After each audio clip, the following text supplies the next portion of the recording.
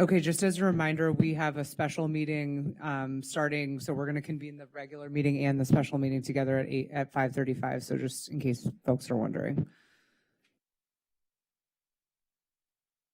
My bad.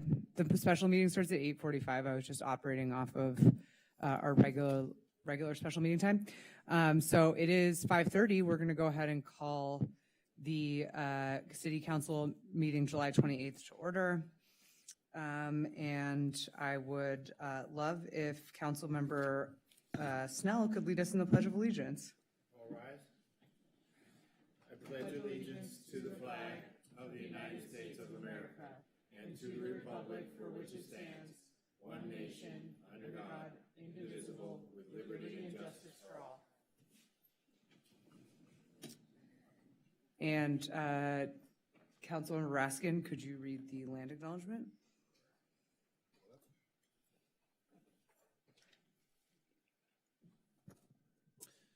The city of Santa Monica is located on the land of Tobangar. With great respect, the city acknowledges the Gabrielino Tongva as the first people of this ancestral and unceded territory of Kuruvangna, a village that we know today as Santa Monica. We honor their elders, past and present, and the Gabrielino descendants who are part of the Gabrielino Tongva tribes. We recognize that these peoples are still here, and as settlers and Kuyam, or guests, we recognize our responsibility and obligation to care for their land in partnership with them. The city of Santa Monica commits to work in partnership with Gabrielino Tongva people to uplift their voices and visibility on their ancestral land. Thank you so much, Madam Clerk, for the roll call. Councilmember Negrete? Here. Councilmember Hall? Present. Councilmember Raskin? I'm here. Councilmember Snell? Here. Councilmember Zarnaskaya? Here. Mayor Pro Tem Swick is not here yet, and Mayor Terosis. Here. The clerk will ask if any council members will be recusing themselves on any items pursuant to the Levine Act. Levine Act. Saying none? Great.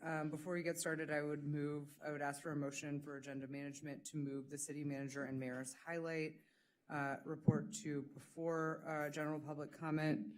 I would also ask that we hear 16F and 11D together pertaining to the same topic. And I would ask that we put 13A on the missing middle housing before 11, the 11 items on the regular meeting. I'll second, make that motion. Moment, you forgot 16's. 16. Oh, my apologies. My apologies. We also would like to, just for those of you who are here for the appointments, I'm going to ask for a motion that we move 16C to the next meeting where we have The September 8th meeting. September 8th meeting. Sorry, I was going to say the next meeting where all the council members are here. Yeah, September 8th. I'd like to make that motion. I'm sorry. Question: is Mayor Pro Tem Zwick not attending tonight? Well, I don't know, but he's not here right now, and I'm moving. Why would we move 16C beyond tonight? Because we have a very full agenda, and we're trying to be more efficient with our time.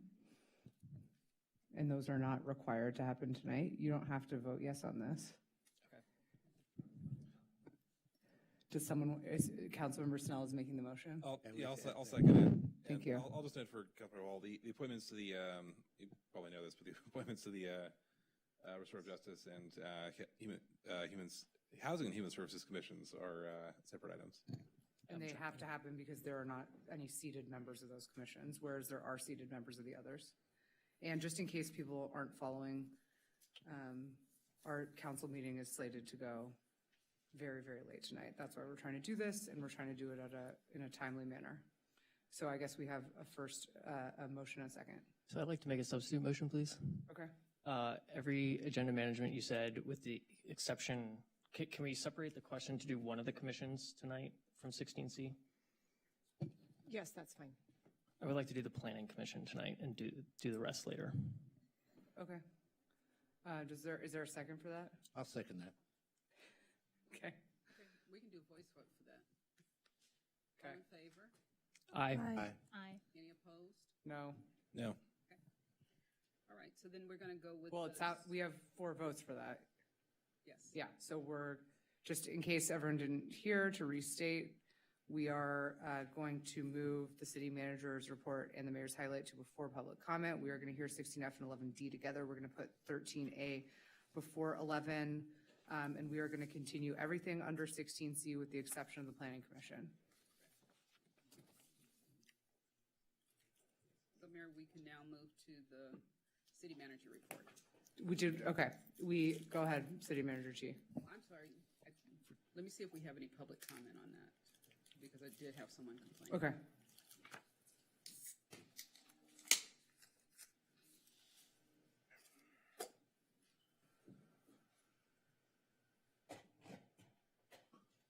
I guess we can just ask if anyone wanted to speak on the city manager report. Is there any public comment directly on the City Manager's report? Ms. Montaner, please.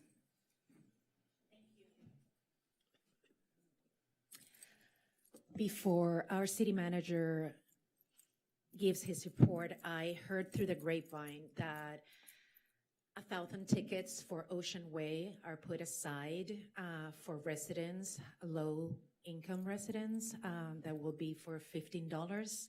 I remember that I brought that to the attention of Lana Negrete when she was advertising Ocean Way, and I was told that they are going to be administered by the Social Services Department, and I just want to make known if that is true. It's one of my sources told me that information because it has not been brought to the public, and a lot of people are buying tickets that sometimes cannot afford a ticket. So if $1,000 tickets are going to be available for residents of low income for $15, I think today will be a good day to announce that. Point of personal privilege. She's looking at me, but I did not say that that was the case. She just brought it up to me. I don't know about that. I know there's a 50-50 opportunity where you can pay half now and half later, but I don't know if there's slowing. Yeah, that I'm not familiar with what source shared that information. He's a city employee at the city, at the State of the City event, and he was a city employee who shared that information. I'm not aware of that program, but we'll definitely look into it and report Yes. back if there's Well, something. Mayor Mamdani did something similar, and there were thousands of tickets given to New York residents for the FIFA World Cup.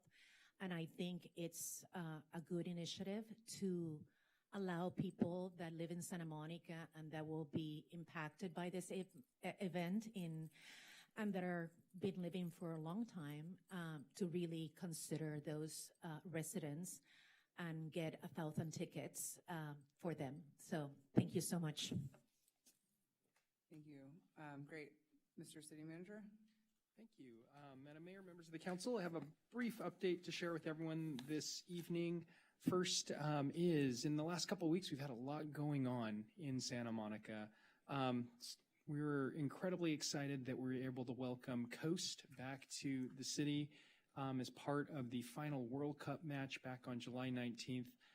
City team did a great job in working with Metro and our event partners to develop a terrific Open Streets Festival, which was quickly followed up with our State of the City event this past Thursday. It's the second year in a row that we have done a community-focused outdoor festival-type event. The team at the city just did a terrific job shutting down Main Street. We had a chance to have multiple booths out on the street, a great activation as part of the Mayor's State of the City address. We even got to watch some live performances and the reveal of our 2027 Rose Parade float design, complete with Sergio, the carousel horse, who's now living down in the lobby of City Hall. We hope everyone will come by and take a selfie with Sergio. Sorry, why is Sergio important? Sergio is very important. The carousel horse in the basement named Sergio will be the Sergio carousel horse that is on the actual float as we get ready for the Rose Parade. And all of the folks that had a chance to put their thumbprint or paint it, everyone is part of, all of those folks will be part of our actual float as we get ready for the Rose Parade January 1st, 2027. Was mentioned a little bit earlier during public comment, but the inaugural Ocean Way Festival was announced for September 26th and 27th. This is the first year that Santa Monica will be hosting this music and cultural event produced by Golden Voice. The lineup features headliners Olivia Dean, The Killers, a full lineup of other incredible artists that Councilmember Snell and I are busy trying to get to know. Playlists have been updated, and we are getting familiar with the incredible acts that will adorn our shore in a couple of months, or in a couple of weeks, actually.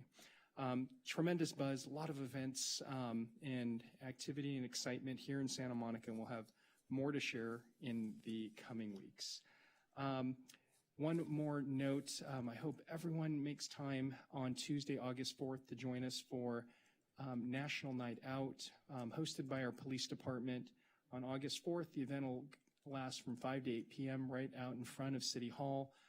There is a Hollywood theme this year, Lights, Camera, Community, and it will be a terrific event here in Santa Monica. We encourage everyone to join us.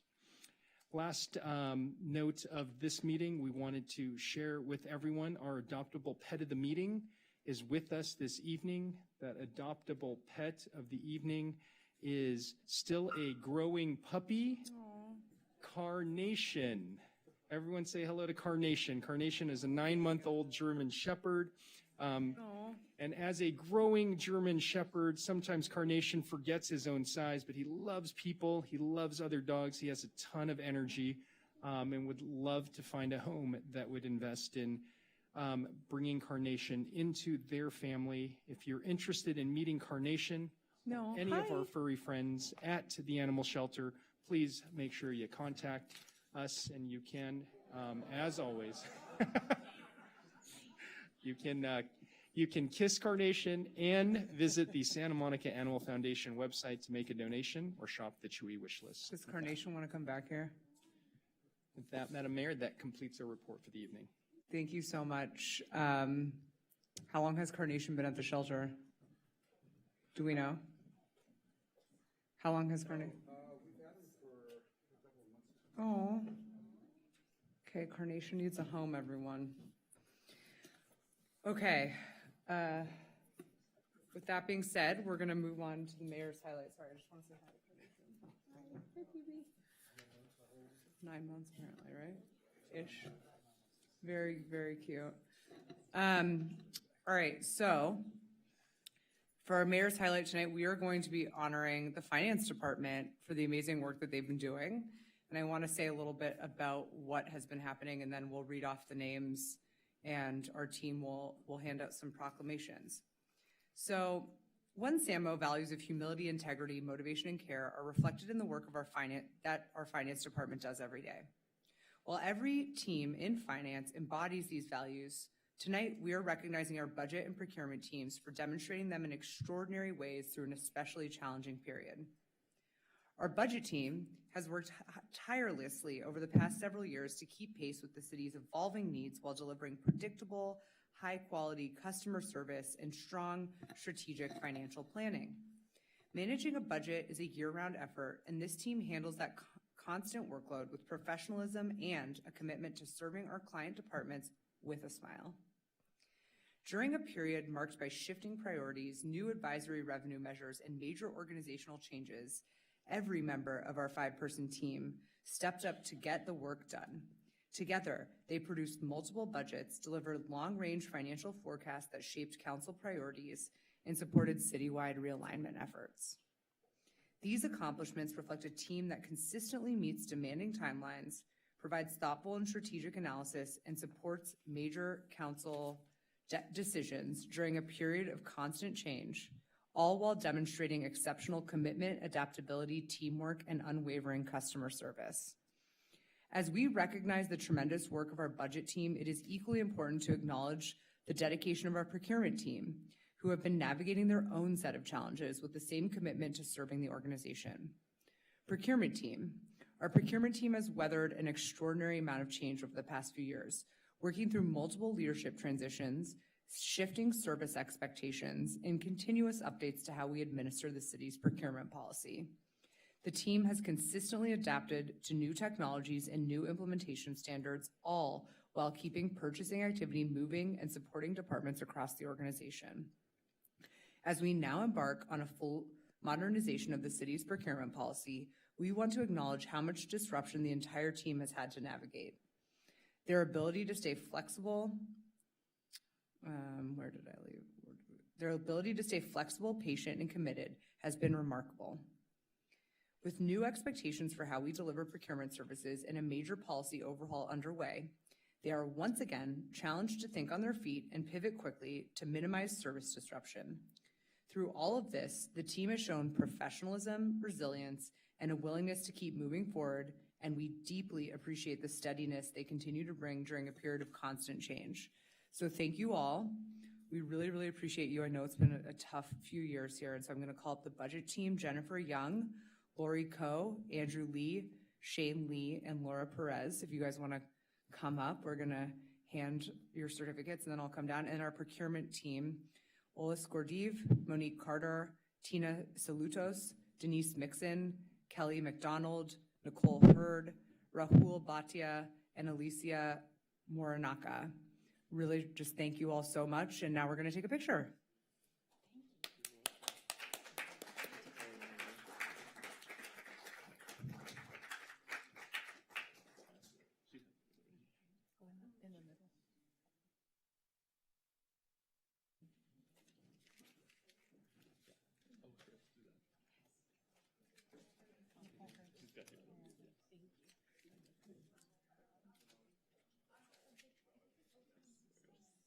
Do you want to say anything, Oscar? Just go tell your team how awesome they are.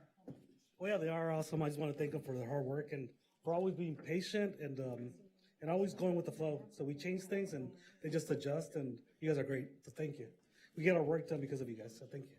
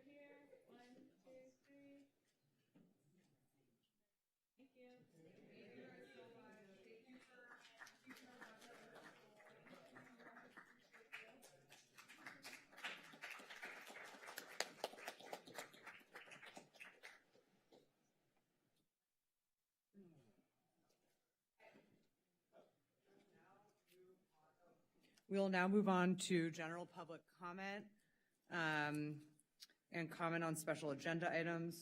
And we have 21 speakers, and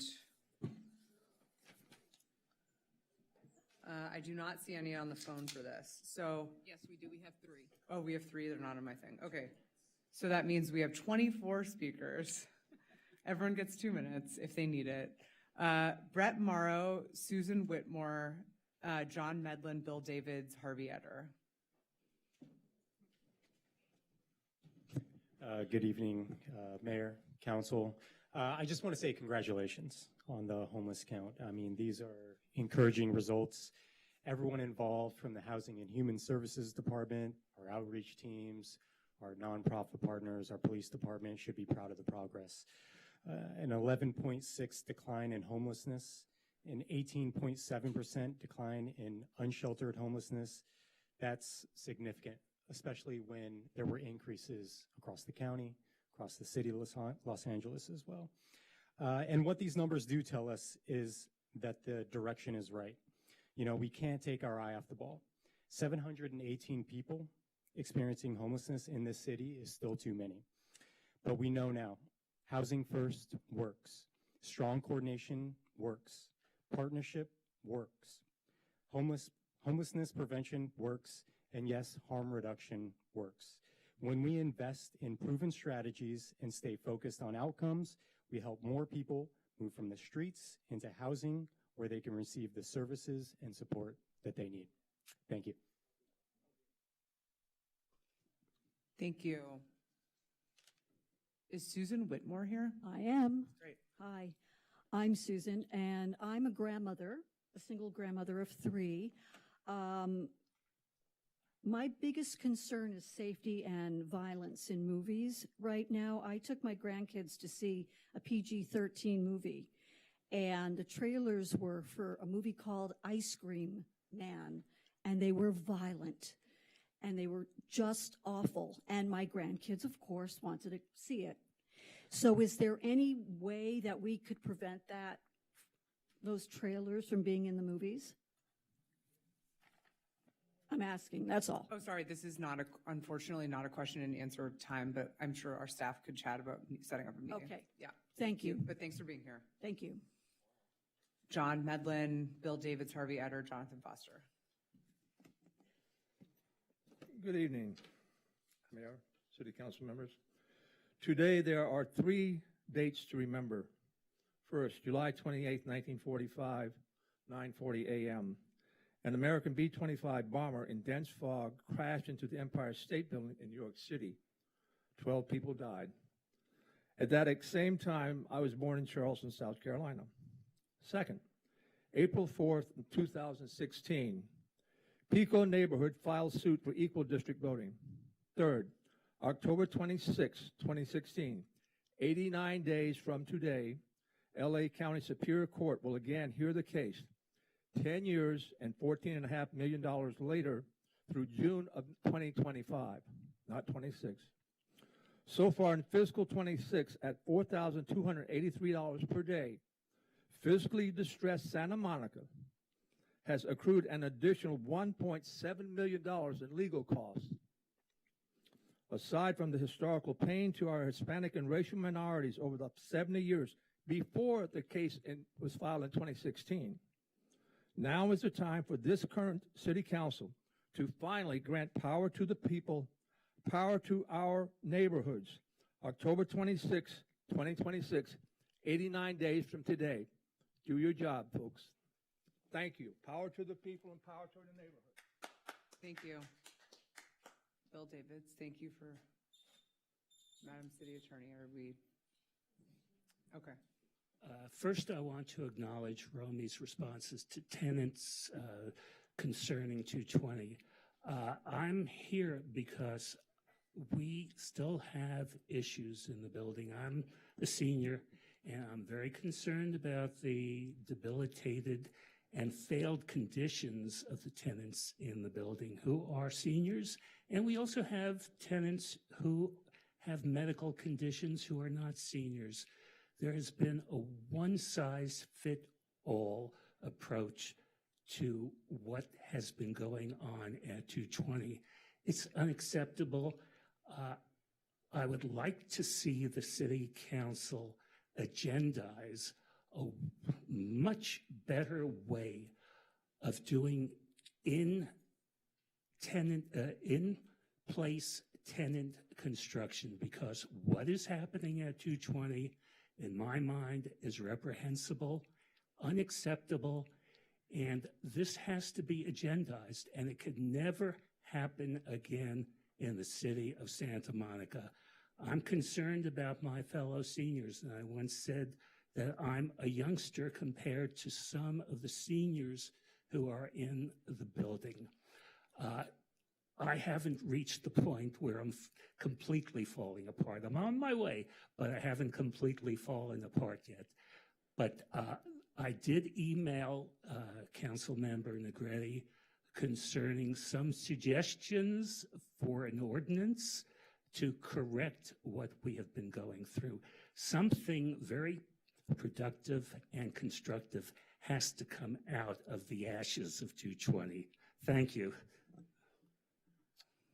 Great, thank you so much. I don't want to get into topic here, but I believe our city attorney team is working on this, and there is some stuff in the realignment plan to address this particular issue. But again, I think it would be helpful if we continue to take feedback from Mr. Davids. I know this is not like a discussion, this is not agendized, so we're going to move on.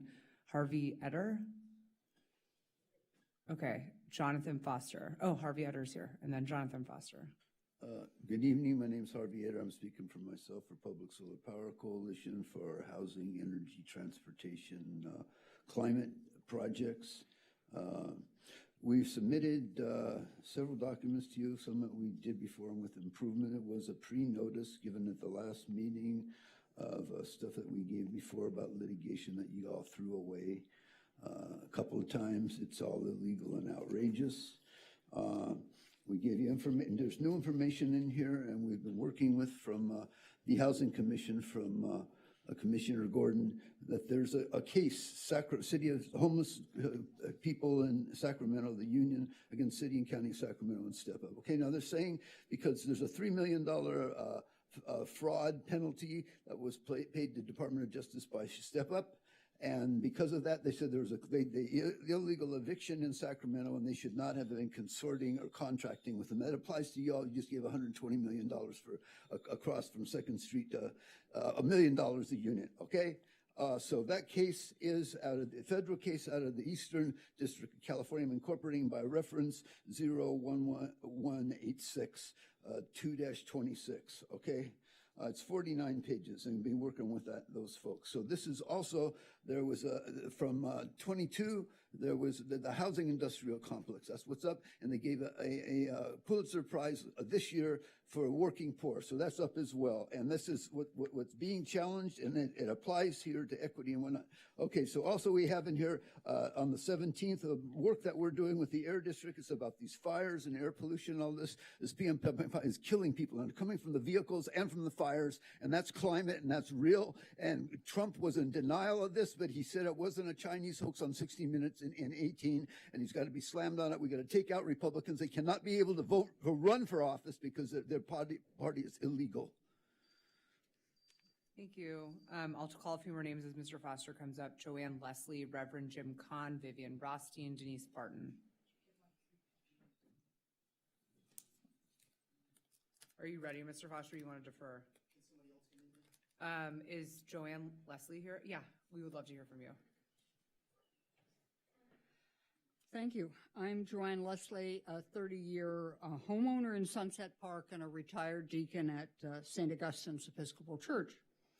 You already know that Santa Monica needs more housing, especially below market rate housing. But I'm here to sound a note of urgency.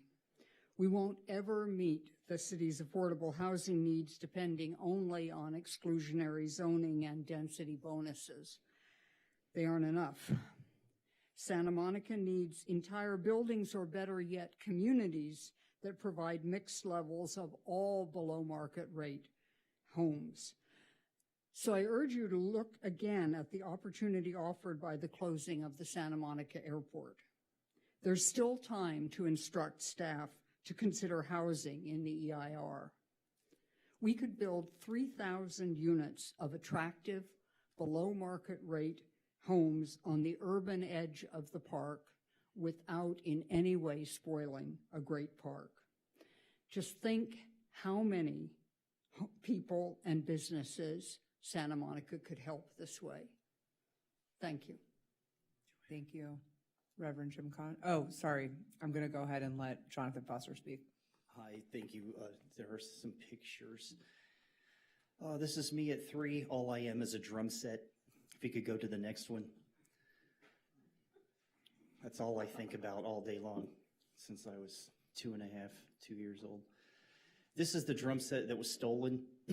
That drum set was made for me by Premier. No one owns that drum set on earth. No one. It was a beautiful, beautiful custom-made set. And there was a third picture. It's okay if it's not up. So this is somebody stole my stuff. The hardest part is the symbols. And I said to people I was going to take work here. Everybody comes to me on 3rd Street. Why aren't you in a band doing something? And I just, to be honest with you, I still have a hard time selling cigarettes. I have a hard time selling alcohol, which is what a bar is, cigarettes, alcohol. And then outside, everybody goes to their car and snorts coke and, takes acid and everything comes back to the show and everything. And I have a hard time with this. Even being a Deadhead, liking the Grateful Dead, I just have a hard time with this kind of stuff. Of course, my mother has also been a real pain in the butt on this. But if you could go back to that picture, Denise, that drum set was in pristine condition. I bought it brand new. It basically set in cases. There wasn't a scratch on it.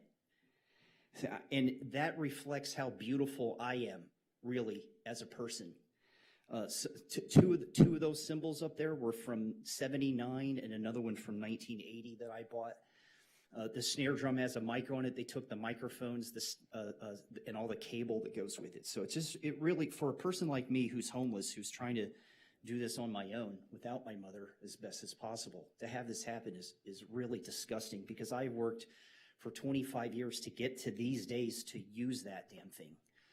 And it's very hard. So I appreciate everybody putting up with me on 3rd Street. I really am trying to get, a job doing what I was born to do. God bless everybody. Thank you. Hopefully you filed a police report and our police are here. Okay, great. Reverend Jim Kahn. Mayor, council members, I'm Reverend Jim Kahn. I'm here tonight on behalf of Cloverfield Commons and CLU. I'm advocating for you to keep below market rate housing at the Santa Monica Airport in your minds all the time. So tonight, as you grapple with adding housing around transit centers and protecting renters, keep housing at the airport in your mind. As you discuss a new direction for homeless policy, keep housing at the airport in your mind. Closure of the airport is on the horizon, so keep below market rate housing in your mind. Thank you. Okay, the Reverend is in the house. Vivian Rothstein, Denise Barton, and then Zoe Muntaner. Good evening, and thank you for your service to our city. I know it's not easy. The housing affordability crisis is growing locally, regionally, and nationally. I urge the City Council to consider the long-term needs of Santa Monica's teachers, nurses, first responders, hotel workers, and others who make our local economy flourish and can't live anywhere nearby. They all need housing within reach.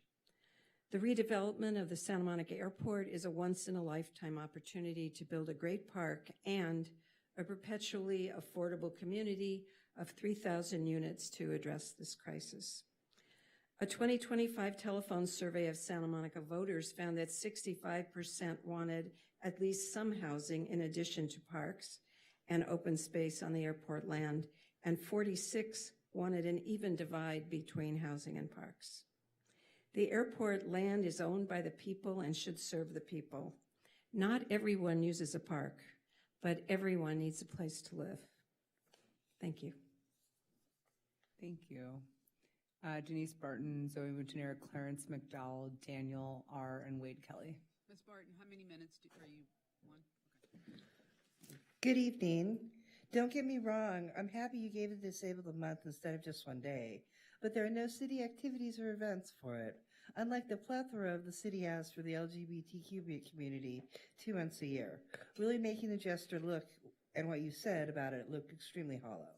There's no ADA person for the Housing Authority, I found out after Kelly Phillips threatened my affordable housing several times, after which I requested a change to the ADA person, but I was told there were 2,000 people ahead of me, which doesn't reflect well upon your claims either. Oh, but I forgot, the ADA person is actually in the Public Works Department. Not to mention you not having reasonable accommodations for seniors and the disabled to be able to speak at the beginning of in-person city council meetings, only over the telephone, where you can be left until the end of the meeting to give public input, as has happened to me, further showing your hypocrisy. Thank you. Thank you, Ms. Barton. Ms. Muntaner. Yes, I have some pictures, if Denise can load them. In the meantime, I want City Council to consider to get those 1,000 tickets for low housing and low income residents. This is my grandfather, Maximilian Cohen. He was a Jewish man. He was a police officer. This is 1954. He was 31 years old. And he's the one who taught me about Jewish values. He told me that the civil rights movement in this country was mainly done by a lot of Jewish lawyers. And he said, they got involved because they knew that they could be the next one in line. So at the last city council meeting, I was horrified to see the person who's going to speak after me and the person who spoke already about their issues with housing. And that's what prompted me to pull papers the following day to run for rent control. Because I think right now the city is working in silos, code enforcement separate from rent control and the city attorney, and it's not working. And you saw in one meeting 3 people, and 3 people that are just particular groups of people of color, elderly, and disabled. And it exposes the city to scandal, litigation, and embarrassment. And we have to do better. This is a renter's city, and we are not operating like a renter city. I didn't want to run because I know how difficult it is, and I know all the lies and all the comments that are coming my way. But I also want to talk about Lana Negrete's newsletter. She talked about her father. This is my father who served in the military at 18 years old because his father passed away, and he had to take care of 5 people.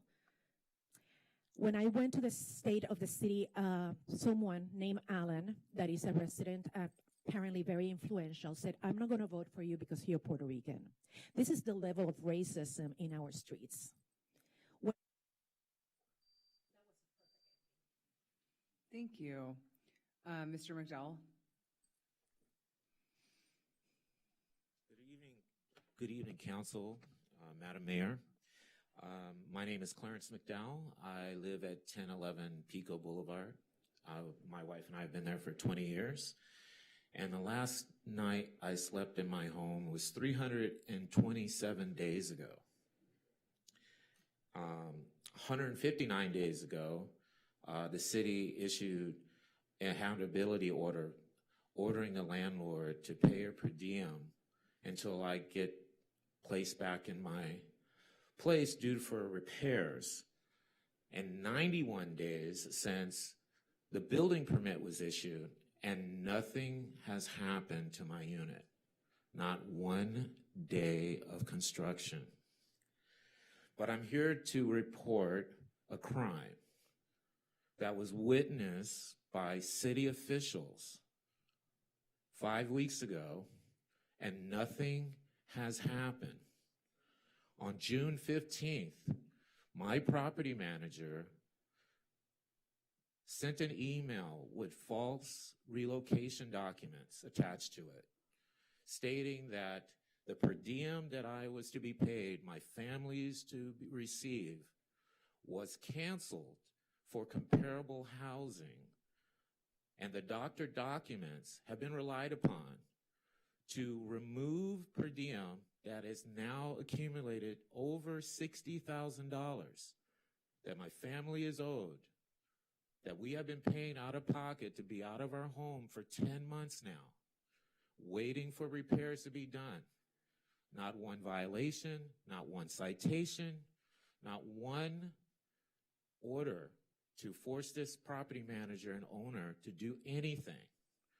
So I'm asking somebody, please, consumer protection, work for the consumers. Thank you, Mr. McDowell. I know you were here last time, and I know this is obviously not like a meeting forum, but I know that our city attorney had been in touch. I mean, I would love to schedule a meeting not while we're sitting here, because unfortunately we're not here as the finders of fact in this circumstance. Yeah, but really appreciate you coming, and I'll. Okay, we will make sure. Thank you for letting us know. Okay, Daniel R., Wade Kelly, Joe DeRosa, Ashton St. Clair. Is that on? Hello, good evening. I want to speak about homeless issue, please, because one time in my apartment building, I was doing laundry. When I went into the laundry room, I found a homeless person sleeping in my laundry room in my apartment building. So that was very unpleasant to see. He was also high on drugs because he had a fentanyl dose vaccine with him. So it was very unfortunate to see in our city. And housing opportunity is also a once-in-a-lifetime opportunity for us to have in our city, because we need to support everybody in our city with homelessness, everybody with drug use and drug rehab. And Santa Monica Airport closure in 2028 will be a once-in-a-lifetime opportunity to have over 3,000 units built for everybody to be affordable housing to market rate, because housing is an opportunity for everybody to live in Santa Monica, since Santa Monica is one of the lifetime cities in Santa Monica. It's tourist of the century. Thank you. Thank you so much. Appreciate you for coming. Wade Kelly. It's going to reset. Thank you. Hello. My name is Wade Kelly, Christopher Wade Kelly. I am a member of the Measure GS Resident Oversight Committee.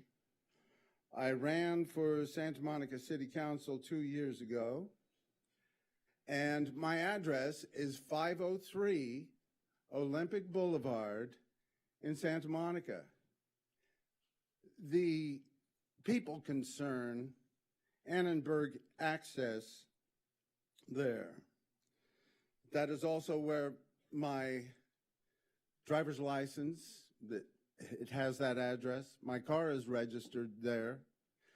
And I am also registered as a senior, low-income senior for below-market housing. I'm on the list here in Santa Monica using that address. Yesterday, I was told that under the new realignment plan here in Santa Monica, the people concerned, as of 8/24/2026, the Access Center will be providing the following services: 1 meal a day, showers, laundry, lockers, mental health services, Venice Family Clinic. No more mail service. I don't have an address anymore. I don't know if I can run for office anymore. Mr. Kelly, are you speaking about 11B, which is an item that's agendized on the agenda, or just general public comment? Because if it's 11B, you'll have to come back for that one. I'm not sure. Is that specifically going to be addressed then? Yeah, I mean, is it going to be changed? Because, I mean, I've just found this out yesterday. Sure, you can direct your comments to general things not on the agenda, but if it's anything pertaining to what's on the agenda, that would be more proper in the comments for 11B. Just letting you know. All right, so it is going to be addressed. And I don't have to worry about all those people being thrown off the voter rolls, the people that might vote for me because they are homeless, as I am. And I think it's just incompetence that's happening once again by the city in their plans to deport homeless people out of the city of Santa Monica so they can say that they're having a reduction. 75% of all the arrests last year in Santa Monica were homeless human beings.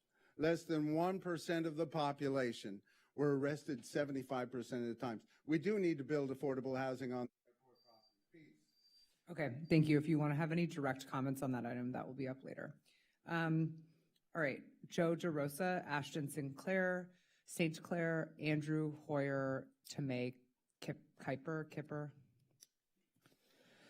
Honorable Mayor and members of the City Council, when the City Council ended the exclusive negotiating agreement with Live Nation, you directed the staff to explore alternative options for the Civic Auditorium site, assess the highest and best use, analyze constraints, including historic preservation, parking, ADA, seismic issues, evaluate new partnerships, and study market conditions and funding strategies. I'm asking you to do exactly that with an award-winning firm, Morphosis, led by Pritzker Prize-winning architect, founder, Tom Main will deliver phase one of feasibility concept visioning study producing 3 design alternatives, along with an analysis of the site capacity, hotel integration, parking, public space, economic impact, and investor presentation package. To start phase one, the request is $40,000. Morphosis has agreed to limit its own expenses to $2,500 to keep the risk minimal. The funding could be raised privately. We are not here because the city is the only possible source. We are here because a city partnership would be a clear symbolic gesture that Santa Monica is willing to explore the opportunity in good faith precisely as the council directed. The $40,000 could also be allocated from the $2 million the city received for the I-10 grants or from other grants that were already provided to the Economic Development Department.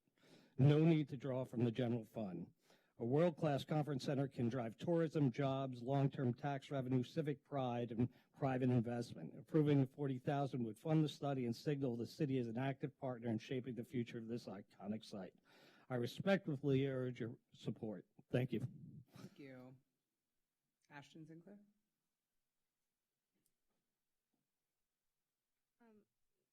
Good evening, Mayor Trosis and Mayor Pro Tem Zwick and the other members of the Santa Monica City Council.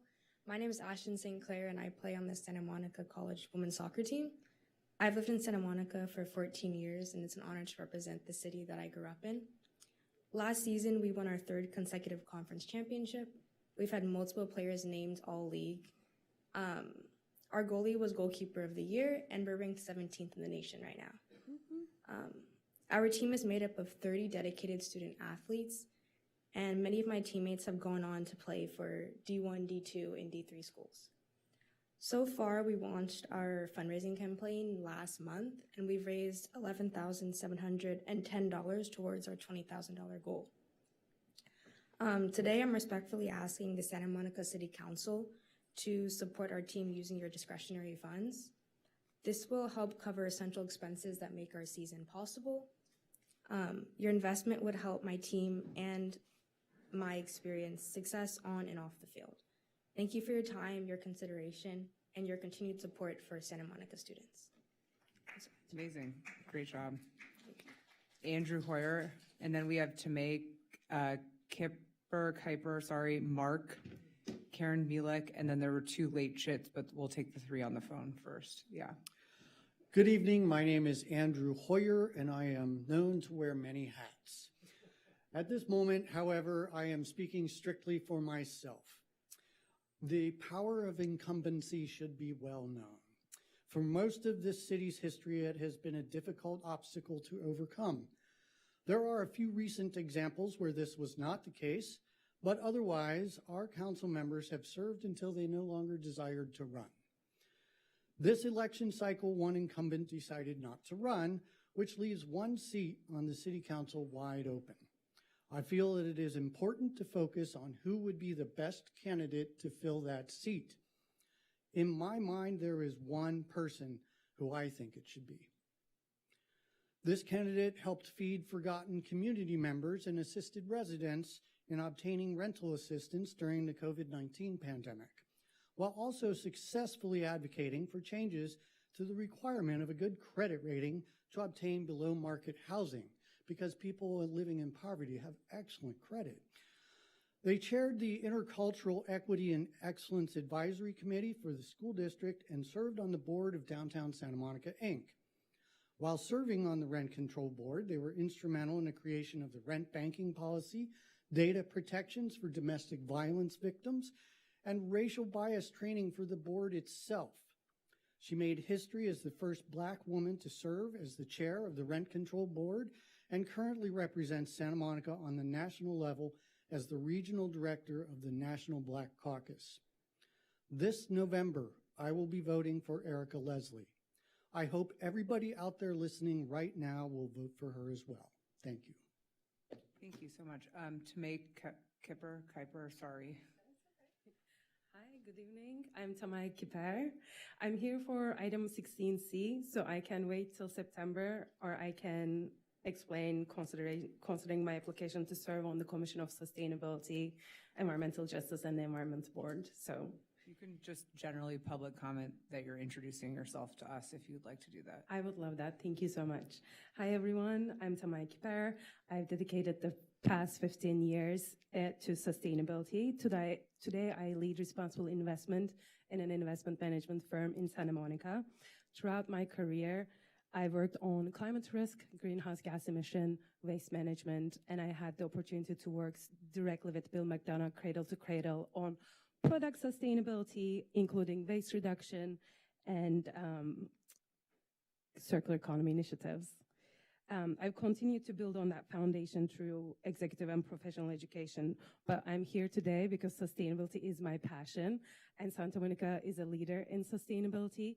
So I chose to make sustainability my home. I've been a long-time resident here. Thank you so much for all your efforts, all your sustainability efforts here. I am proud to be Santa Monican. And while I know this commission benefits from members with different backgrounds, I know I can contribute to this commission of sustainability, environmental justice, and environment in different ways. So ultimately, I'm applying to be an applicant because I really care about this city. I believe my experience can contribute meaningfully to the commission, and it would be a privilege to work alongside the fellow commissioners. Thank you. Thank you so much. Mark? Good evening. My name is Mark Verville. I'm a former chair of the city's audit subcommittee, and I live in Sunset Park. I'm here this evening to address the actual scale of the city's homeless crisis and the city's chronic misuse of the point-in-time counts in its communications and policy setting.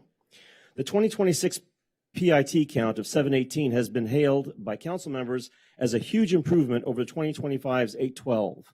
The reality is that neither addresses the massive scale of the city's homeless crisis.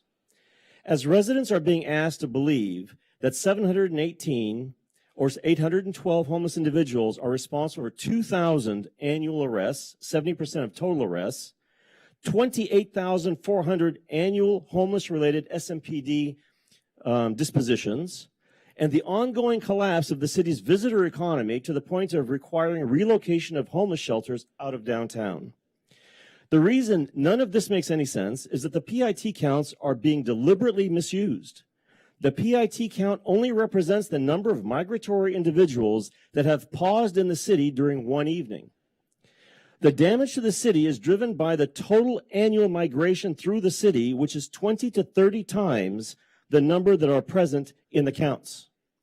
The city's HMIS system recorded over 6,000 annual new arrivals in the 2017 to 2019 period, the last time complete data was available to the public.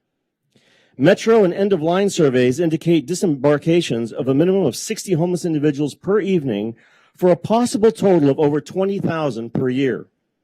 The PIT count implies that the average homeless person stays in the city for 2 to 4 weeks and moves on. Since city policies are justified solely by PIT counts, they have no credibility. Consequently, policies that include the entire shelter strategy and especially residential placements exacerbate rather than mitigate the city's crisis. This gaslighting of this critical issue needs to end. Thank you. Karen Bielek, John. John made an Oscar De La Torre signed up after the cutoff, but we'll give them 1 minute, yeah. Good evening.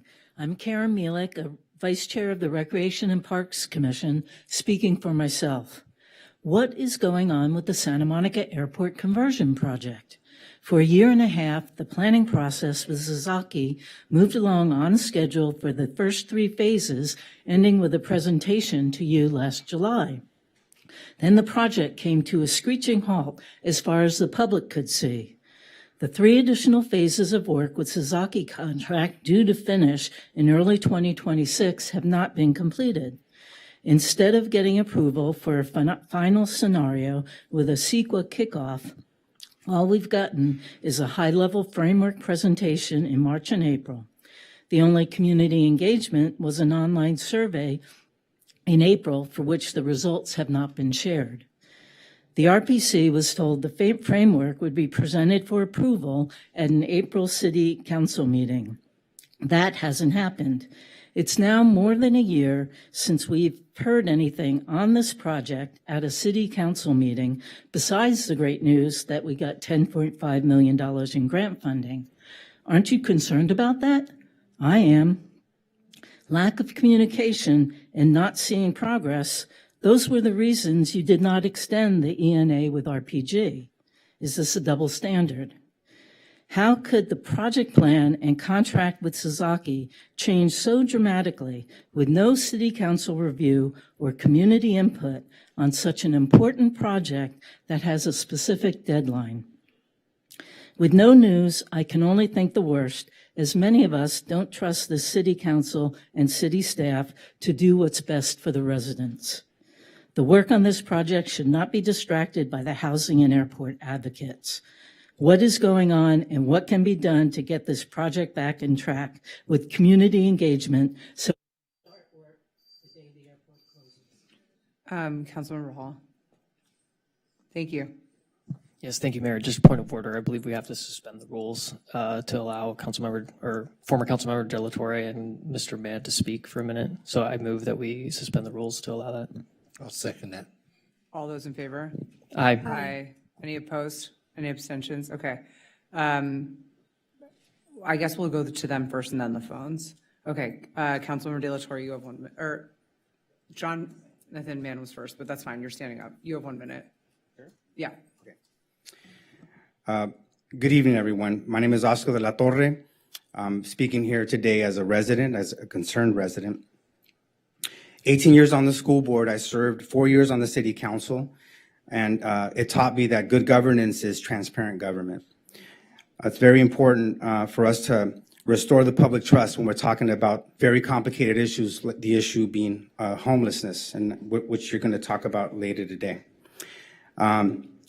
Lana Negrete, Dan Hall, Ellis Raskin, Caroline Tarosis, Jesse Zwick, Barry Snell, Natalia Zerenskaya. All of you have a personal point of privilege to answer this question. Have you received any money from any of the homelessness providers, people that provide services in any way, any campaign donations that you have received? It's important for you to disclose that. I know, Natalia, you came before this dais many times alleging that I had a conflict of interest. Finish your sentence. Do you want to finish your thought? Yeah, I'm trying to finish. So I think it's very important that the public knows that you violated the Levine Act. And so I just want to ensure that no one else has that type of violation. Thank you. Thank you. I see Councilmember Zerenskaya. Yes, Mayor. As a point of personal privilege, when I ran in 2024, I did receive a campaign donation from John Masseri. There was a complaint filed with the FPPC alleging that a vote that I took regarding a housing project that the people concerned was a subcontractor on was a violation of the Levine Act. However, earlier this year, in May, the FPPC issued a no action letter and found that there was no violation. Thank you. Thank you. Mr. Mann, or did you want to? No. I just put myself in there that I have not received any donations from any of the Okay. parties. Mr. Mann. Sorry. Can I just say, as a point of public information, all campaign donations we receive are public information posted on the city clerk's website. Thank you. Mr. Mann, you have 1 minute. Yep. Fellow before Wade Kelly said I could have his time that he didn't use up. Okay, I'm Jonathan Mann, a man for the people. 17th time I've run for city council, and I made a little change to my sign here. One exception is Lana Negrete. So I want you all to take note of that. I've been sending a lot of text messages and emails to you guys, and I don't get any answers. And that's one of the reasons why I've been advocating for a virtual town hall on the city website for all these years. So the people of this city could have a voice in city government. And obviously, you don't want us to have that voice because you won't put a virtual town hall on the city website. It doesn't cost that much. One of the suggestions that I'm making in my campaign to save money instead of raise revenue, to get rid of all the wasted and overtime, is to have compensating time off and a return to the 5-day work week for the police and everybody else in the city who's getting over. Thank you. He did not have leftover time. That's not how it works. You can finish your sentence. Okay. Vote for John Mann for city council. I have one sign. It's the only one you'll see. Okay. Thank you. This is okay. Okay. Thank you, Mr. Mann. We will now move on to the phones. Okay, now we're moving on. Our first caller is Jacob Wasserman. Thank you. My name is Jacob Wasserman, Planning Commissioner, though I'm speaking for myself tonight, and a resident of Wilmont. I just wanted to, say that people seeking appointments on commissions, like one of the other public commenters, took time out of their evenings, and this is the second time it's been postponed. So I do think it's a little rude. I know you have a busy agenda, but it's going to be like 2 months that they're waiting to apply. Maybe they got babysitters. Maybe they're taking time off. But I actually wanted to address the end of service on Big Blue Bus to Hillgard Terminal. If you know UCLA, Hillgard Terminal is the end of a number of lines. It has been in operation since 1929, but just short of its 100-year anniversary, it is going to no longer have service. And a large part of UCLA's North Campus, including iconic buildings like Royce, Young Research Library, the Sculpture Garden, are no longer going to have a one-seat ride to the city of Santa Monica. And the reason is that a few neighbors who moved in long after the 1929 opening of Hillgard Terminal have objected to buses on a busy street. When Santa Monicans and other stakeholders use this terminal every day, I used it just today, and I'm sad that it's going to stop service on August 7th. Now, when this came before your council, you got staff to admit that the closure of Hillgard Terminal was never discussed with any stakeholders in any of the outreach prior to the plan being published. It's a shame that we're going to lose service to this valuable stop. And so I hope that you can introduce a 16 item to restore service to Hillgard Terminal.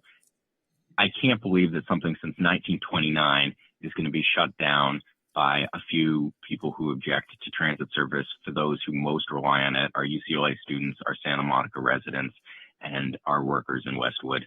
Thanks so much. I hope you can get that restored.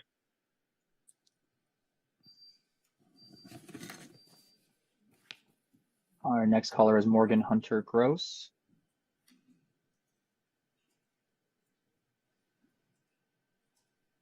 Hello, my name is Morgan Hunter Gross. I miss you. And this is my report from the other side of the Transcontinental Railroad. Yesterday, Natalia said intent is not always the same as outcome. I say a service may exist, but people can still be excluded by application periods, registration deadlines, limited hours, meeting codes, and call-in windows. That is how people slip through the cracks. 2 weeks ago, I was at mile 0 in Sacramento, ready to report to council, but I missed the previous day's registration deadline. I read my report on YouTube instead and continued east with the Second Transcontinental Expedition and President's School. The other day, we completed a 10-hour mobile multi-camera composite live stream over Starlink. I followed native walking paths into horse paths, wagon ruts, railroads into Lincoln Highway, into the Eisenhower Interstate, air travel and digital connection. Geology and water established the routes. Politics, land, and underground resources moved through bottlenecks.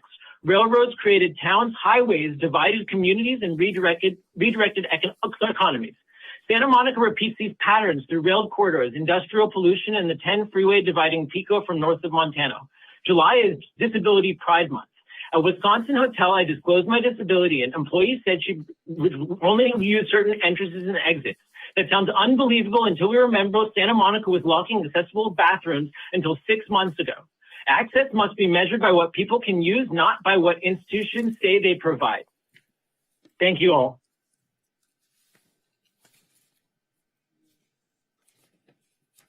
Our next caller is Bradley Hayslip.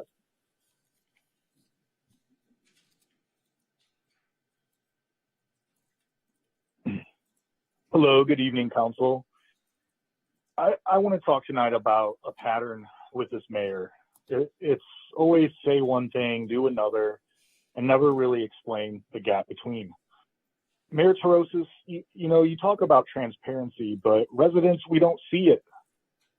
What we see instead is a mayor whose positions on homelessness align again and again with the county's agenda and not this city's. You are employed by the county. Your approach to the unhoused, your support for bringing in more county-run services tracks what the county wants and not what Santa Monica residents are asking for. That is not transparency.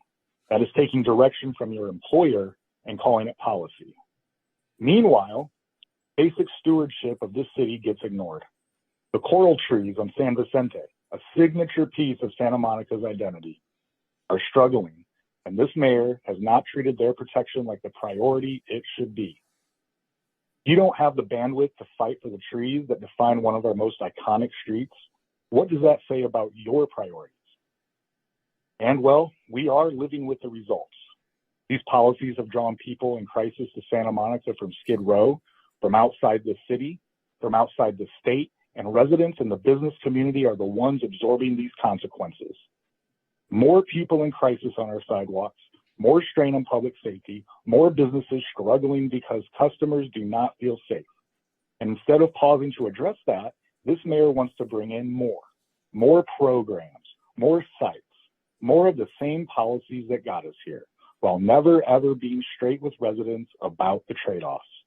Santa Monica needs a mayor who is honest about who she's actually working for, who protects what makes this city worth living in, and who listens to residents and businesses before doubling down on policies they're already paying the price for. Mayor Terosas. That was 2 minutes. Guess we'll never know. Just because my name was invoked, I would encourage that caller to listen to our council agenda tonight, because we are actually talking about divesting from the county and investing in our own system of care. So I would just, again, disavow all of those comments, but we will continue on. We will now go on to public input on items under the consent calendar in closed session only. We have one comment. Looks like we have Zoe, right? Zoe Mountaineer.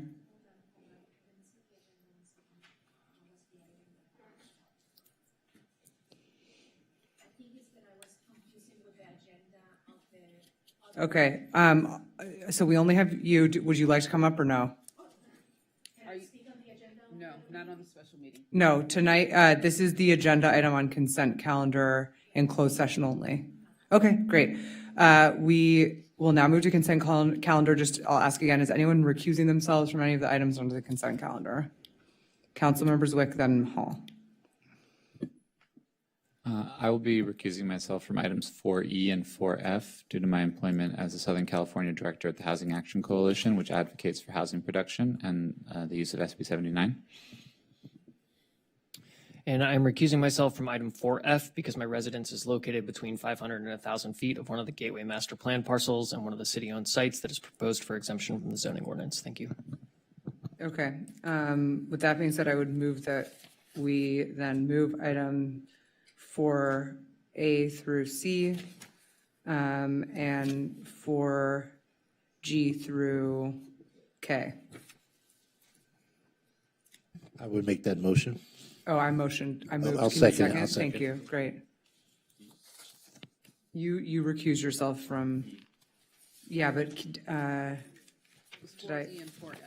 Yeah, 4A through C, through D. My apologies. Yeah. Are you ready for a vote? Mm-hmm. Councilmember Zarnaskaya? Sorry, Madam Clerk. Madam Mayor, could you please just restate the motion Sure. clearly? Thank you. We will be moving items 4A through 4D and 4G through 4K. Thank you. And I second that motion. Okay. Councilmember Zarnaskaya? Yes. Councilmember Snell? Yes. Mayor Pro Tem Zwick? Yes. Councilmember Raskin? Yes. Councilmember Hall? Yes. Councilmember Negrete? Yes. And Mayor Terosas? Yes. Great. And now for E, Mr. Mayor Pro Tem Zwick will move out. And then I would entertain a motion.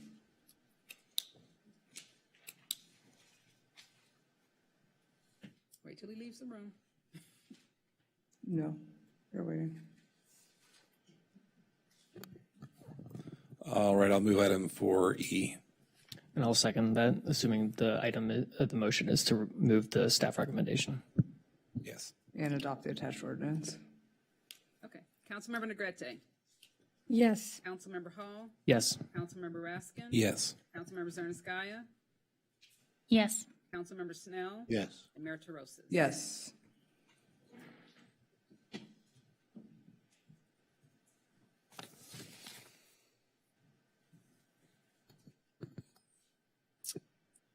And this is the second reading of an item we discussed last week. I will move for F. I'll second that. Great. Councilmember Zarnaskaya. Yes. Councilmember Snell. Yes. Councilmember Raskin. Yes. Councilmember Negrete Yes. and Mayor Terosas. Yes. And now can I ask the two recused council members to come back? But we're not actually voting on anything, so you, maybe Madam Clerk, can you read the closed session agendas? Okay. Closed session, we have, the first we have 5A, it's a conference with a bunch of John Does. Apologize. And then we have, next we have existing litigation, city versus ICSOP. Then we have another existing litigation, Waymo versus the city of Santa Monica. Next, we have a real estate negotiation, and this is for portions of parking lot 4 South and portions of Beach Park 1. The city negotiator is the city manager. Persons to be negotiated with is DeWanda for AD Media House, LLC, India House. Under negotiation, price and terms of payment, a license. We have another real estate. This is for, again, parking lot 4. This time is Beach Parking Lot 5 South. And this is negotiating with Florian Goes for Olympic Austrian. And this is, again, price and terms for the lease. And then finally, we have city property, another real estate negotiator, and this is for parking lot 4 South, portions of parking lot 5, and portions of Tongva Park. City negotiator is the city manager. Persons to be, and this is for the Brazil Olympic Committee, Brazil House. Under negotiation is price terms and payment for license. City attorney? And do you think we can do this in an hour? What do you think? That was going to be my estimate. Great. So we will return at 7:40. Or, excuse me, we will return no earlier than 7:40. Might be a few minutes after that, just depending on what's happening with the closed session. Thank you.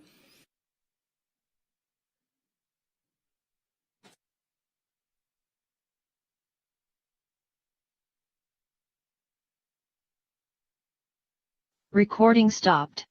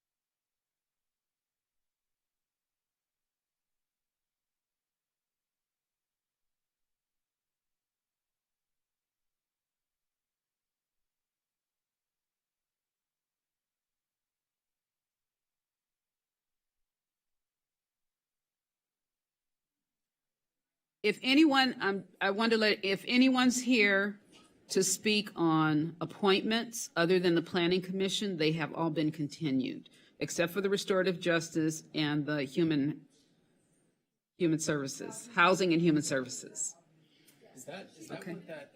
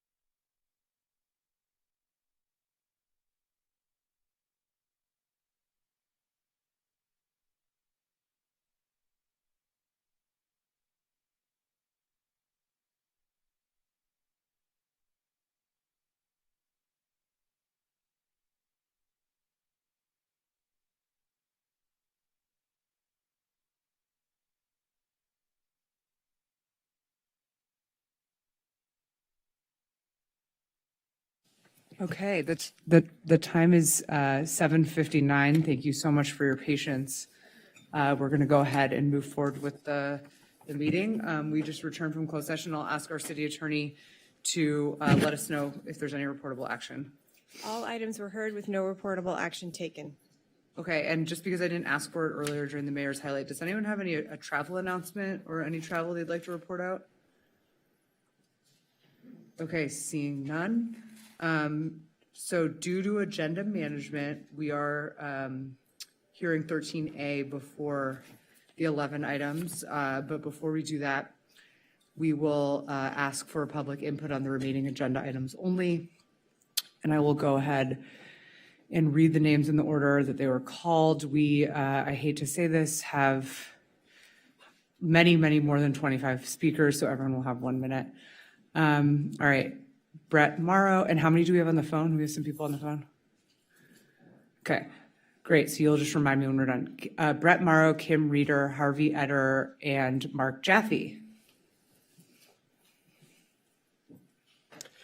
Good evening. My name is Brett Morrow. Good to speak with you again. I'm speaking on item 16B, and I'm honored to be an applicant for the Housing and Human Services Commission.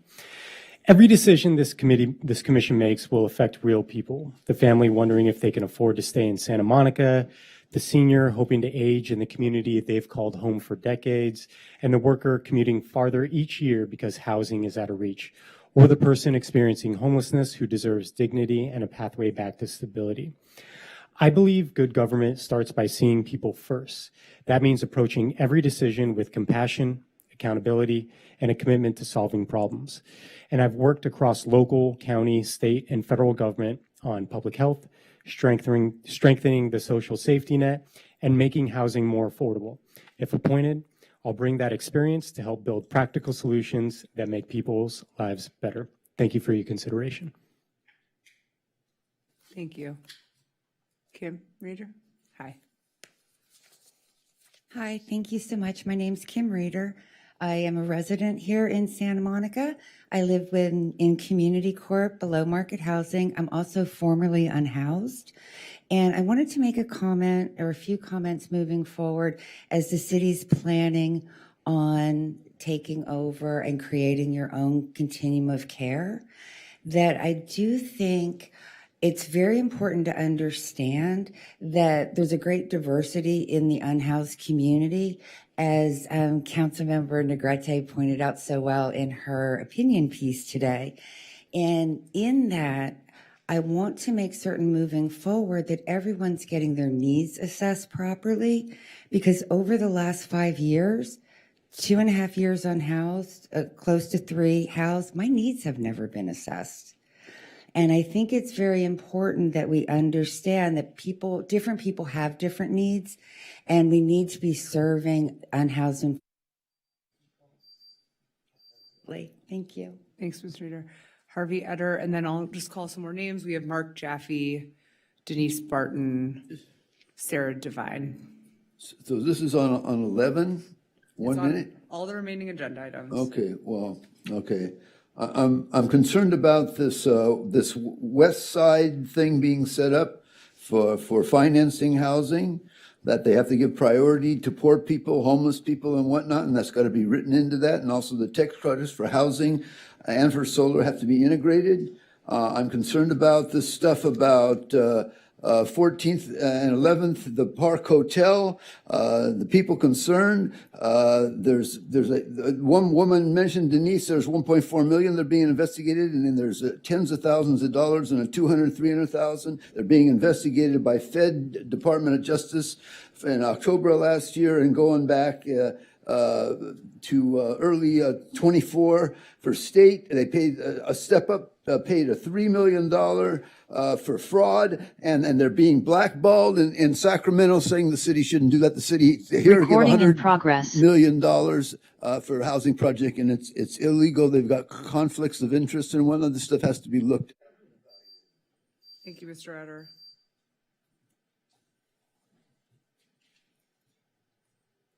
I have 3 items. But you can't cut out people's items.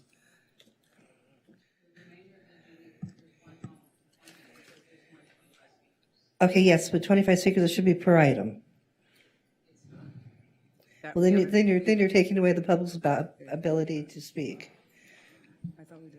So maybe the clerk can help walk through this. So the trigger to limiting it to 1 minute is 25 per category, right? But I still think you get to do 1 minute per item that you're speaking on. Is that correct? As an individual? Yeah, she is listed multiple times. So we do need to bring the rules back, because that was one of the things that we did ask for to come back. But if the city attorney is interpreting it as 1 per item, how many items are you speaking on? 3. Great, 3 minutes. Good evening. Item 11A, giving the West Side City's Council of Governments a say about anything to have to do with the city's affordable housing. Why would we do that? Especially when the city has to pay administrative costs for it. What, does the city not pay enough administrative costs for affordable housing already? It kind of looks like the West Side City's Council of Governments is going after cities that are separate or independent from Los Angeles cities. Would that be because all the other cities have joined, and because cities like Santa Monica keep their affordable resources separate from any other city's funding? So this again looks like it's just for more administrative funding for the West Side City Council of Governments and not what's best for the city of Santa Monica. Next, on item 16E, Councilmember Snell's travel expense request to go to Vienna for the social housing field study program. Here I'd like to refer to the California Legislative Information Code Section Group, Title V, Division 2, Part 1, Chapter 9, Meetings, where in Government Code Group 54952.3A refers in part to compensation and stipends. But under B, it states that compensations and stipends shall not include amounts reimbursed for actual necessary expenditures incurred by a member in the performance of the member's official duties, including but not limited to reimbursement of expenses related to travel, meals, and lodging. So, Councilmember Snell, can you tell us right now what official duties you have in Vienna for which you're making this travel expense request? And finally, item 11B. Is this part of Meritoros's plan to ship the homeless population in LA to Santa Monica? And can Santa Monica even afford these facilities? Do you not think putting more homeless facilities in the Pico neighborhood is like putting the majority of affordable housing in the Pico neighborhood? And wouldn't that collate with the district voting case? Then if 72% of police calls are now for the homeless, will this facility take more police resources away from the rest of the city?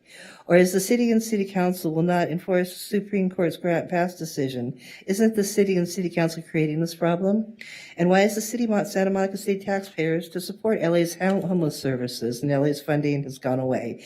Isn't some of Santa Monica's funding going away too? And finally, how can you or the community expect the Human Services, aka Social Services, whatever you rename them, department, to have a history of not posting funding it has received for over 200 days to be able to manage a program like this? Thank you. Thank you. Sarah Javine Devine, and then John, Ali, Williams, Selby, Hajar, Daniel R. Is there Mark Jaffe? I don't see Mark Jaffe, but if Mark Jaffe's here, he's next after. Sorry, go ahead. Hi, Sarah Devine. Hello, council members. I'm speaking on behalf of the Pico and Gandara Park neighborhood. I have lived in Santa Monica for over 30 years, about 12 years on the north side, and the rest of the time in the Gandara Park neighborhood, where we purchased a home. We bought it on this beautiful tree-lined street, and we did it so we could keep our kids in the Santa Monica School District. Also, it was one of the areas we could afford to buy a house in Santa Monica. We were drawn to this neighborhood as well because it's multicultural aspect. The day we moved in is the day we began a fight to stand up for our neighbors and our neighborhood. A neighborhood that has a rich history as displayed in the underpass of the freeway, a neighborhood that's been seen under attack, divided by the freeway, a location for the city dump and landfill, the maintenance yard, which we fought 2 or 3 years to not put there, and many other things over the years. A neighborhood that has been burdened by so many things. Thank you. John, Ali.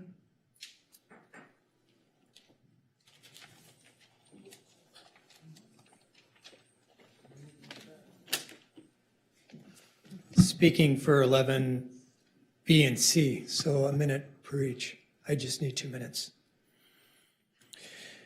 I'm John Alley. Tenants in my apartment and commercial properties in the city are my partners. If they do well, I do well. I'm speaking for them tonight. I'm also speaking on behalf of residents throughout Santa Monica and occupants inside San Michelle right now who call our team. They've been assaulted, robbed, and threatened. The San Michelle facility is run by People Concern and CEO John Messeri. The Santa Monica or People Concern will also run the Palm Motel. It's laughable. John Messeri's financial contributions to some of your political campaigns should disqualify you from even being in discussions for 3 new no public bid contracts worth $9.5 million. In the future, your support for city opening new sites in and around the city shows zero intellect. At the community meeting, your new staff members claimed it worked in other cities, city manager, but then admitted they couldn't name which city and provided 0 metrics. Get on your bikes, scooters, a Waymo, visit the large, secure campuses that could treat mental health and drug addiction. St. Vincent's in LA's Westlake area, the Salvation Army Bell facility, and the 75-acre Rancho Los Amigos facility owned by LA County in Linwood. You want to see lawsuits that parallel the enormity of the Powell lawsuits? Then go ahead with your next proposal to move residential care facilities into neighborhoods throughout 8.3 square miles of Santa Monica. People Concern manages the Laurel. Police response to calls there has risen 400%. But People Concern has not passed forensic audits for the city grant that they receive. Money's missing. Some unused grant money is never returned. Whose pocket is it in? Oliver Chia is fast-tracking this using a failed Housing First, calling it Housing Focused plan. Where's the Thank you. William Selby, and then Hajar, and then Daniel R. What is your name? Daniel. Daniel, you're going to be next after these couple. Yeah, William Selby, Mr. Selby. Just to clear up, I have 1 minute or 4 minutes. How many items are you speaking on? 11B. You have 1 minute. All right. Thank you. Yes. So I'll start in a minute. I had to edit this a little bit. A specific critical flaws developed in your realignment plan. You can see why when you propose moving the homeless population from neighborhoods and business districts with the most economic and political clout to those with the least economic and political power, it feels a lot like a 2026 version of the institutionalized segregation and social injustice that poisoned our communities many decades ago. The Palm Motel disaster is just one example, but for many reasons I can't list here because I'm going to run out of time.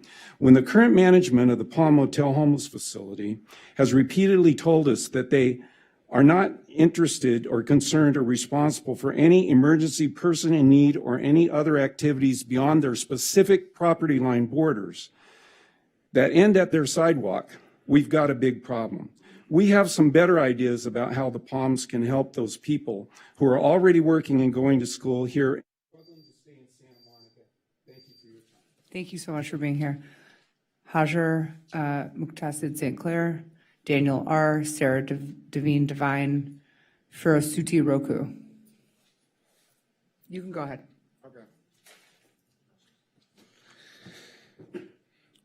Hello, I'm going to speak about closing San Michelle, and I'm going to speak strongly against closing it because moving the facility to a Palm Hotel will create more distinct homelessness in residential areas with 2 elementary schools nearby, Grand Elementary School and Will Rogers Learning Community, and also John Adams Middle School. We don't need a homeless place near those schools, near our children, because that's going to create a negative impact on our children.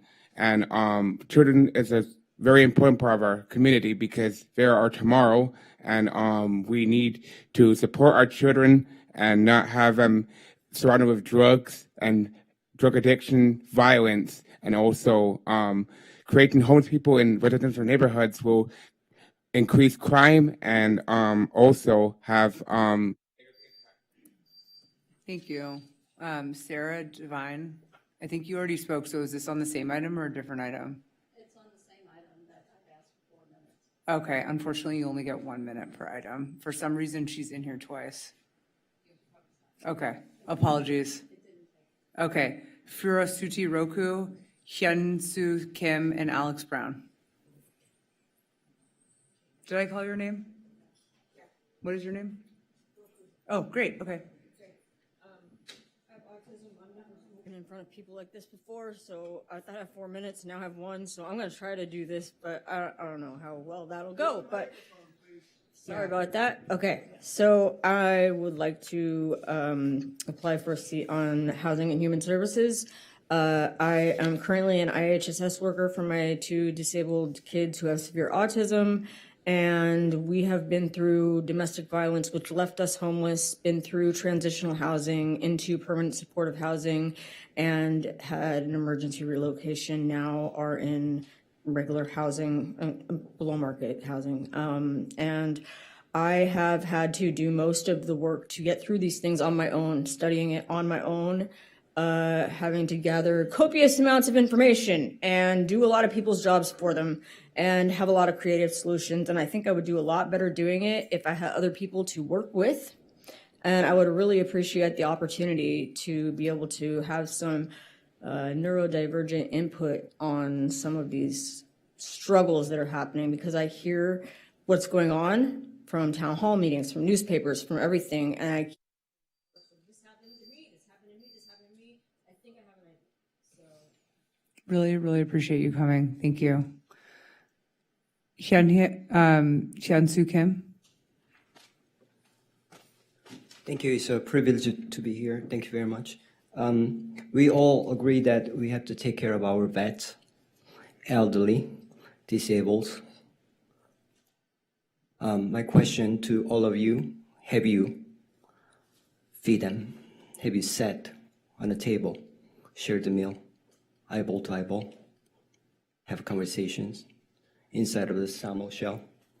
Salvation Army, I do my volunteer works. I've learned things I could not learn from Bibles. That's all. I don't need a minute. Thank you very much. Thank you. Alex Brown, Jack White, Claire Thomas. Alex Brown. Hey guys, how are we? Good evening. On behalf of the Santa Monica Chamber of Commerce, all of our members, and specifically more than 35 local businesses who signed on to this letter specifically, we're proud to stand in full support of the staff's proposal for housing-focused system of care. We're sympathetic to the needs of our unhoused neighbors, but we also recognize the current system isn't working as well as it could. We're excited to see the changes that will make Santa Monica an even safer city than it already is. Closing San Michelle is a great start, and shifting towards an interim housing model is exactly the right focus. We hope that if the city does take over the continuum of care, you all continue to take into account the needs of the residents, businesses, and the unhoused on how to best serve the community. The good neighbor policy that is mentioned in the proposal is an imperative point to get correct. We believe in this continuum of care and the city control at every step. We hope that these changes move forward as planned, and we're here to help however we can. Please ensure the good neighbor policy is as strong as it needs to be to keep a peaceful community for all. And Thanks, Alex. Jack White, Claire Thomas, Kelly Fry. Good evening. I'm here because I'm seeking a spot on the Housing Council as well, or the Commission as well. My entire career, I've been putting on events, producing movies, and making excellent experiences with over 100 events here in Santa Monica in the last 8 years, working with Apple on the Promenade. I've seen everything on the Promenade over the last 10 years. I've seen it change. I've been in Santa Monica for 15 years. And I want to take that experience and bring it to an issue that is the disconnect between the landlords and the tenants in the below market housing program. There's many people that I talk to, landlords as well as participants in the program, that have no idea what they're paying for. They're overpaying. There's disconnect. Landlords don't know what they're supposed to be charging. I didn't know what I was supposed to be charged. And that resulted in me paying about $10,000 over the past 2 years, more than what I was supposed to be paying. So that's it. Thank you. Thank you. Hey there. My name's Claire Thomas. I am president of the Friends of Sunset Park, and I'm a retired physician. I'm here to speak about item 11B. My major concern is that the terms interim housing and stabilization housing with regards to the Palm Motel are being used interchangeably, and they are not the same thing. Stabilization housing requires a much higher level of supportive services for people experiencing psychotic breaks or an inactive withdrawal from drugs or alcohol. Interim housing is for those who have already been stabilized and are looking for temporary housing in their progress for full recovery and permanent housing. If the city wants to take over the program from the county, the residents want not good neighbor policies, but a good neighbor agreement, such as what we created with Step Up when they created homes on 26th Street. And signed by the city and whatever entity it contracts with to provide wraparound services so that we have binding and well-defined parameters as to who we host in these interim units. Please don't sacrifice the well-being of your constituents while also trying to help the homeless. Thank you. Thank you, Ms. Thomas. Kelly Fry, and then, sorry, I'll call up a few more names as you're coming up, Ms. Fry. Mr. Fumio Nishina, Jillian Gomez, and Chris Burdick.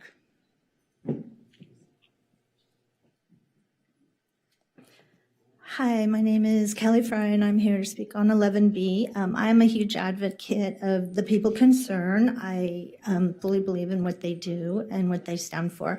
However, and they have a very diverse employment. However, I do believe that they discriminate against hiring people with disabilities. And when every single one of their clients has some form of disability, so therefore I am against any future business or signing any future contracts with the people concerned until they start hiring more people with disabilities to match their clientele ratio, and especially in honor of Pride Disability Month that I found out from the gentleman on the phone that July is Pride Disability Month. And I just feel that they need to hire more people with disabilities. Thank you. Okay, thank you so much, and happy Disability Pride Month. Mr. Fumio Nishina.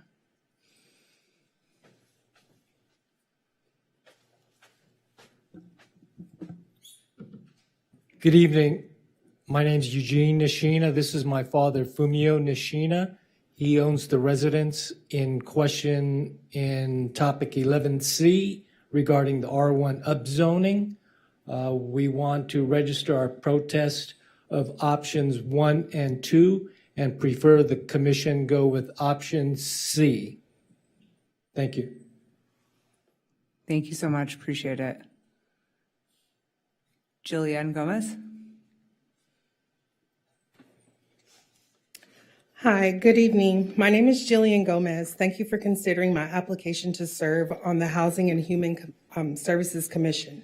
Since 2013, I have worked in permanent supportive housing and housing case management in Santa Monica, helping individuals experiencing homelessness navigate the path from homelessness to permanent housing and long-term housing stability.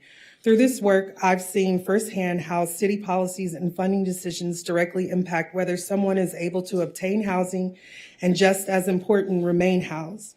That experience has inspired me to serve on this commission.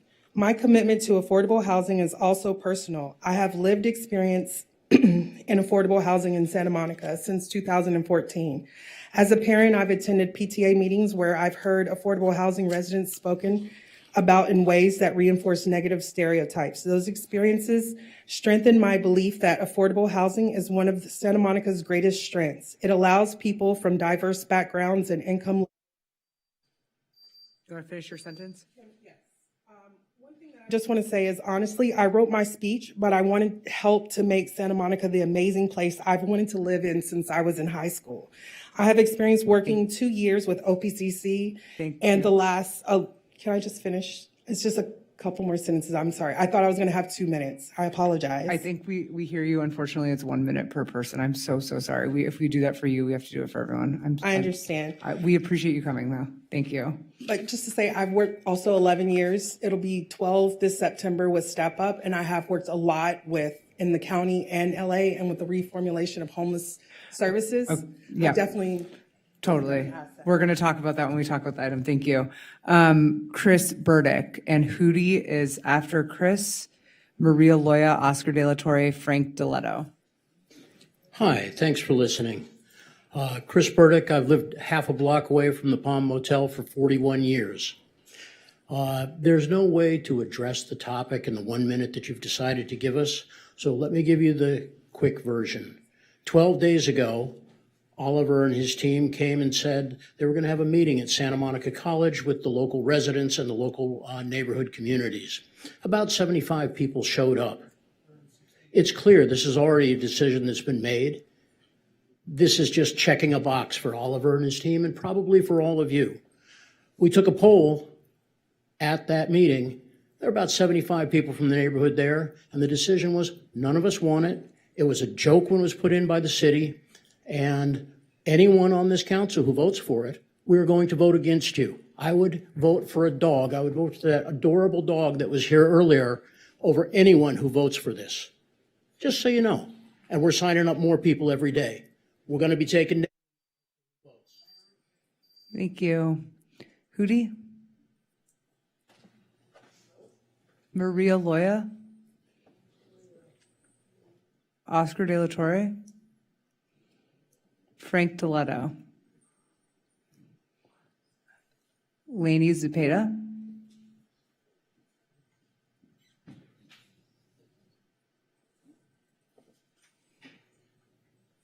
And while she's coming up, we also have Andrew Hoyer, Barry Rosenbaum, Kevin Glover. Hi, it's Laney Zepeda, resident of Santa Monica. Nice to see you all again. I'm just here to reiterate my desire to be on the Commission of Reparative Justice. So just saying it again. Thanks, everybody. Great to see you. Thank you. Andrew Hoyer.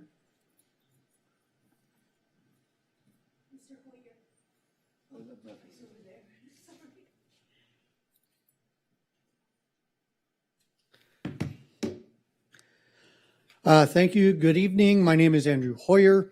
I'm the president of Santa Monica Mid-City Neighbors, but tonight I am speaking for myself on item 11C. Sometimes I wonder why we even have a planning commission anymore. Most of what they used to do has been made moot by new city policies, and now when they do receive an item and spend a good amount of time working out the kinks and coming up with appropriate strategies for new city policies, you just completely ignore them. One of you has previously served on the Planning Commission. Were most of your recommendations ignored? I think you need to heed the well-considered advice of the Planning Commission and choose option C for SB 79. Don't upzone R1 lots in Pico neighborhood. They've suffered enough. Thank you. Thank you.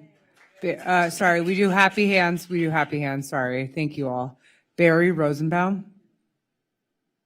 Don't see Barry. Kevin Glover. And then we'll have John Reynolds, Adam Gilbert, William Selby. William Selby's in here again, so he already talked.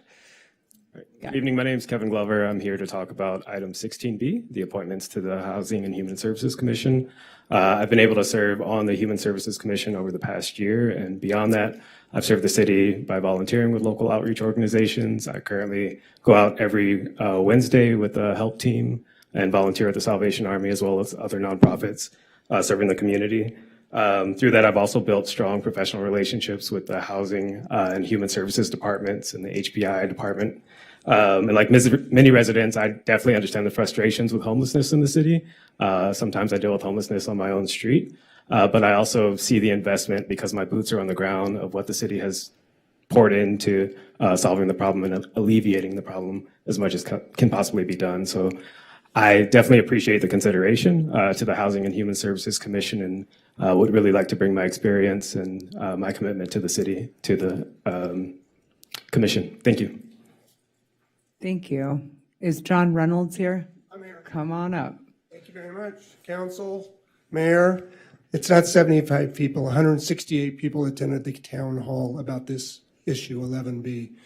And before the City Council approves $9 million for the owner of Palm Motel and the people concerned to run the homeless program at 2020 14th Street, those 178 people in the Friends of Sunset Park want to see a signed good neighbor agreement that includes regular meetings between nearby residents, people concerned staff, property owner, the city staff to address any problems, as well as detailed management agreement.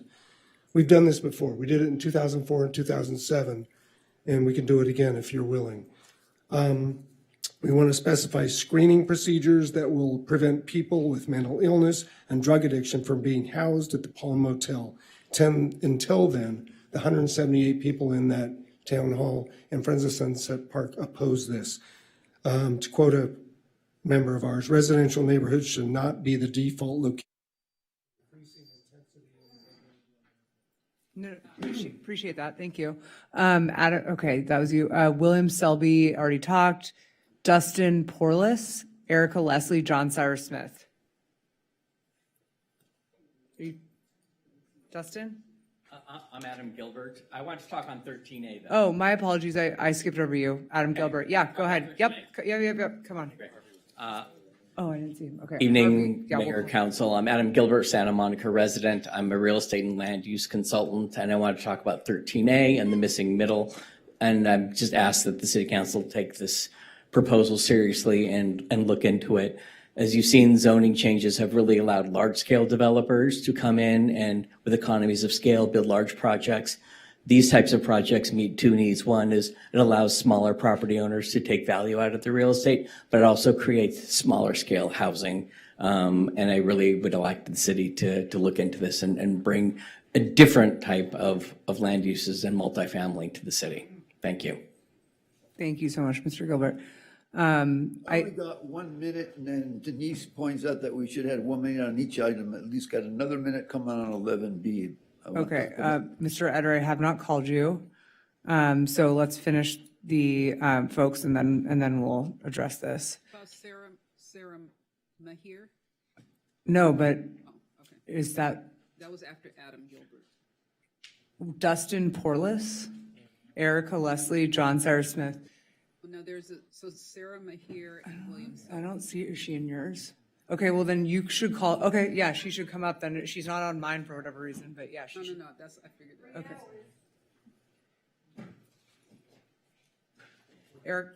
Erica, you want to talk while we're? Oh, okay. Sure. Good evening, City Council. I'm here to speak on two items. I am here to speak on the closing of the Samo shelter and you guys taking over the continuum of cares and possibly doing your own programs. I want you to know that I'm a caregiver to an 82-year-old man who was a victim of domestic violence, and also simultaneously battling cancer and dementia. Dementia in our city constitutes mental illness if it has gotten to the point where the person is violent and aggressive. We have no services for this man. I have spent the past 5 years advocating by myself and finally got it together. But you know what? There is not one mental health bed for an 82-year-old, 60-year resident of Santa Monica. They tried to ship my client off to Sacramento to a mental health bed because he has dementia. We need to care for our own people in the city. I know it makes some of the new people uncomfortable, but we need to care for our own. That was my first item. Sorry. My second item, a little nicer. So I am here to support the appointment of Gina DeBaca to the Restorative Justice Committee. I have known Gina my entire life. She is a pillar in the community. She has been such an inspiration since I was a little girl. She is the reason that I am involved so heavily in politics, to the horror and joy of some. But I think she is an absolute asset to the community. She knows the neighborhood, Black and brown communities, and has advocated for all of us. She is the moment, and I hope we uplift her for everything she has done for this community. Thank you. Thank you. Dustin Porlis, not here. Erica Leslie, thank you. Good evening. This is the perfect comeback after what she just said. I just want you to consider that homelessness comes in different levels. as the young lady said, about those with mental health illnesses and those that are working class, homeless, the invisible, those that are not counted because they're not living on the streets. As you consider closing Sam O'Shell, it affects them as well, because every bed that we have available is another bed that somebody cannot sleep on the streets, because this is exactly what we don't want here in Santa Monica. So please take that into consideration as you deliberate on this item. Thank you. Thank you, Ms. Leslie. John Cyrus Smith. Hi, Mayor, Council. I have 2 items, so I get 2 minutes, right? Okay. So what do you do, one, and then you do one more? All right, so this is, it's 11B and 16F are like the same item, so I'm just going to talk for 2 minutes. Good evening. You know, I learned a little bit about homelessness when I was on the Parks Commission for 12 years.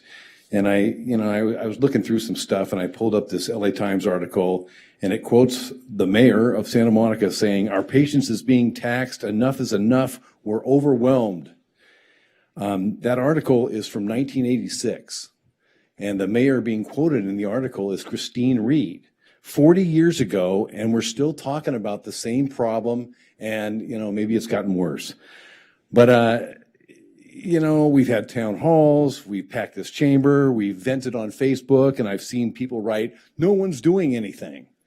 Well, tonight, the city is trying to do something. And, you know, finally taking some action.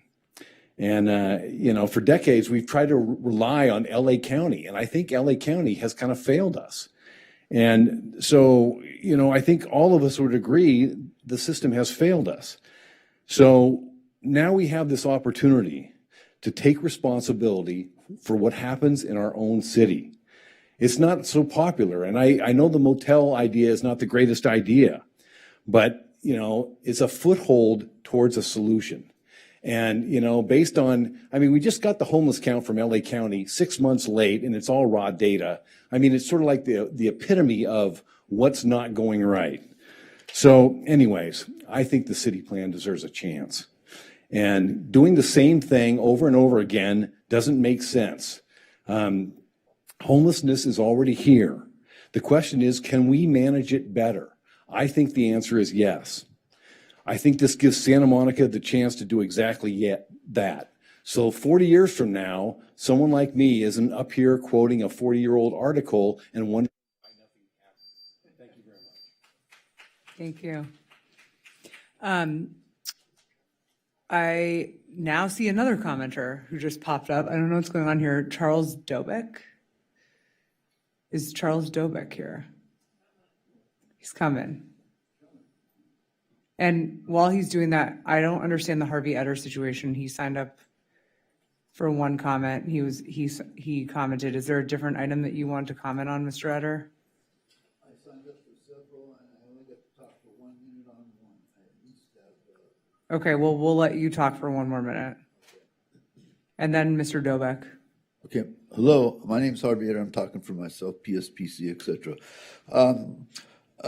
I've been paying $4,000 a month at 11th on Pico at a dumpy hotel. I got rats. I got shit in my toilet. I got no heat, no hot water. Okay, this thing on the Palm Motel, I've been number 6 on a waiting list. Okay, I've been number 1. They're supposed to move from the county to the city. I've had the last 2 weeks. My rent's been paid by mental health. I've been moved by Shay Stevenson out here as a crazy person and labeled this and violence and all kinds of other crap. And it's outrageous. T. Martin, all these. You got the GS programs. They got $10 million a couple months ago, and they got a right to counsel 20, and both of those, a 5 and a 10, and there's another 15 for homeless, disabled seniors from the county. Nothing's going on. There's another $200 million a year for Measure A. Now that's up, and that's all this stuff. You had the community corp, all the stuff about $9 million buying this. It ought to be going to co-ops, and we had to own these places. That's the law. We were quoted in the paper saying that you're putting market rates, and it's illegal.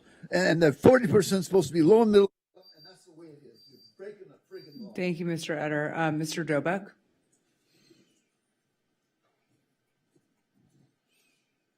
Good evening. My name is Charles Dobeck. I reside at 2964 Delaware Avenue, next to 2958, which has been torn down and going to be rebuilt. I am opposed to all this reconstruction and what you're planning on doing on Delaware east of Dorchester.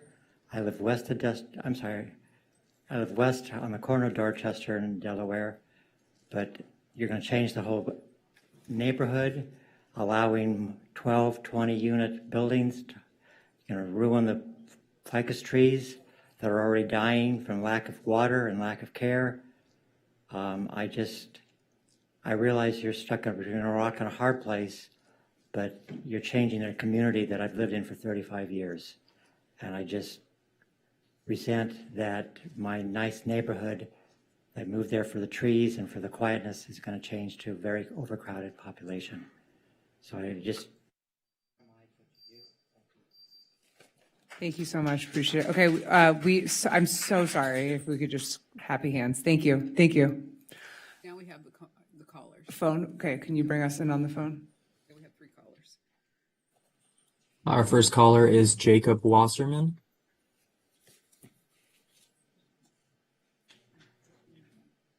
Thank you. Yes, my name is Jacob Wasserman, Planning Commissioner, but speaking for myself. Really quickly, so on 11C, the Planning Commission, I just want you to interpret what we voted correctly. We were told that upzoning R2 and R3 was the only option, the only feasible way to make the SB 79 delay threshold. Later, the other options were developed by staff, so just don't interpret what we voted more than what we were presented. Second, on 13A, I just encourage you to take a look at the memos that were submitted in the Planning Commission agendas passed on missing middle upzoning and on charging impact fees by parking space instead of by square foot. That's a much fairer way to do it.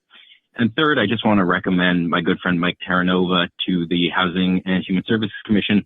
The guy has an incredible eye for detail, passionate about homelessness policy. He's an engineer, an involved growing place parent. I can't think of anybody better to serve our city, so I hope you give Mike Terranova your consideration. Thank you so much. Thank you. Next speaker is Chanel Harrington.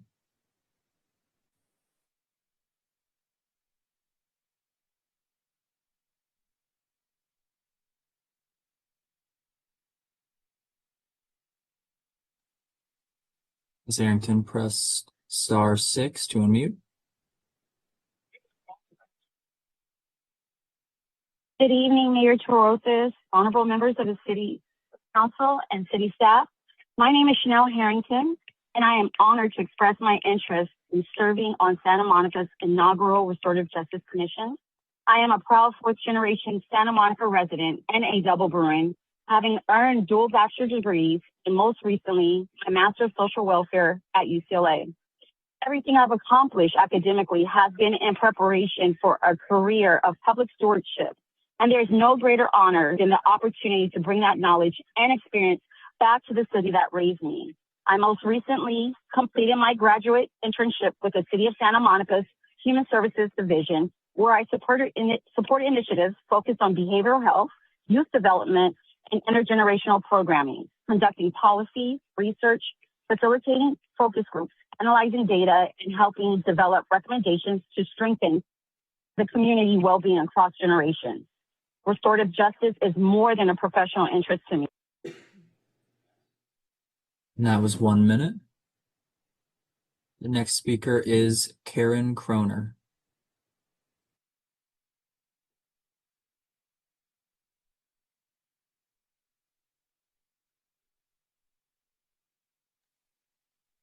Ms. Croner, press *6 to unmute.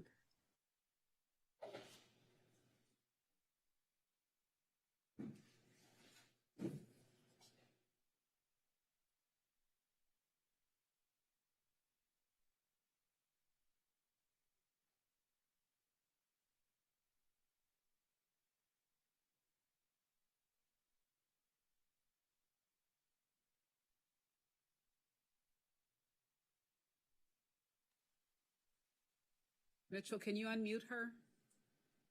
Or does she need to do it? I can only give permission to unmute. Might have lost her. Okay, is there another caller? She is the last caller. Okay, that concludes then the public comment on these items. We're going to, pursuant to our agenda management, we're going to go ahead and move on to item 13A. If I may for a moment, ask the clerk to convene the special Oh, meeting. thank you. It's 8:45. It's about to be 8:45, so then should we do the public comments for the special meeting now? Before we, Yeah. we adjourn, did I miss it? No, we are going to call to order.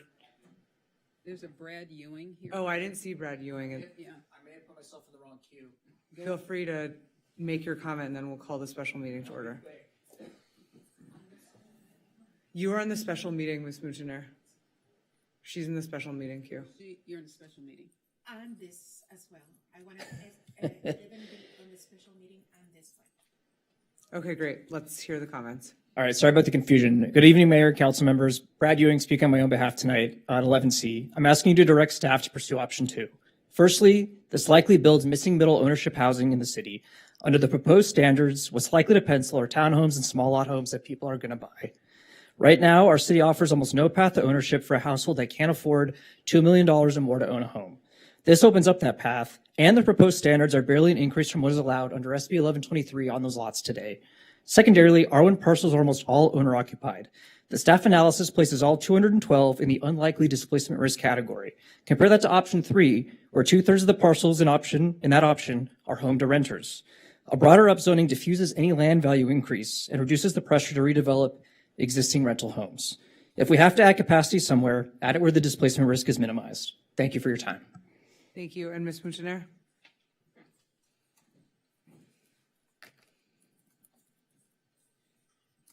The minutes for 11B of the regular agenda, the Samoshel item. 1 minute. Okay. I want to ditto, especially the comments of two of the leadership people of Sunset Park regarding the good neighbor agreement. And the reason is because my neighbors downstairs are cannabis users, but chronic. And if you don't have this type of agreement, and cannabis, people smile, but the latest research, people can get psychotic breaks on this, really. And as someone who has used cannabis in the past, I'm telling you, it's not a judgment. It's that I live with them under me. The police has been called 10 times to the building. They have assaulted me twice, battery. The police comes and they have not been arrested. Where are we living? This looks like public housing. It actually pales. I have friends that live in public housing that has a better life, and I have to deal with this. So you need. And I believe Ms. Loya is here now for 1 minute. Thank you. Good evening, everyone. Hi, my name is Maria Loya, and I'm here representing the Pico Neighborhood Association. I'm here to ask that you take position to delay this and to stop the dumping into the south side of Santa Monica of undesirable and harmful developments without the proper plan and mitigation. This is going to have a detrimental impact, continue to have an impact on the residents that live in the area. And I think it's important that there be a plan in place. And at the present moment, there is no mitigations in place for the type of impact that this kind of facility is currently taking an impact on the residents and will continue to do so. On July 16th, the PNA and Friends of Sunset Park had a town hall meeting. In that town hall meeting, it was clear that there was no plan in place to provide safety and security. Thank you. Mr. De La Torre.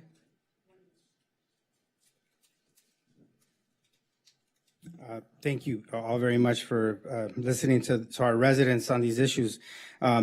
I just want to make sure that today we stop the pattern of dumping undesirable and harmful development in the south side of our city, that we really stop that. We should take a pause, as Maria just spoke, regarding the town hall. We don't have a mitigation and safety plan. And I think that right there, even jeopardizes other services, in the city, because when you start having the problems that we've seen with some of the other, programs, and it goes unmitigated, it's just problematic. The other thing that I think we need to do is support more regional service plans. We don't always have to house everything in Santa Monica. We might be able to leverage resources with other cities to have a greater impact outside our borders. The current path that we're on is unsustainable, and I hope that we take a pause so that we can develop a better plan. Thank you. Thank you so much. So again, I do not see any additional comments. We'll now call the special meeting to order. It's past 8:45. And we are having a joint calling of the special and regular meeting, correct, City Attorney? Yes, and if the council may want to do some agenda management and take the public comment for the special meeting now, you may, or you may wait until the conclusion. Yeah, I'm going to use the prerogative to take the comment now, if that's permissible. We have Sarah Mahir, Zoe Moutonner, and Harvey Eder. Did you want to comment on this? These are related to 2 ballot initiatives. Okay. Zoe Moutonner, did you want to comment on the ballot initiatives? And then Harvey Eder, and then we will proceed.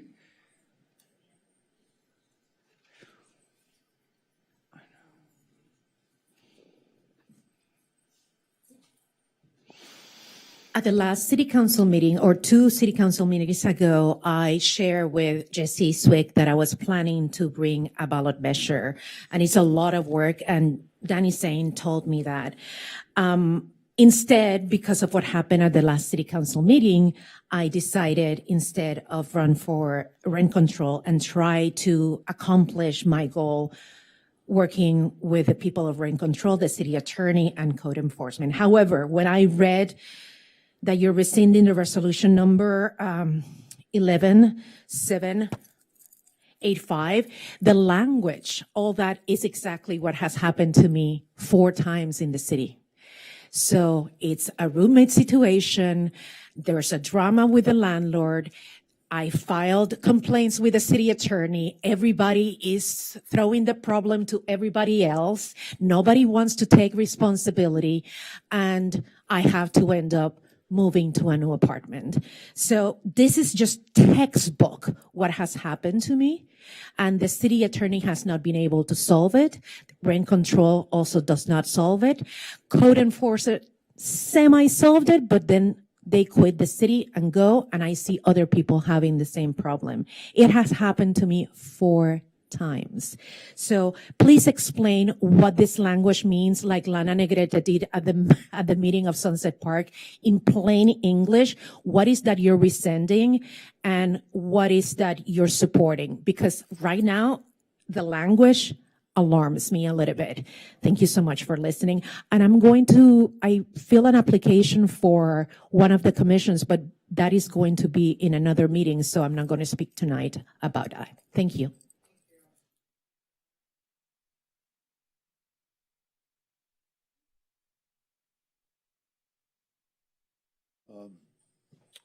Howdy again. My name's Harvey Eder. I'm speaking for myself and PSPC, et cetera. I want to say Bill Selby was here, and he wanted to speak on this item. And he was a professor of environmental studies at the college, and I had him as a teacher, and he's excellent. He left, and I'm concerned about that. Anyway, reading this, it seems like there's the interaction between the homeless and other folks and Measure 79 and trying to keep people out of neighborhoods and whatnot. And just like the stuff about the Palm Motel and all these meetings going on, this stuff is not open and available to everyone, and I'm really kind of upset and confused. And so I see kind of a generic systemic type of thing here, and I just want to be on the record speaking to that. And that there's big problems here, and it's got to be taken constructively to do something so we can survive. We've got major problems like in the world happening in the Middle East and whatnot with energy and Iran and all this. And, We're ready. They're telling people that we're ready for World War III. This is Mr. serious Etter, stuff. this is- Political economics is my background. That's my degrees. Environmental studies. I was the first student of Mr. environmental Etter, studies in UC. is this related to the ballot initiatives? This is related to the ballot initiative. This is the political economic analysis. All right, enough. Thank you. Thank you. We will now move on to, is there a staff report for the 13, or is Commissioner Landris going to just give us? You're next. Sorry, we said we were putting the 13 items before the 11 items. Oh, we are going to deal with the special meeting first? I didn't realize, I thought we were taking them together. Yeah. So for clarity, perhaps council would like to just decide how it would like to proceed. We understand that agenda management before was to hear the 13 item before the 11 items on the regular meeting agenda. If you would like to, for clarity, conduct the 11 items for the regular meeting agenda, and then the 11 items for the special meeting agenda, perhaps that's something that would Is work. what I assumed we were going to do, but apologies, I shouldn't assume anything. Is that okay? Does anyone have an objection to that? No, great. Commissioner Landris, apologies.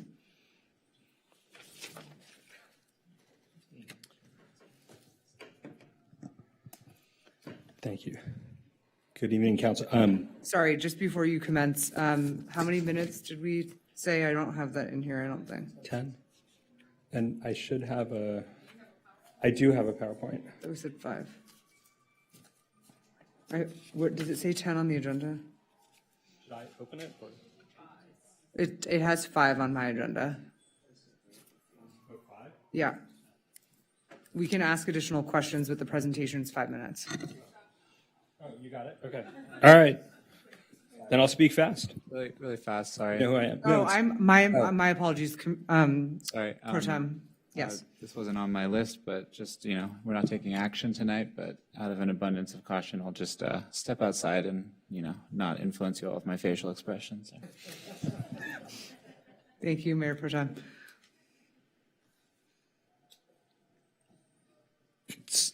Good evening, mayors, and good evening, Mayor and council members. I'll speak fast. For the last report, we had 10, so I aimed for 8 on this one. Thank you for giving the Planning Commission the opportunity to present this proposal. I'm Sean Landris here on the Commission's behalf, at least for the next few minutes. We voted unanimously to bring this to you, and what you have before you is the Missing Middle Housing Realignment Plan. The idea behind it is simple. Santa Monica can build homes for its own workforce on the open market if we let the building forum do the work. Let me show you how. So the definition of missing middle housing is before you, and it refers to building types that are between a single family house and a large apartment building. And it's 2 reasons. There are 2 reasons we call it missing middle. One is the size, and also because these are homes for households between, let's say, 120 to 200% of the area median income, folks who earn too much for subsidized housing but too little to buy here in Santa Monica. If we get the size and the density right, we can get workforce prices on the open market plus some deed restricted units that ensure that. So just to give folks a context, a firefighter and a teacher making together $162,000, a police officer and a working spouse, a nurse raising children. Not one of these households qualifies for subsidized affordable housing, but nobody can buy a median home here, which now runs well over $1 million. And about 90% of the people who work in Santa Monica live somewhere else. So the proposal from the Planning Commission is to consider the cottage court. This is an old solution, right, that's been around for a long time. We're talking about 6 or 7 small detached cottages around a shared courtyard, 7 on an R2, 6 on an R1. They're about 850 square feet, and you need to build this to R3 standards, and I'll come back to that, but that gets you a uniform street facade, and the way we've designed it at the Planning Commission is that at least one cottage in every court is permanently price restricted at 200% of area median income. But the others are small enough that they'll sell at good prices. This is not a special exception. This is part of the broad framework, and we recommend that this apply in R1, R2, the moderate income housing overlay, and the community assembly parcels, where I'll remind council that we were before the state of California in trying to encourage congregations to develop their parking lots. So I'll keep going. 8 policy updates that this involves, which we're asking you to direct staff to study. Density would be 1 per 800 square feet. We would do a ratcheted fee trade on AHPP fees. And so the more units you develop, you'd get your exchange for the 200% AMI workforce covenant. We'd like you to disaggregate the transportation fee so that there's a parking fee per parking space and then a multimodal fee per bedroom. So 0 parking projects pay less and cars pay, basically. Expedited approvals for pre-approved plans. You would save 10% on hard costs if you went to R3 building code. For some folks, they might need some bridge financing, so a revolving capital fund, lot consolidation, and then just briefly to say, there's a bill pending called AB 1070, which would study the R3 and R2 approach, which other states have adopted. I'll just finish briefly by saying that as progressive as it was, our community assembly pathway has built 0 units. So this is an opportunity to look and see whether this might work. And I think it might work in the sense that the congregations might even make enough on the units to be able to finance their own parking replacement for the small number of spaces that they need. This is, again, some details on the community assembly. Think about community land trusts, think about nonprofit development partnerships, and a slightly different affordability mix that would probably make these projects pencil in ways that they have not so far, which is why they're not getting built. We think, based on the research that I did before the Planning Commission, that there are probably 300 cottages potentially buildable out of this, depending on what R1 and R2 owners did with their properties, what families put together, and then what congregations can do. And that is the program. So tonight we're requesting 3 actions from the council. We're asking you to define missing middle housing for Santa Monica in both its building forms and a Santa Monica sensitive workforce income band. Direct staff to study the elements of this plan as part of its housing element work, including the enabling components and the feasibility and fee studies. And third, formally support Assembly Bill 1070. If you will permit a personal note, my own term on this commission is ending extremely shortly, so this timing could hardly be better, and I'm grateful to close out my 11 years of commission service with a practical plan for progress. Thank you, and I'm happy to take your questions with 30 seconds returned. Wow, so efficient. Thank you. I love that. Does anyone have questions? Okay, Councilmember Zernitskaya, then Raskin. So for folks who might not be aware of what it is, what is a community land trust and how would it help in this type of situation? Sure. Thank you, council member. So a community land trust essentially traditionally owns the land, and then the improvement, which is what we call the building or the home on the property, can be sold without the land underneath it. And anybody who gets a property tax bill in the mail or has seen a property tax bill frequently sees that the land is far more expensive than the building, which means when we're selling buildings instead of the underlying land, it's a lot cheaper. The gains on those properties go up far less. And if we deed restrict the building while letting the land stay in a nonprofit vehicle, we're actually reducing the profit taking on that property, and we're ensuring that forever and ever and ever, amen, that those are homes for people at a particular income level. And the idea here is that frequently congregations are not equipped to do land management or facilities management themselves. And so by partnering with a nonprofit community land trust to either take over that land or advise them on the land, we could create a structure that would facilitate the development of this kind of housing for really long-term benefit for our community. And would it be accurate to say that community land trusts also allow for more stability for the folks who are living there? 100%, particularly because if a community land trust rents those homes instead of selling them at a deed restricted rate, they are not pursuing a profit motive. They're pursuing a motive to maintain those homes in good repair, to create community for the folks who are living there. And so that is essentially an incentive to build community and keep people in their homes as long as possible. Thank you. Councilmember Reskin. Commissioner Landers, this is really, excuse me, coming full circle here. You and I were colleagues for 4 years on the Planning Commission, and this is really, I think, a fitting capstone to your accomplishments in the Planning Commission. This has been something you've been passionate about for a long time. I'm hoping you just kind of speak to what the path forward is for incorporating this into our future planning, including future housing element work, and how this can serve as a model for potential, really large RHNA allocations we expect to get in the next cycle. 100%.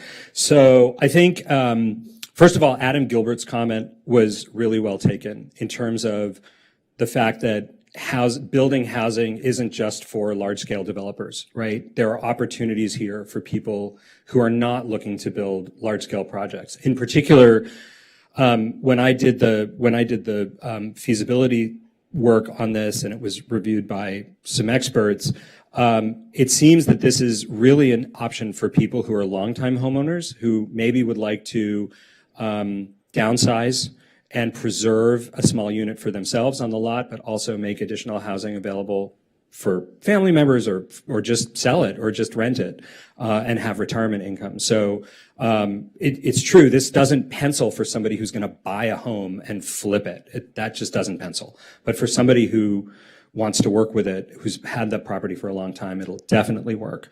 I also think for you all, and because our request is, let's see if this works, right? We've laid out a number of policy options that we think the right way for you all to move forward is to direct staff to incorporate this into the prep for the next housing element.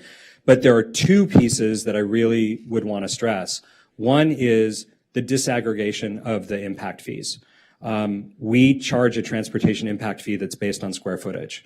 And the truth is, I'll say this out loud, I am not sure that it is sustainable in the long term, because we are charging non-vehicle owners for vehicle-related costs. We should charge vehicle owners for their costs, and we should then charge everyone per bedroom a much, much, much lower rate for the cost of, walking and biking and taking the bus and rideshare and all the things, and that's far, far lower than one vehicle. So disaggregating those impact fees, but that requires feasibility studies and nexus studies that we need to do before the housing element. And the second piece is the ratchet. And if you'll permit me, I want to explain it in a little more detail because I didn't know about it before I started. And Portland is the one that experimented with this. But essentially the idea, and I wrote you a letter about your other 11 item on SB 79 exclusions, is that when we give away FAR, we don't have to just give it away. We can say, you get this FAR with minimum unit counts. So it's 0.5 FAR for a single family home. And the minute you go to 2 units on that property, maybe it's 0.75, maybe it's 0.85. And if you're going to go to 3 units, then you get 0.95, 1. And if you're going to go to 5 or 6 units, then you get your 1.25 FAR. What we're saying as a city is that we're going to give away this density by right, but we're going to expect, or for a trade, right? But we're going to expect a minimum unit count so that we essentially disincentivize mansionization, and we disincentivize the production of large townhomes that these days are selling for, I've looked it up, 2.1 million, 2.2 million. They are not accessible to the people who work in this town. Now, there's a place for them in our housing mix, but what I'm talking about here is creating a pathway that says, well, let's find a way to build smaller units and let the developer make a fair return on those smaller units, but they're going to make their return at a lower price point to the home renter or home buyer. Councilmember Snell. I want to first thank you for putting this together. This is, I mean, I have so many questions, but tonight is so deep. One of my questions is, does the program include any kind of anti-displacement type protections? And if so, can you kind of? So, I mean, it's a little bit off the shelf in the Right, sense that right. the state has developed some standards on anti-displacement. I believe that I looked up the toughest anti-displacement rules when I wrote the plan. So it's the 7-year look back on rent control. I mean, it's the 7-year look back. It's a 7-year look back and the 3-year look back, so that you would not be able to displace existing renters, and you obviously would not be able to displace any unit that has been temporarily removed from the market. And I think there would be a challenge around rent control, the rent control law, because we're dealing with largely single-family homes, but obviously any property that is under rent control protections would remain under rent control protections. I was looking at SB 330, which I think still has the strongest anti-displacement protections, even stronger than SB 79. I mean, yes, I know they're stronger than SB 79. And then my other question has to do with a little bit with construction costs. I think you looked at a number between 380 to 455 per square foot. How would we, with a program like this, maybe to adapt to costs that might be rising? And is there something? So that's a challenge. You know, I was afraid before we sent this to you last month, I went and reran the numbers to make sure that they hadn't moved in the, you know, like the Iran war knocks things up, and we've all lived through the commodity price increase and interest rates being higher than they used to be. So that is why we need feasibility studies. But the R3 piece here, and this goes back to our request that you endorse AB 1070, a number of states, so I'll back up and say, when we build R2 units in Santa Monica, there are a lot of requirements on those units that do not apply in R3. One of them is a sort of minimum sprinkler count, I think, that applies in R2 that doesn't apply in R3. Now, obviously, fire is a danger, but we have very different fire risk in Santa Monica in 2026 than we did in 1956, right? So a number of states have experimented with allowing California residential building code instead of commercial building code in R2, in their versions of R2. There has not been a single safety incident as a result that can be attributed to the reduced standards, and that will knock 10% off your construction costs. So what AB 1070 will do is, it's moving very slowly, but it will direct housing and community development and building and safety, I think it's mostly in building and safety, to convene a working group to study what would happen if we allowed R3 standards, California residential code, to be applied in R1 and R2.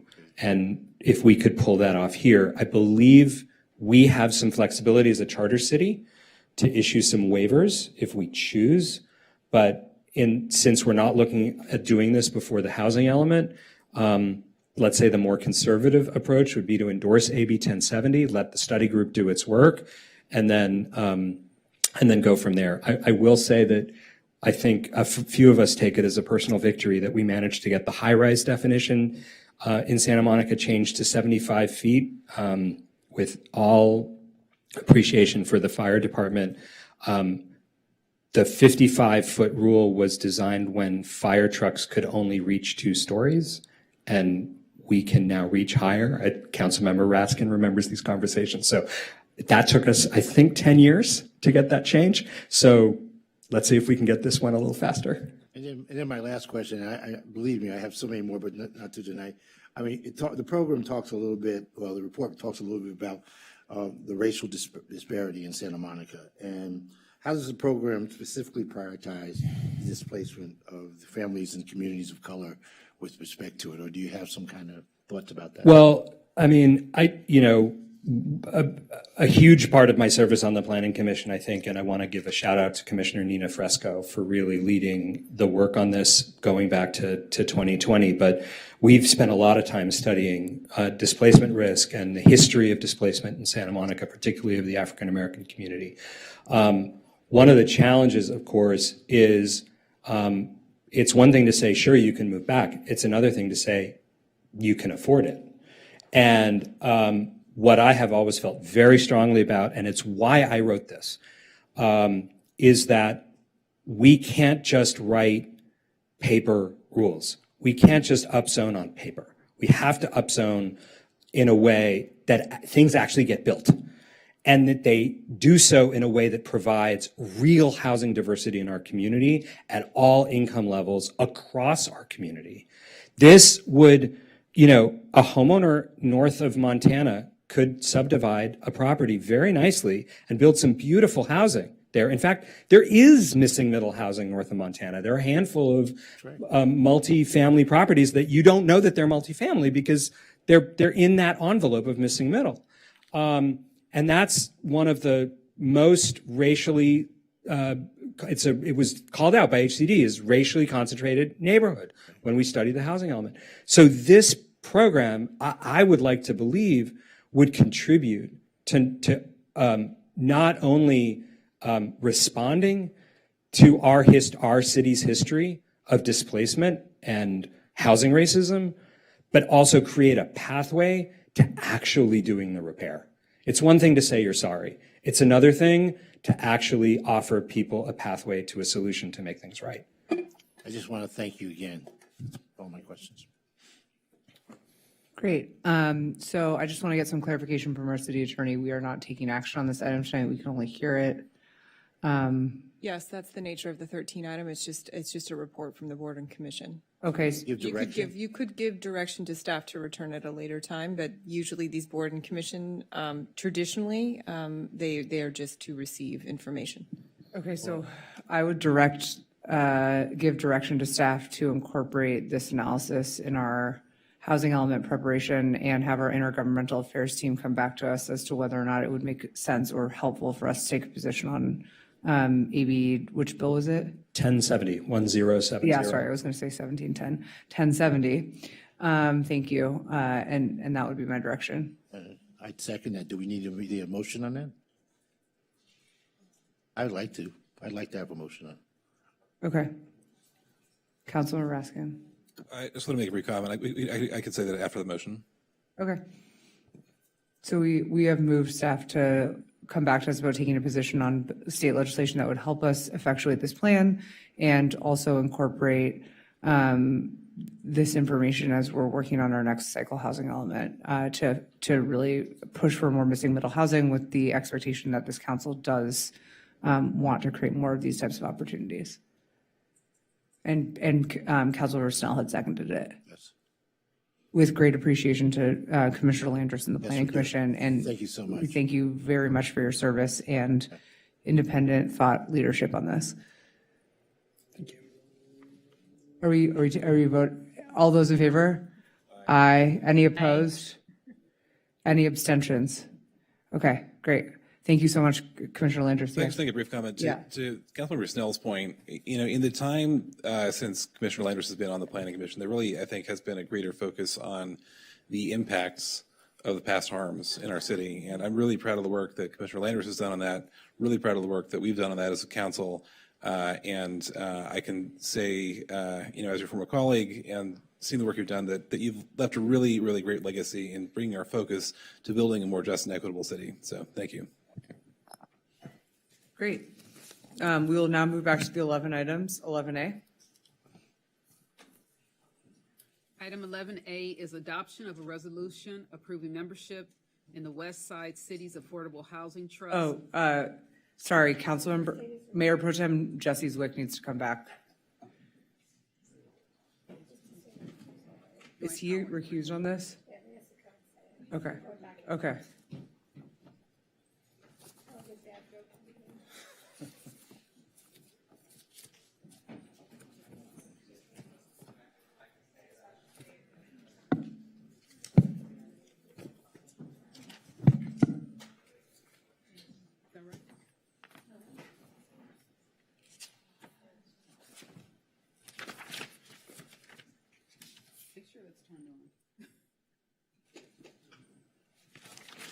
Coming back to say that I have to recuse on this item due to my employment at the Housing Action Coalition, which advocates for greater development of both affordable and market rate housing. Just to be clear, sorry for your time, I think you're recused on everything until 16, correct? 11B. Oh, my apologies. Okay, great. You may, oh, wait till he crosses the official threshold.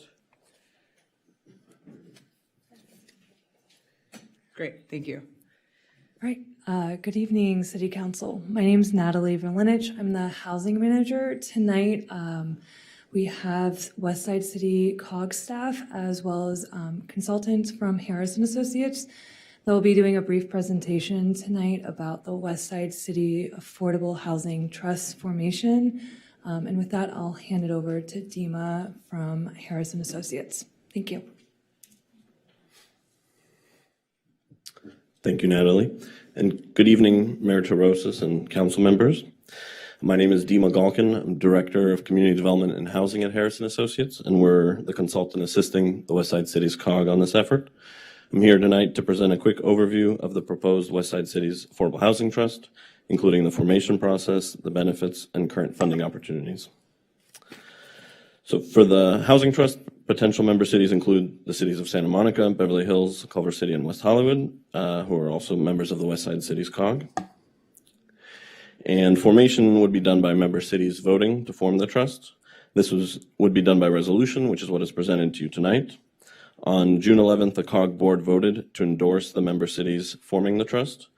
And key documents to the formation of the trust include the Joint Powers Agreement, or JPA, which lays out the purpose and key terms for the housing trust, and the bylaws, which prescribe the board structure and other key operational elements of the trust. The study and formation for this trust are covered by a REAP 2.0 grant provided by SCAG. And in order to meet the deadlines of the grant, we are currently pursuing trust formation under Senate Bill 20, or SB 20. SB 20 requires that trust boards have at least 3 elected members from the trust member cities and at least 2 technical board members who are described as experts in homeless or housing policy that are not elected officials. And so for the Westside cities, the current proposal is to have 7 total board members, including 1 director per member city and 3 technical or expert members. The technical board members will be appointed by the elected members and would have voting rights on the board.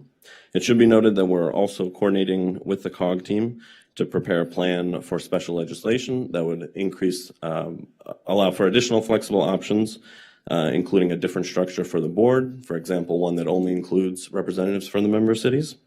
This legislative route, I'll note, also would allow the trust to fund moderate income housing, which is not currently allowed by Senate Bill 20.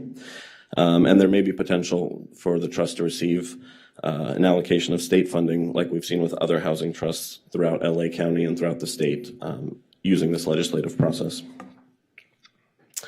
Now, how will the trust help member cities? First, it's important to note that at this time, the member cities would not need to pay to join the trust, nor to pay any dues, and that the formation of a trust would not create or increase taxes. Measure A funding, which I'll describe more later, would be used to fund the administrative costs for at least the first year. Some of the benefits include that the trust can more effectively and quickly deploy funding than if the funding were distributed among member cities separately. And the question of geographic equity or equity among the member cities is a question that would be decided by the Housing Trust Board at a later time. Local decision-making would be maintained. As proposed, the trust would only fund developments that have local support, and the trust could fund developments on city-owned land or those that have city funding included in the mix, also known as the capital stack, as well as developments without other local funding. The trust will provide resources and expertise for funding awards and could help member cities by providing technical assistance or other services to supplement existing city efforts and capacity. And the trust could be more competitive for certain funding sources. For example, LHTF, or Local Housing Trust Fund, is a state program. And Senate Bill 417, which was recently passed, will put the Veterans and Affordable Housing Bond on this November's ballot. And that bond would include a $200 million allocation for LHTF. As part of our process, we created a strategic plan for the trust with 4 pillars. One is to create deals, by which we mean to support participating cities in identifying opportunities, advancing project readiness, and building or expanding the pipeline of viable affordable housing projects.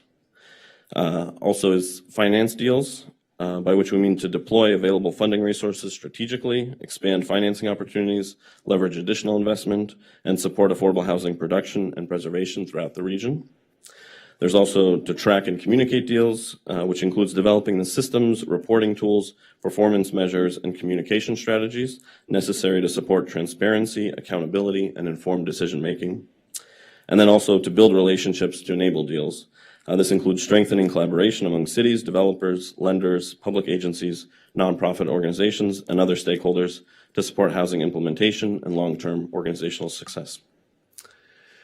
Now, how much funding might be available? The slide here shows potential funding for an upcoming Notice of Funding Availability, or NOFA, and this assumes that all 4 member cities were to join the trust.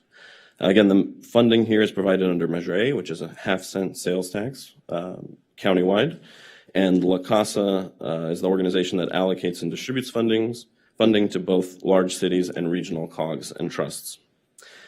So here we have the potential NOFA amount that could be released later this year is about $8 million, which includes about $3.7 million remaining from fiscal year 25-26, and approximately $4.3 million for fiscal year 26-27. And this is net of all the administrative costs that would be taken out under the Measure A funding.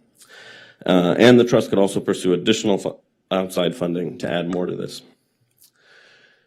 And I'll conclude with a bit of a timeline here. So just to provide you all with some additional context, Beverly Hills has held a study session to discuss the trust formation. And here we are tonight where the resolution is presented to you to approve the city's membership in the Housing Trust. The other cities who could join the trust plan to meet in August or September to vote on their joining the trust. And if all goes according to plan, we anticipate issuing a NOFA this fall and having funding recommendations by the end of the year. And with that, I'm happy to take any questions along with COG staff. Great. Councilmember Hall. Thank you, Mayor.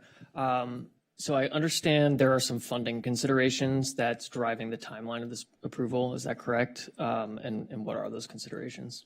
That's correct. So the funding I believe you're referring to is the REAP 2.0 funding provided by SCAG, and that covers the cost for our study and preparing all the documents necessary to form the trust. And under that REAP 2.0 funding, the activities funded by that would need to be concluded by December 31st of this year. But additional activities with other funding could continue beyond that. In addition to that as well, at the June COG meeting, there was the first year allocation was allocated to this regional housing trust if it was created prior to October 2026.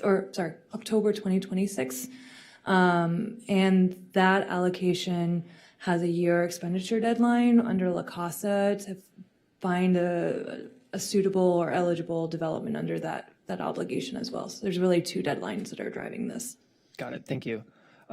With regards to the appointed technical subject matter experts on the board, can you walk us through what their purpose is? I didn't actually realize they were required by law under this law allowing these. So could you talk us through what their purpose is? Sure. Generally speaking, their purpose would be to provide their insights on matters of the Regional Housing Trust. With other housing trusts that we've worked with, potential technical members have come from city staff representatives, as well as from universities and other people who have experience in affordable housing development, services provided, that kind of thing. And so they would bring their expertise and participate and contribute to the discussion and decision-making of the trust board. Okay, thanks. Last question I have is around the quorum definition. So the joint powers agreement states that a quorum is a majority of the board of directors present at the meeting. So does that mean, in theory, that you could have a meeting where financial decisions are being made by a quorum that consists of a majority of appointed subject matter experts instead of elected representatives? In theory, I believe that that's accurate, but there'd be opportunities for all of the members to review, there'd be transparency around the decisions being made by the trust. And so the other members would have input in one way or another. Sure. Okay, thank you. Sure. Councilmember Snell. I just have a couple of questions. Is there an exit process if for some reason we wanted to withdraw from this? Yes, so the JPA does include terms for withdrawal from the housing trust. Okay, it does. Yes. And then regarding performance outcomes, what are the what are the measurable performing outcomes? Are there any at this point? Yeah, so specifically for the Measure A funds that would be used, there are several performance outcomes and measurements and annual reporting required to be provided to La Casa. And so they're tracking the use of the funds that come under Measure A. Beyond that, the trust board could set additional policies and requirements for annual reporting and monitoring and gathering information on outcomes and results. And then my last question, how many affordable units are projected to produce or preserve over the next 3 to 5 years?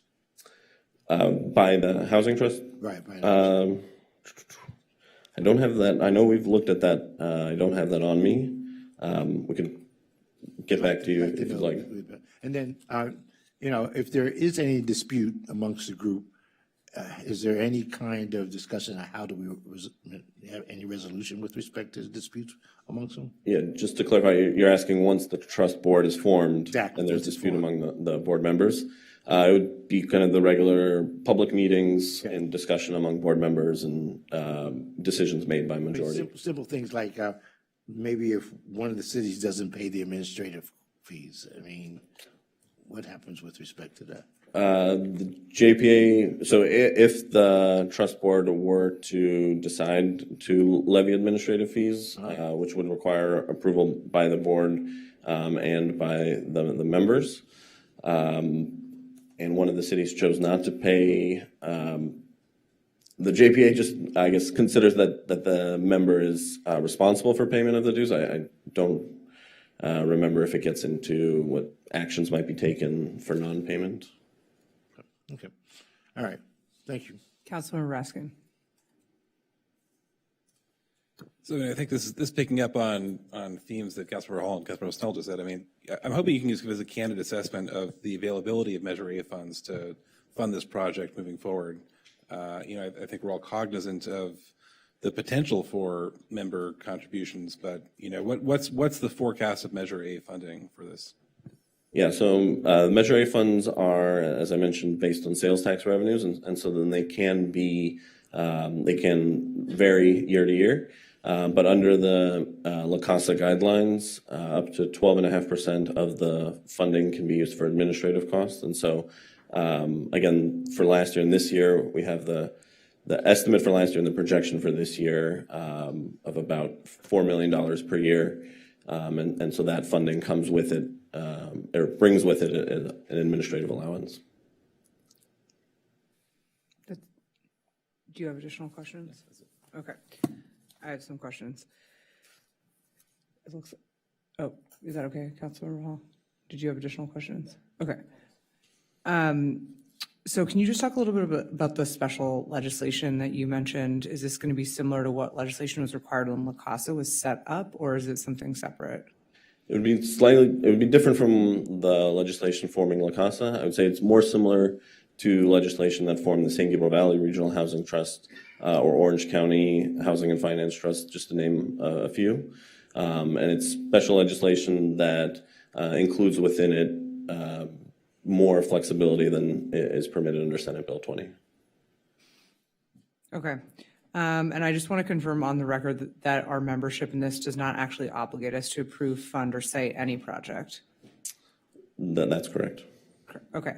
And if we are agreeing to divert Measure A money for this purpose, can you just clarify for me, what are we foregoing? Is this money that's competitively applied for, or is this money in our formula funding that would have gone to the COG anyways, and that this COG is choosing to use for the Housing Trust? Right, I appreciate the question. So the funding in question would go to the COG, or will go to the COG regardless.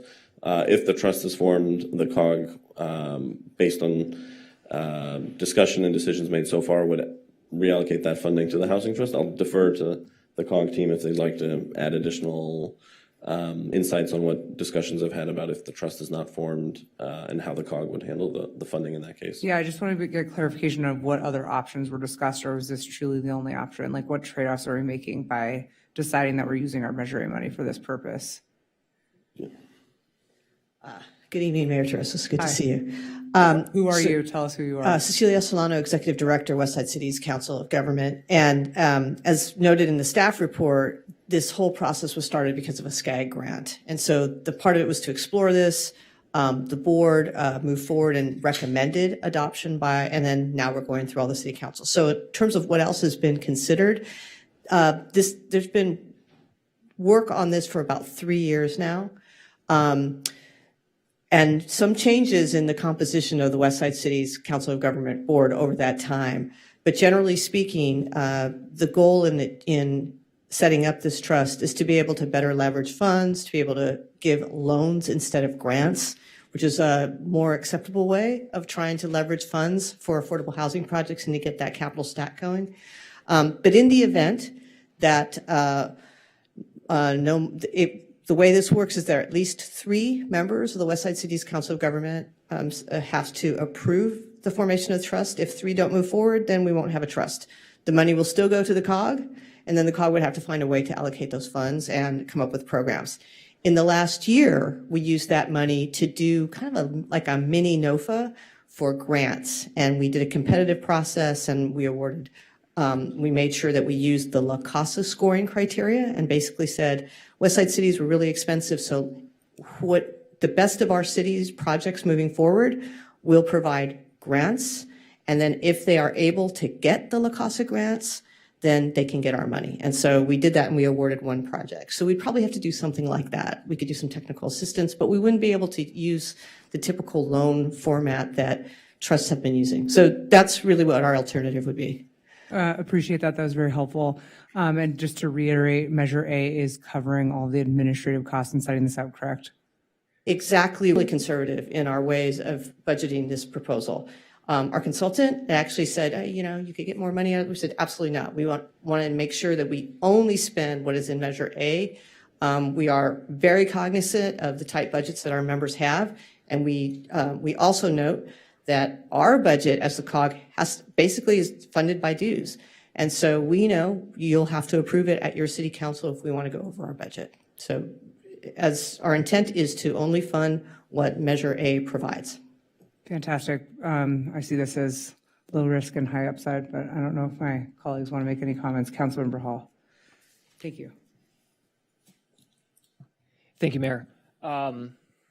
So I want to say, or to start by saying I generally support what the COG is trying to do here. I think a housing trust would be great for the reason our COG's executive director just stated, such as accessing philanthropic dollars and issuing loans instead of grants. And for those reasons, I voted to support this at the COG. However, I would like to continue this item to our August 25th meeting because I want staff to go back to renegotiate some points in the JPA. So when the Westside City's COG, when this was presented to us at the COG, it was presented to us that La Casa would be funding Measure A, and Executive Director Estelano just gave us a verbal commitment that we wouldn't be providing any additional funds off the top of our Measure A, but that's not what the JPA actually says in writing. In our staff report for tonight, it says that if, and I would presume when, those funds run out, it will be funded via a formula of contributions from member cities set by the JPA board. Per the agreement, ongoing cost allocation, annual assessment fees, and importantly, program cost contributions all will be determined in the future by the Joint Powers Authority Board of Directors. So Personally, I think we need to determine that formula now before we agree to joining this Joint Powers Authority. I don't want to abdicate that authority to a board that has yet to be created. As you probably could tell by my questions tonight, I'm uncomfortable with the definition of what a quorum of the board would be in the JPA. As it currently stands, you could, in theory, have public financing decisions being made by a majority of unelected technical advisors instead of elected representatives of member cities. Last thing is, this is a really significant decision for us to be making. We do a really good job of investing our own money in affordable housing projects here in the city. In fairness to us and fairness to the community and fairness to all of our affordable housing partners, we were provided the draft of this agreement on July 22nd, and it's a July 28 meeting. So I would like to continue this. I would like to provide direction to staff to renegotiate some of those points and figure out what this formula might be before voting on it. Thank you. Councilmember Raskin. Yeah, I find myself in agreement with what Councilmember Hall is saying here. And, Councilmember Hall, you're our elected representative to the Westside COG. And I too am very much in support of this project, and I hope we can figure out the way to thread the needle. I think that these are some important details that I agree we should probably fine tune before we go forward. I think my question at this point is about timing, and I don't recall the exact dates that were on the timeline that were shown. We're taking our council's annual summer recess between August 11th and our first meeting in September, and I'm wondering if that would provide sufficient time to come back and give the direction that's needed here. So we're not meeting in late August. Is anyone on staff able to answer that question? On the timeliness matter? I mean, I think this is important enough to potentially do a special meeting for, but. Yeah, can you tell us what the drop dead deadlines are? Because it sounds like you're doing a tour of all of the city councils. Yeah. So in talking with the COG staff and consultants, we could potentially aim for September 8th of coming back. And I believe that would have also allowed time to go to the other COG cities as well. Is that going to prevent us from applying for any grant funds that we need? No, because the La Casa funds are an automatic. Okay. Will automatically go through. Did you have a follow-up question, Councilmember Raskin? Or comment? Maybe we can just get clarity on whether we're actually meeting on the 25th. I thought we canceled that, but it's on our online agenda. It's canceled. It's canceled? Okay. Yeah. I mean, I'm happy to do a special meeting if we need it. I guess no, sorry, I'm not happy to do a special meeting. We're happy to get this done when is a timely manner. So in a timely manner. So can you tell us if September's okay? September 8th, yes. Okay. Do you want to make a motion, Councilmember Hall? I move that we continue this item to, I'm not sure if continue is the right motion here. If we're asking for a renegotiation of terms. Yes, you're continuing your approval in order to renegotiate the terms, so that would be okay. So I move that we continue this item until our September 8th meeting with direction to staff to renegotiate based off of our public discussion tonight. I'll second that. With thanks to the team who's here. I mean, this is obviously there's been tremendous amount of work that's gone into this, and I think we're all looking forward to seeing this happen. Just with the points that Councilmember Hall made. We don't want the San Gabriel Valley or Orange County beating us, do we? Or the South Bay. We can do this by voice vote. Okay. All those in favor? Aye. Aye. Any opposed? Any abstentions? Okay, that passes unanimously. We can bring Councilmember Zwick back, or Mayor Pro Tem Zwick. Thank you to the team for being here. Really appreciate it. Excited about this.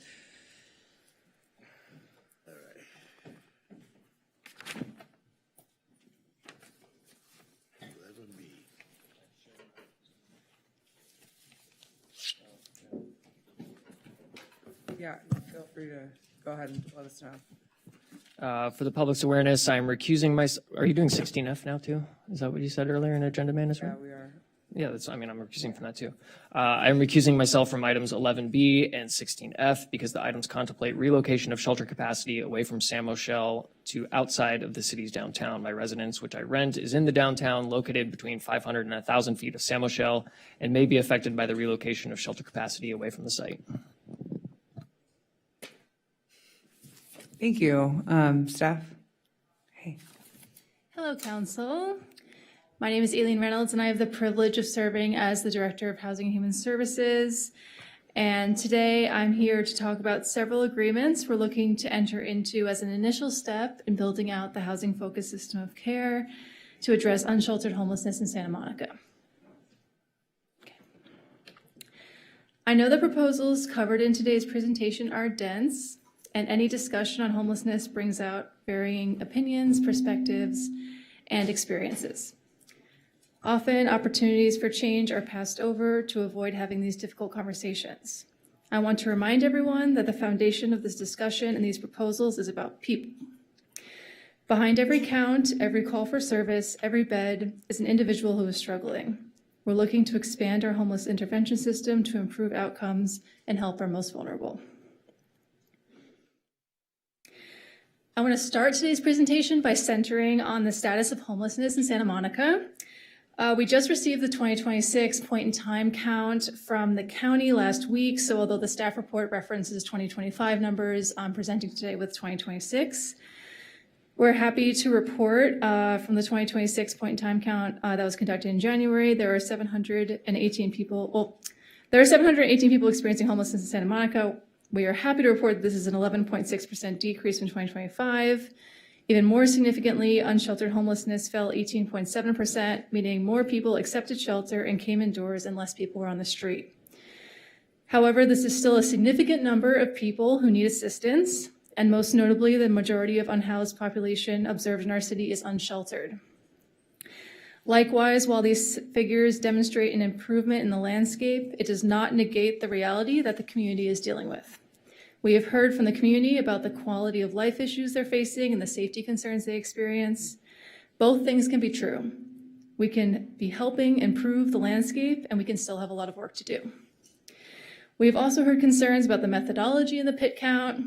PIT counts are a federal standard and a critical source of data about the number and characteristics of people experiencing homelessness in the United States. And this is also how Congress determines distribution of resources federally.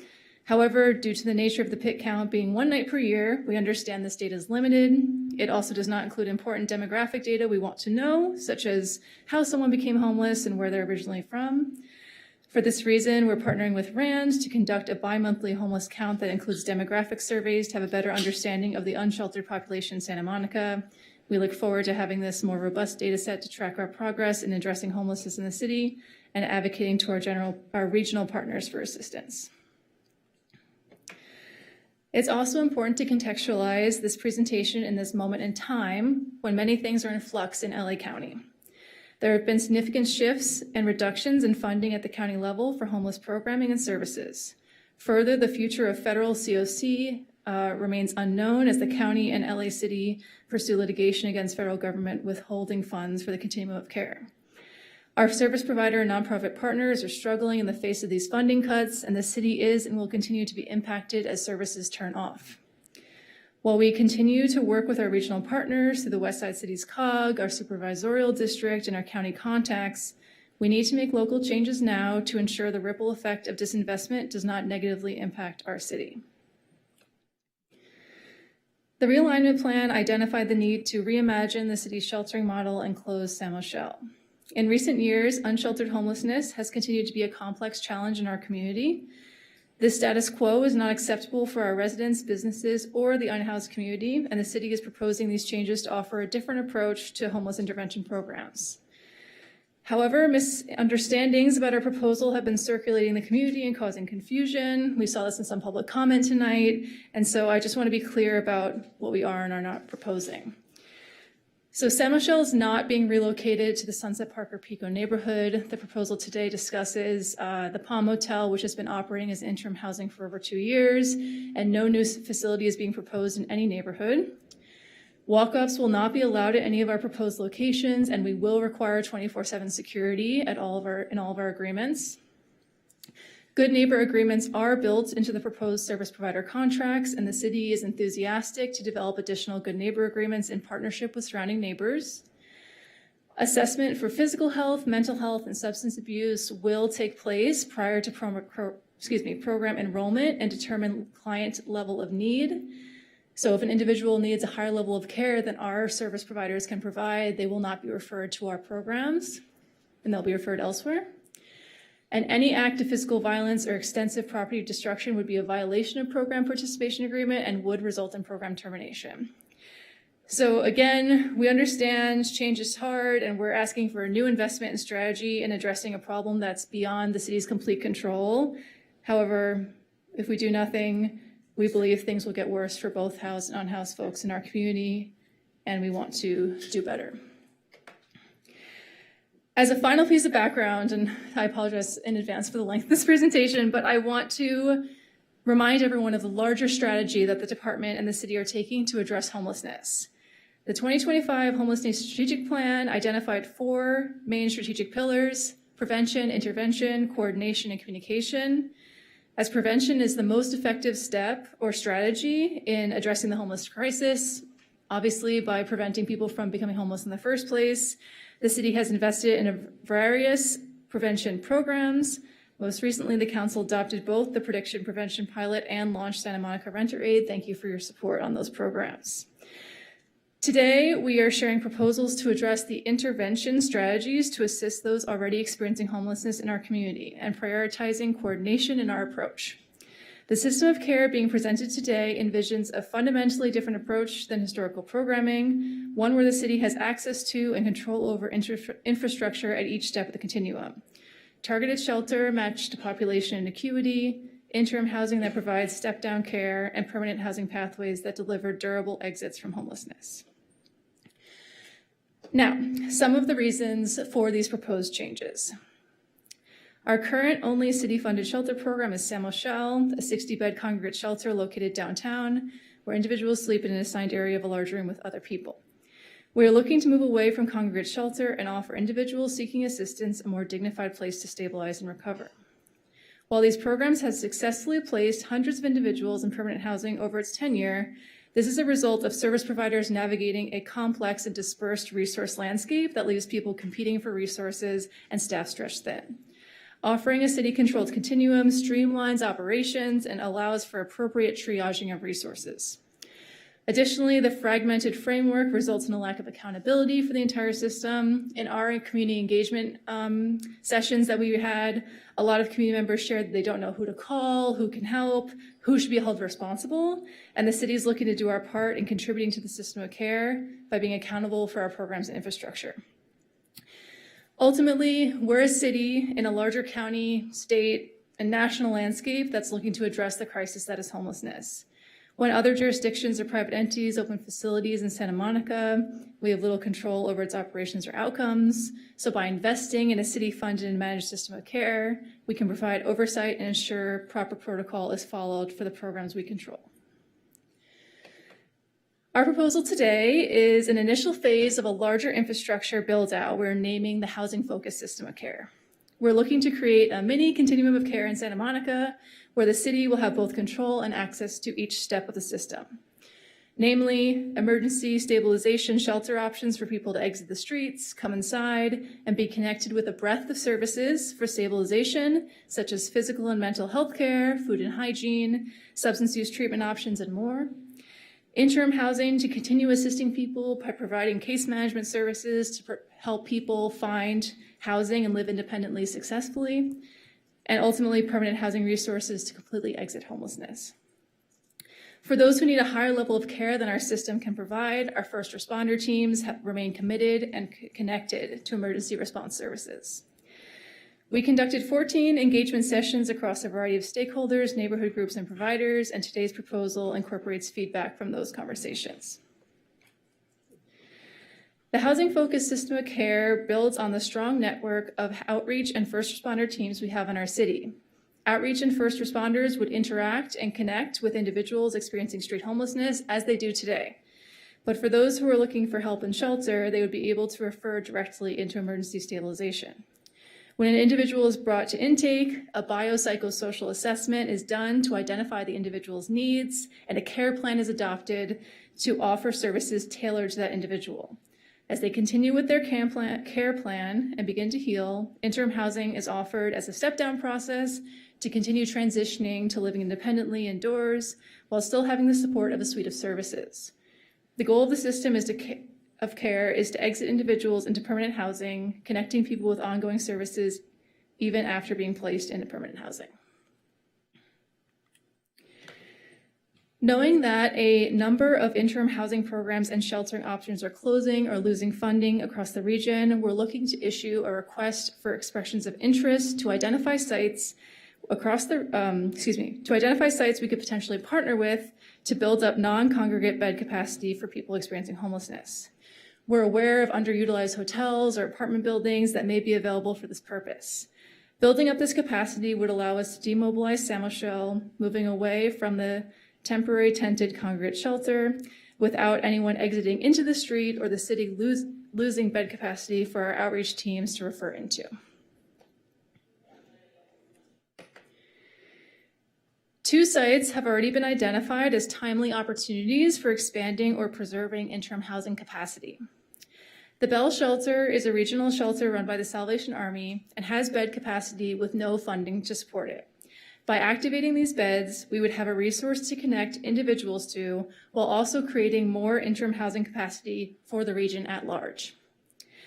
Also, the Palm Motel has been operating the county's Pathway Home interim housing program for the past 2 years. As the county demobilizes the program this summer, the city has the opportunity to step in and preserve this resource for city exclusive use. This would allow us to offer interim housing to Santa Monicans experiencing homelessness. The system of care discussed thus far addresses how the city delivers homeless intervention services, but shelter and interim housing alone do not end homelessness, and permanent housing is ultimately what provides durable exits, long-term shelter, reduces long-term shelter demand, and breaks the cycle of individuals returning to the streets. As described in the March 24th staff report on the realignment plan update, staff continues to explore additional pathways to create permanent affordable housing in Santa Monica so that the continuum proposed here connects to the housing outcomes it's designed to produce. Right now, in addition to the affordable housing already existing in our city, we have 90 units of permanent supportive housing in our pipeline that would be made available as an exit option for people participating in our housing-focused system of care. Okay, so how would this all work? I'm going to provide some examples of case scenarios of how this would play out to try and visualize this a little bit more clearly. In this example, number one, an older adult is experiencing homelessness and interacts with one of our city-funded outreach teams.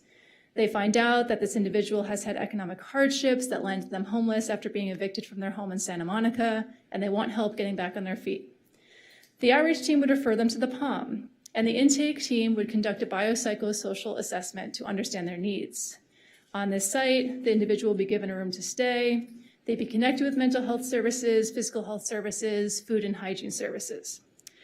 Over time, their on-site case manager would work with them to develop a housing plan. In this example, the case manager thinks that they benefit for housing for older adults, Section 8 and supportive services to help them thrive long-term. When they're ready, the individual is referred to permanent supportive housing building and exits homelessness. That's example number one. Example number two, an individual experiencing homelessness is having a mental health crisis on the street. The city's first responder teams are called, and Santa Monica's APU unit arrives on scene to do a health assessment. The first responders conclude that the individual is in crisis and cannot make decisions independently and needs immediate medical attention. Referral options for this individual include transport to a local hospital. They could also call the County Department of Mental Health for a PMRT outreach team to access a bed in a psychiatric facility, or they could refer to a psychiatric urgent care center for immediate assistance. In this example, this individual would not be referred to one of the interim shelter sites we're proposing because they need emergency medical and psychiatric assistance. And the last example today is what happens when law enforcement interacts with a homeless individual committing a crime. In this example, SMPD identifies an individual experiencing homelessness using drugs in a public place. In this case, SMPD would offer the individual two options: arrest or accept a diversion program at Samo Bridge. The individual selects the diversion program, and SMPD transports them to Samo Bridge. As I think many of you know, at Samo Bridge, the individual is offered a recliner, shower, and snacks. And as the individual is stabilized, the person begins working with Exodus staff to enroll into temporary housing, health services, and start a 90-day case management plan. Exodus connects the individual to a detox program and sober living facility, and after successfully completing their 90-day case management plan, no misdemeanor charges would be filed. So I hope these three examples provide a little bit more of a real life, there we go, a real life example of how this would work. So I want to restate the benefits of the city oversight and management of services. By having city oversight and contractual obligations with the POM, Bell Shelter, and any future site identified through an RFEI, it would allow us to enforce standards for 24/7 security, good neighbor agreements, and standards for the inflow of referrals into each program. Will there be drug testing? City staff will be tracking length of stay at each step of the continuum, aiming to emphasize progress to the program. We also will be tracking the service connections made to assistance stabilization. This proposal is about helping our most vulnerable neighbors and doing it in the best we can. We're looking to help veterans experiencing homelessness connect with mental health services, women fleeing domestic violence developing a safety plan, someone struggling with substance use disorder connecting to detox and outpatient, older adults who are living on a fixed income find affordable housing, and many others. We will track the outcomes of our programs, make adjustments as needed, and can commit to making data like this available to the public to hold us accountable. So now I'll frame each individual policy decision for council to consider. The first policy decision is whether we should preserve the Palm Motel as interim housing resource under city control. So what's true today is that the Palm Motel, as I stated before, has been operating as interim housing under the LA County's Pathway Home program for the past 2 years, and LA County is defunding that program in August in just a few weeks. If we don't act to preserve the Palm Motel, we will lose this resource, and the property owner will reutilize the site in whatever manner they see fit. Under city control, the city would have a direct lease whereby the city, not the county, gets to decide how the site is run. The city decides who is referred into the facility. Referral-only access will be coordinated through city outreach and first responders with no walk-ups. The city will direct security and site management with staffing levels set by the city. A written good neighbor agreement will be named with a named city contact, and enforcement teeth will be developed. And a performance-based operator, in this proposal, the people concerned, the contract will be deployed with specific standards, reporting, and consequences. The second policy decision for council to consider today is supporting the regional system by investing in the Salvation Army Bell Shelter. So Salvation Army has a facility in the city of Bell, as stated earlier. This particular facility has available bed capacity, but not funding, and therefore has beds sitting empty because there's no funding to operate them. The city's investment would fund a regional homelessness sheltering strategy. Given that the majority of homeless population we encounter in Santa Monica are from the broader region, part of our new strategy is to provide support for unused capacity so it serves the whole region. This would include giving our outreach teams a real option to offer people who want off the street but have no Santa Monica connection. And other jurisdictions in LA County will also be able to utilize this resource as they're partnering with the Salvation Army. To be clear, the city is not looking to export our problems. We're looking to support the regional shelter facility that needs funding to operate and not just relocating or exporting a problem. The facility that we would help activate would be accessible by any jurisdiction that partners with Salvation Army in addition to ourselves. And any placement from Santa Monica into the Salvation Army facility would, of course, be voluntary, service-connected, and advance the goal of moving a person from a sidewalk to a bed.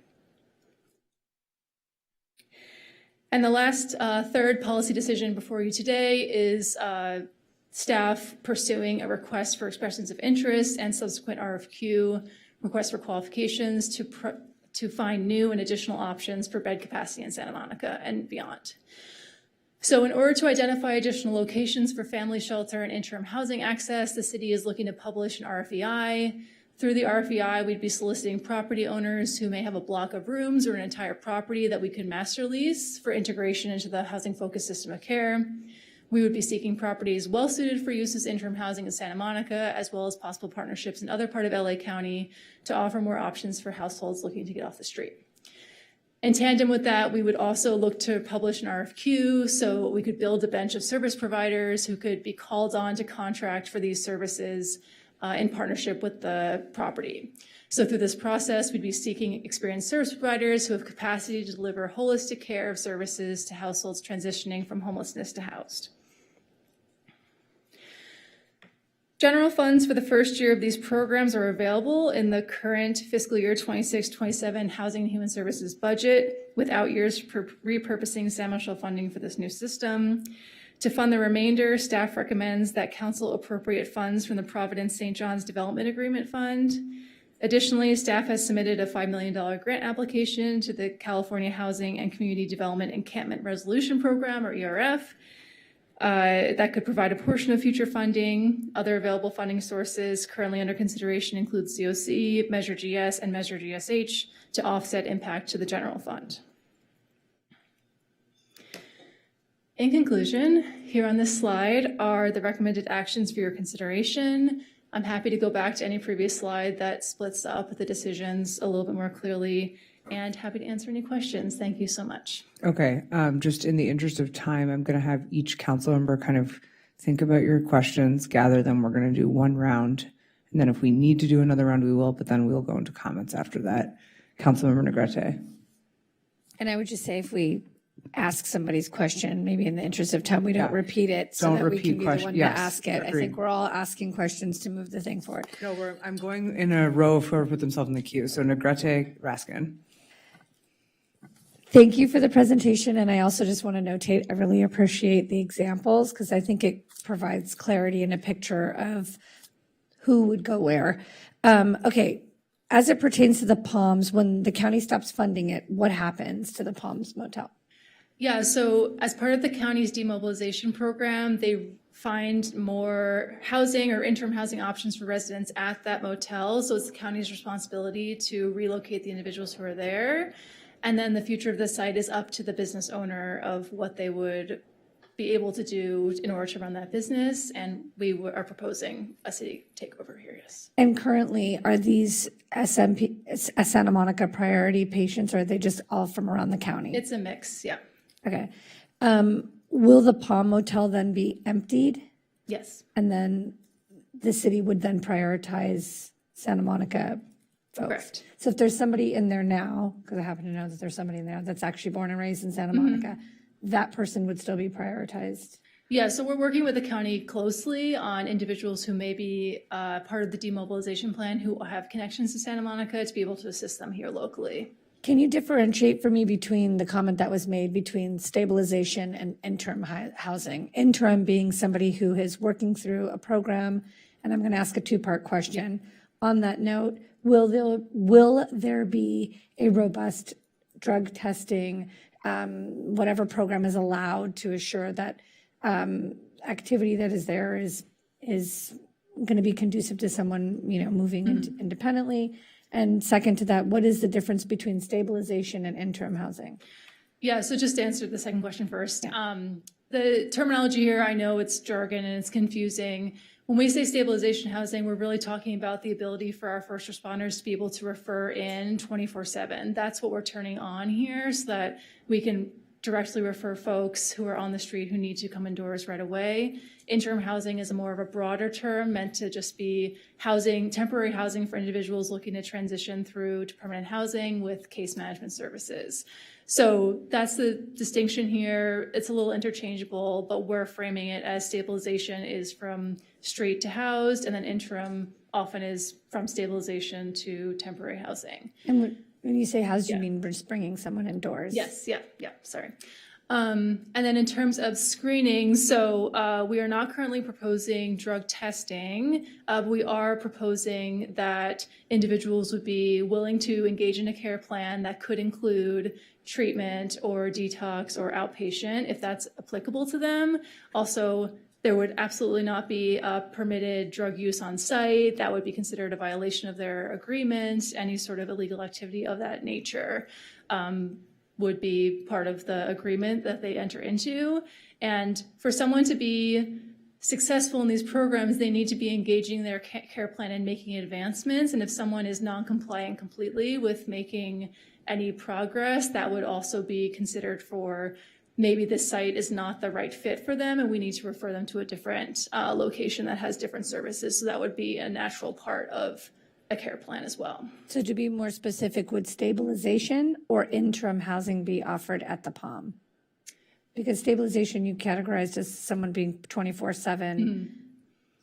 I'm assuming this biopsychiatric intake means that you described it earlier, that there's a different place for somebody who might be experiencing a drug-induced or psycho-induced episode and exhibiting that they can't make decisions for themselves. That's right. POMS, I would presume, is not where that person. Yeah, absolutely not. The POM would accept, our proposal has the POM accepting 24/7 referrals, but they would be referrals that are vetted by our outreach team to ensure that they're appropriate for that setting. Would an example be, I was on a ride along and there was a 78-year-old woman and a 50-year-old son in a car in the middle of the night. That would be someone that would go into the POM and not. Okay. Is the POM intended to replace Samoshell? No.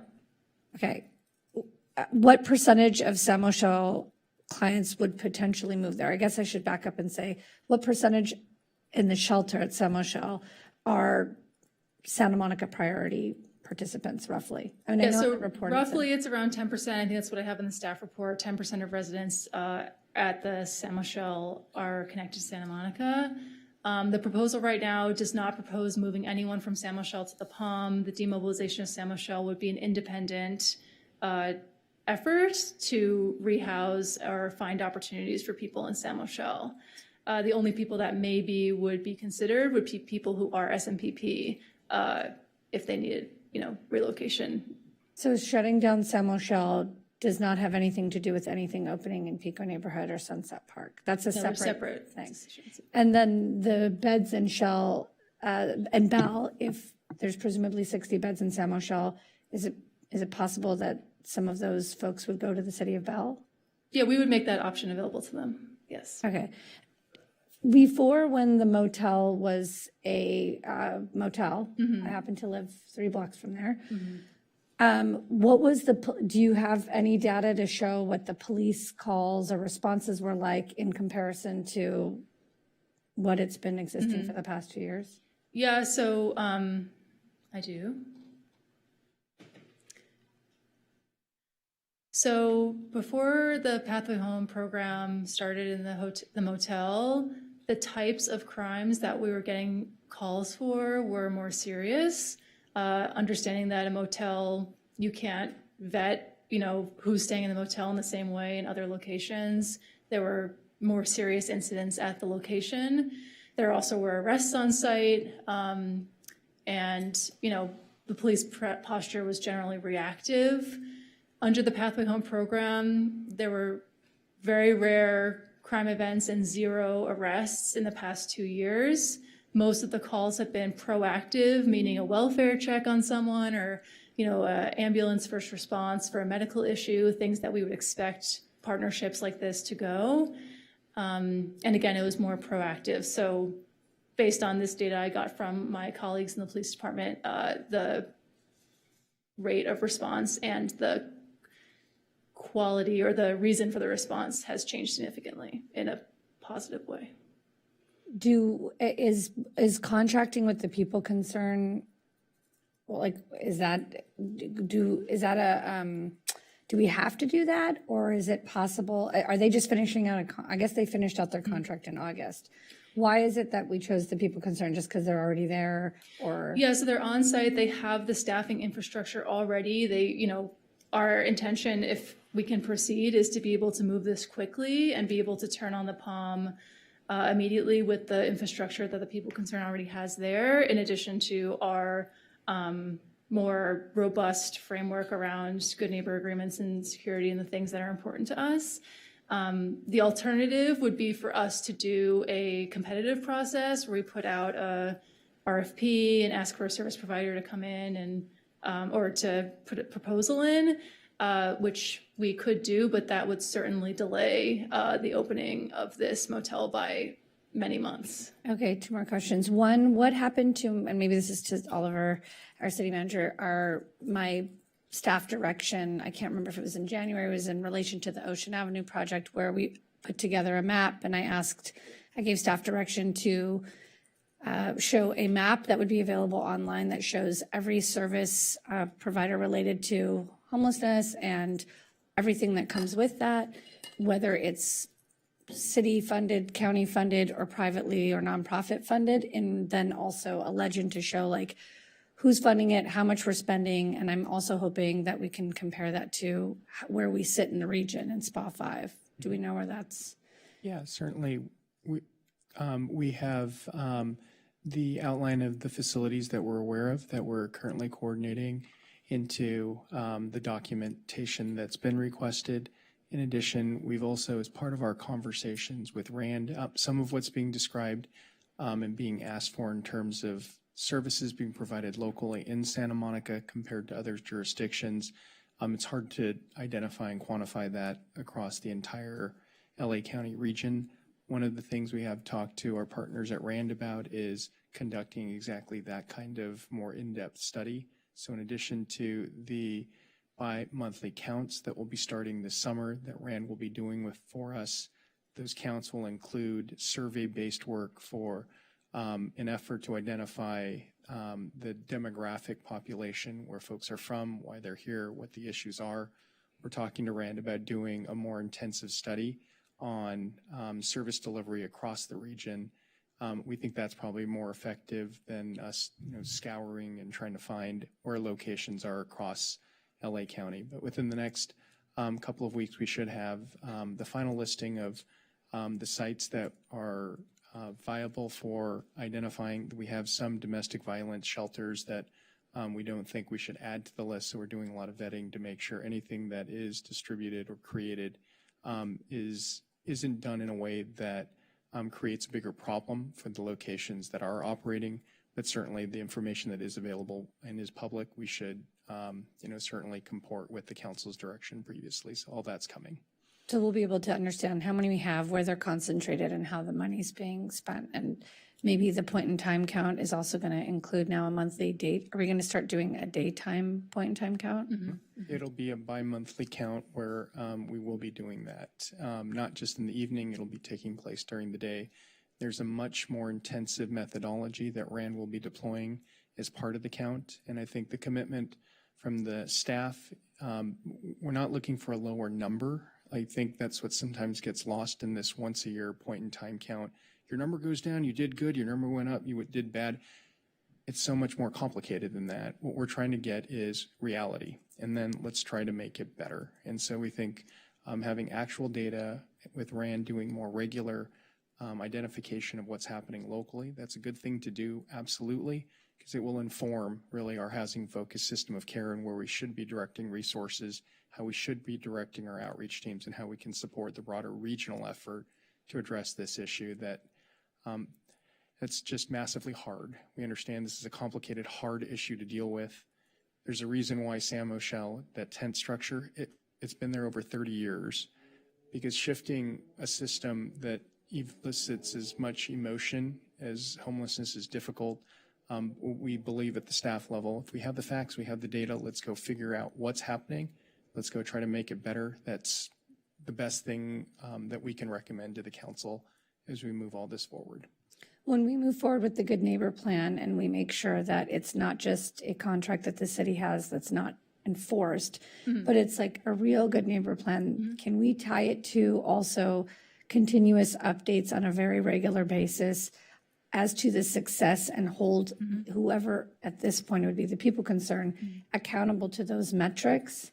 Because Yeah, I feel like absolutely. that is where people feel like there's organizations who have done things and you know, they might relate that to the success of these programs and they don't have any trust that it's going to be successful. Yeah, so we're planning on integrating data like that into our dashboard that would be publicly available. And then we can also talk about if there's any additional data that the Good Neighbor Agreement would generate on top of that. Yeah. And then lastly, you can't force someone to go really anywhere.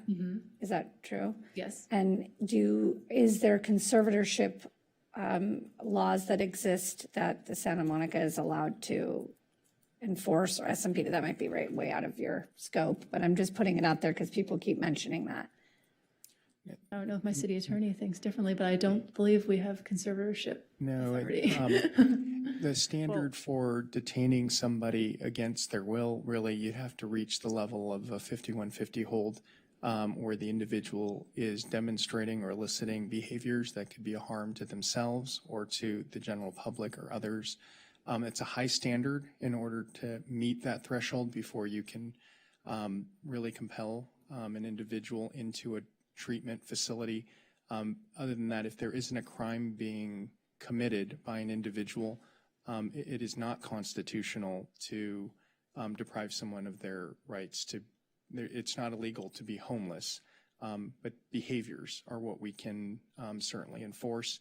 And in addition, the system that we're building really is intended to support, as Aileen described in the 3 examples, proper person looking for help put into the right facility. That's what the program is intended, voluntary placement, as our outreach teams develop relationships with those that are unhoused currently. How do we help those that are ready for help to get matched with the right service level that we control?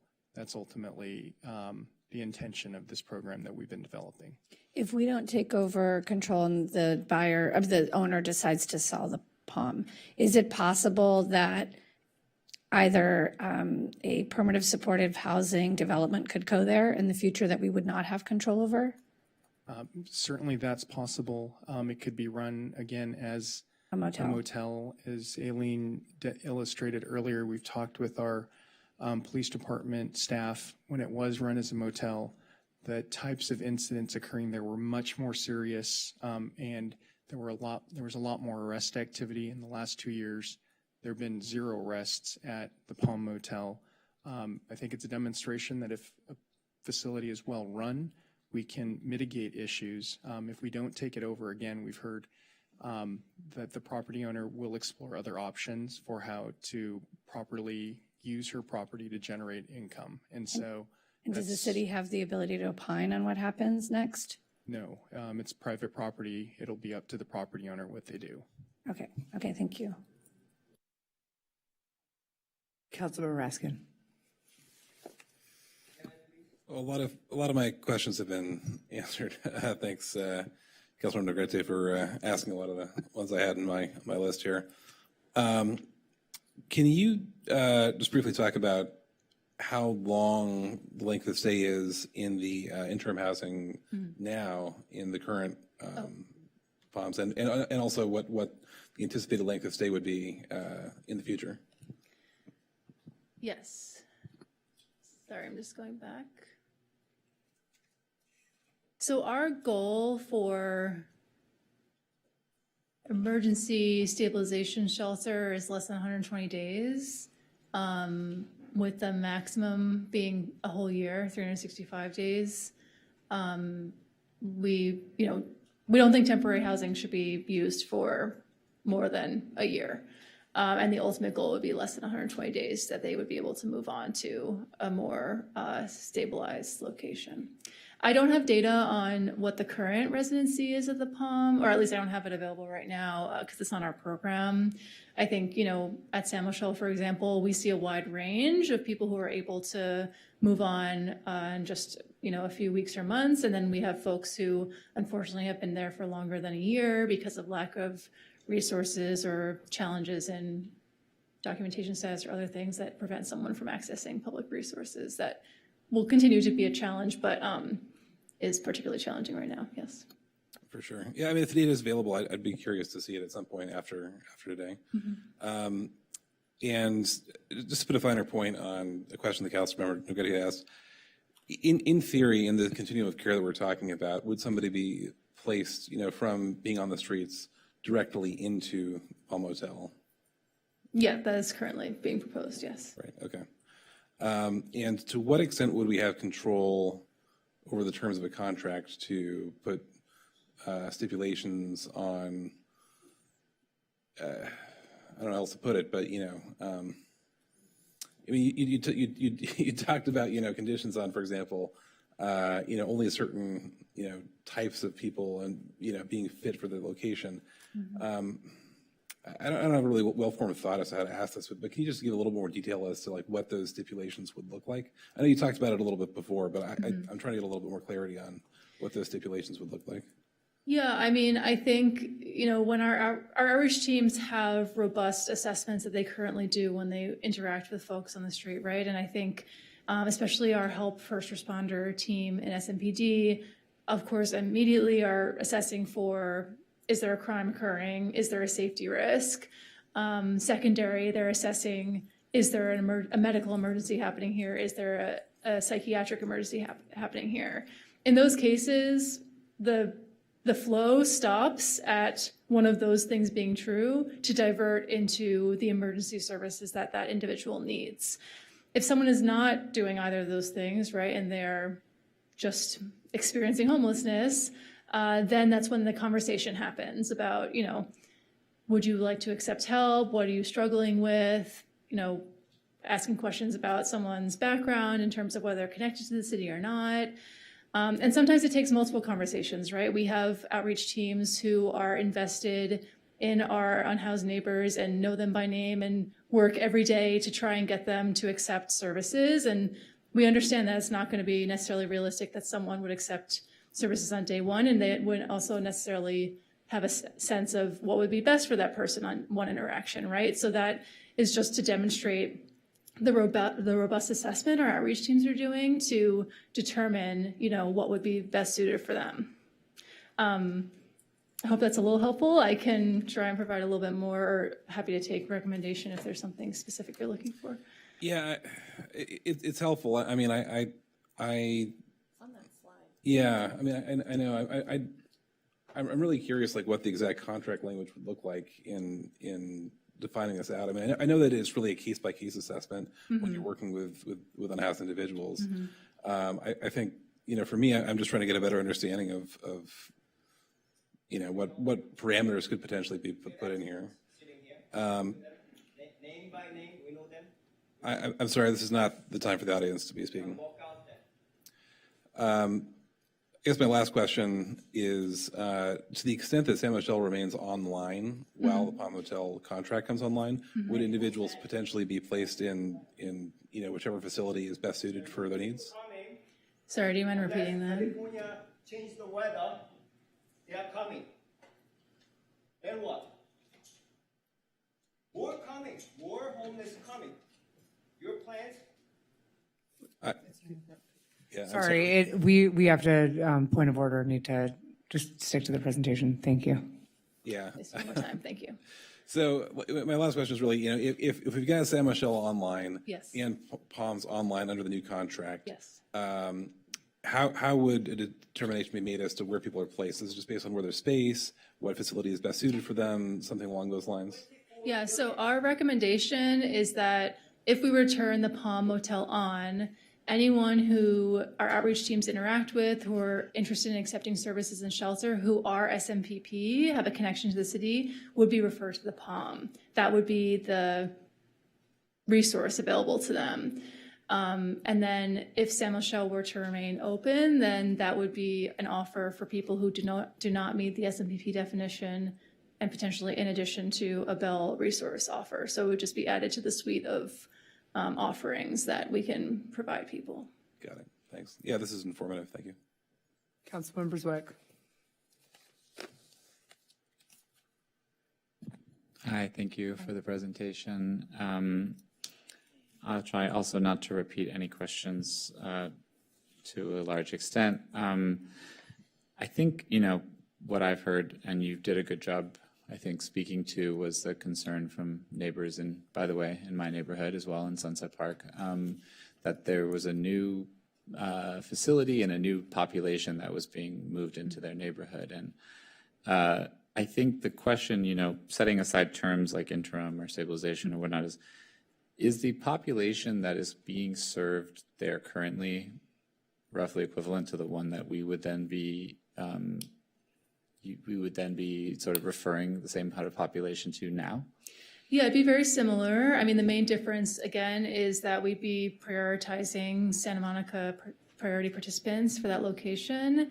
I would say that there have been some high acuity placements there that we maybe would, under the county model, that we maybe would refer somewhere else just because of the resources that are made available. But again, because we weren't referring folks into the POM, I don't have like a full understanding of necessarily everyone that's been there in the past 2 years. But yes, generally, we're definitely not proposing a shift to a higher acuity population than that's there right now. There's a request to explain what high acuity means. Yeah. So high acuity means a high level of service needs. So someone who has likely dual diagnosis or is struggling with a few different things. So what you said was, if anything, there may be more cases in which there's an individual with high acuity that we would have the discretion to not refer there under our proposed model. Yes. Okay. And then you said the current service provider there is the people concern? Yes. So our proposal is just, again, to continue what is already happening. Mm-hmm. Okay. And in terms of funding, you mentioned that there's an allocation in this cycle from some combination of general fund, Measure A, and this specific settlement, DA agreement. And then looking outwards, is the idea that that dollar amount roughly could be made up for by the money that we are using currently in operating San Michelle? I'm not sure how much we spend annually on that and how that levels Yes, out. so the San Michelle budget's a little more than $2 million, so it would be a portion of this funding, but there still would be remaining funding that we would identify other sources for. Okay. And that would be for these essentially like the motel, the service provider, and the other facility in Bell. It's three things. So there would be a shortfall we'd have to think about further out, but for now, that's what it is. Past year too. Yeah. Okay. That's it for me. Thank you. Thank you. Thank you, Commissioner, Councilmember Zernetskaya. Thank you, and I'll try not to repeat questions, but I apologize if I do. Okay. So to start, I'd like to dig a little bit deeper into the proposed use of city funds to fund the Salvation Army shelter in Bell. What type of shelter is it? Is it congregate housing? Is it a different type of model? What does that look like? Yeah, so it is, it's really interesting. It's like a campus style with a lot of different on-site housing options for individuals. They do have congregate model on-site, but they have options where there's a low barrier shelter option where individuals can go in, anyone who's just looking for shelter. They also have a sober living location for people who are interested in living among other people who are sober and experiencing or dealing with substance use disorder. And then they also have interim housing connections from that site to other facilities to move people on. So it's a bit of a multi-purpose location with a well-rounded service program. So would the Santa Monica investment be funding a particular portion of that, or just what would that be going towards? Yeah, so the Salvation Army has, our proposal with them is to kind of have a fluid agreement with them where we're paying for, the proposal is 35 beds right now, but they would allow us to have those beds at any of the locations on their site, which is helpful for flexibility. And my understanding from the staff report is that any jurisdictions that work with the Salvation Army would be able to use the beds those 35 beds that Santa Monica would be funding. What would happen if Santa Monica has someone who would like to stay there, but all those 35 beds are already full? Yeah, so, I mean, luckily, this is a longstanding partnership with the Salvation Army that we think we'd be able to facilitate, remediation in that situation, but the model or the setup proposed would be we reserve or pay for 35 beds, we would have essentially priority to refer into them. But if those beds are vacant for a period of time, very short, right, like 30 days or less, then other jurisdiction could use them, just to make sure that we kind of have first dibs, if you will, but then other people in the region can utilize it. So to answer your question, if all the beds were full, we could not refer in there. We would just refer them to other resources that we have. We wouldn't necessarily be able to go over what we fund. Okay.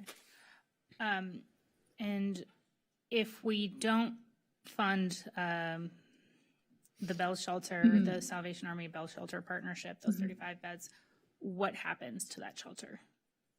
It remains underutilized. They just have a lot of room and not the staffing or service dollars to support its capacity. So these funds would be for the staffing and for on-site services, and it's not, okay. So moving on to Sam Moschel, my understanding is that there's 60 beds there. How many of those are occupied on an average night, and what's the average length of stay? And I apologize if this was something you already answered. No, it's okay. I'd say like 58 to 60 beds are generally filled every night. It's almost always full. I don't know the average length of stay. I'm looking at Allison to see. It's a wide range. Like I said earlier, we have folks who've been there for over a year due to, restrictions and them being able to find housing options. And then we have folks who are able to move on in just a few weeks. So I can get back to you on the actual data of the average stay. And of those, 58 to 60 beds that are occupied, generally speaking, who controls who stays at Sam Moschel? Our outreach teams refer into Sam Moschel, yes. Okay, so somebody can't just walk up and get placed into a bed. They have to be referred by through some sort of pathway through Santa Monica. Correct. Okay. So going back to the bi-monthly count of people experiencing homelessness with RAND, when are we going to start that, and when will that data begin being available to the public? Yeah, so we're looking to start that by the end of the summer. We're just finishing up negotiations right now, so we hope to start in the next few weeks. And then we can discuss when we can make that data available. I think we wouldn't want to publish just 1 month's of data without any context. I think we'd probably want to see maybe a quarterly update or something that has a little bit more context in it, but we can certainly commit by the end of the calendar year, but probably sooner, that we could have that information publicly available. Okay, and it seems like these proposed policy decisions are part of a larger system. What pieces of this are we still missing, or will need to come back to us for future discussion? Yeah, so policy decision number 3, which is doing an RFEI, is like a preliminary step. Of course, if we got responses to the RFEI of a location that we wanted to contract with, we would be able to come back to you all and propose that. And that would, what we're really looking to build out is the more interim housing capacity in Santa Monica and nearby. And so that would likely what we'd come back for. And then, as I mentioned earlier, our permanent housing exit options are obviously a huge priority for us. And we are, engaging in many different initiatives around permanent housing development that would come to you naturally anyway. So I can certainly contextualize it when I come back that it would be part of this housing focused system of care, but it is also just something we generally come back to you for anyway with, proposals for development. And for folks who aren't familiar with the joys of government processes, what is I see the request for expression of interest. Yeah. What is an RFEI? Who applies to those kinds of things? Is it the services providers? Is it property owners? What does that actually mean? Yeah, so the RFEI is for property owners to essentially let us know that they have vacancy, they have empty rooms, they have capacity, and they'd be interested in doing a partnership with us. It's a kind of like a miniature RFP process, but it doesn't have the commitments of having to result in an award. So it gives us the flexibility of seeing what comes in what interests us, what seems to fit in our model, and then come back to you with why we want to proceed with it, as opposed to saying today, this is what we want to RFP for, and we're going to award it based on a certain set of criteria. This is a little bit more open-ended. And so it will be posted on our website, should you direct us to proceed this way, with like a web form, and we'd be able to accept inquiries on a rolling basis. And as I said earlier, I've already had some outreach from folks, even in advance of this, have suggested they have opportunities. And then in parallel to that, we would do a similar thing, the request for qualifications with service providers, because obviously if we opened master leasing program with a apartment building, for example, we would need a service provider to go in there. So that would be the tandem. Thank you. And two more questions. Sure. So, if we would be taking over this continuum of care kind of element from the county to specifically to Santa Monica, how would we make sure that people don't fall through the cracks as they're moving from one to the other? Yeah, absolutely. I mean, the fact that it would be the city oversight of this really ensures that there's less risk of that. The city would be monitoring enrollments at each location, what their care plans are, how long they've been there, and then as people move through, and ultimately, resulting in referrals into permanent housing, like our PSH, like that would be, again, a managed referral process through us, so that we're able to see, John Doe was a resident at the Palm Motel, now they're interested in applying for the Section 8 voucher at this new location. We're watching them move through the system. And, we're looking to have regular meetings with providers at these sites to do case conferencing. Our staff will be on site at some of these locations to also be present and to get to know the residents who are benefiting from these programs. And so we're looking to have a much more heavier hand in this process to ensure that people do not fall through the cracks. Okay, That's our intention. And then, once somebody ultimately does get into permanent housing, or, a long-term housing, we'll say, what will we be doing, or what are we doing to make sure that they're able to remain stably housed? I understand supportive housing has wraparound services, but for those who, for the types of permanent housing that might not, for people who might not need the same level of wraparound services, what will we be doing? What are we doing? Are we performing needs assessments, to go back to something we heard from public comment earlier? Yeah, absolutely. And I think that's probably a good example of something, to your point, that would be a future build out that we'd come back to you with. But for example, in our, I referenced that we submitted an application to the state for some funding for this. We included housing stabilization aftercare programming, which is essentially like a light touch service program where when people enter permanent housing, they have a case manager check on them and case conference with them throughout their first year of being in permanent housing to make sure that things are going well. And so I think we're looking to, potentially build out that infrastructure. So for folks who don't necessarily need permanent supportive housing with on-site services, but could still use follow-up after they're placed into housing, we would build out opportunities for service connection there too. And those stabilization models have existed here before, like we did it with the EHV program. So yeah, that would be something we could come back to you on as well. Great, thank you. In the interest of time, I'll. Great, Councilor Snell. I have two questions. Okay. And I want to preface it that you already discussed this to some extent, but I want a clear definition of a congruent model and a non-congruent model that we're dealing with. Yeah, so a congruent model is when many people sleep in a single room, often with assigned areas, but not a lot of privacy. And they're usually separated by gender, so that folks are separated in that way with shared bathrooms and common areas. That's the current setup of San Michelle and a lot of other shelters that have existed.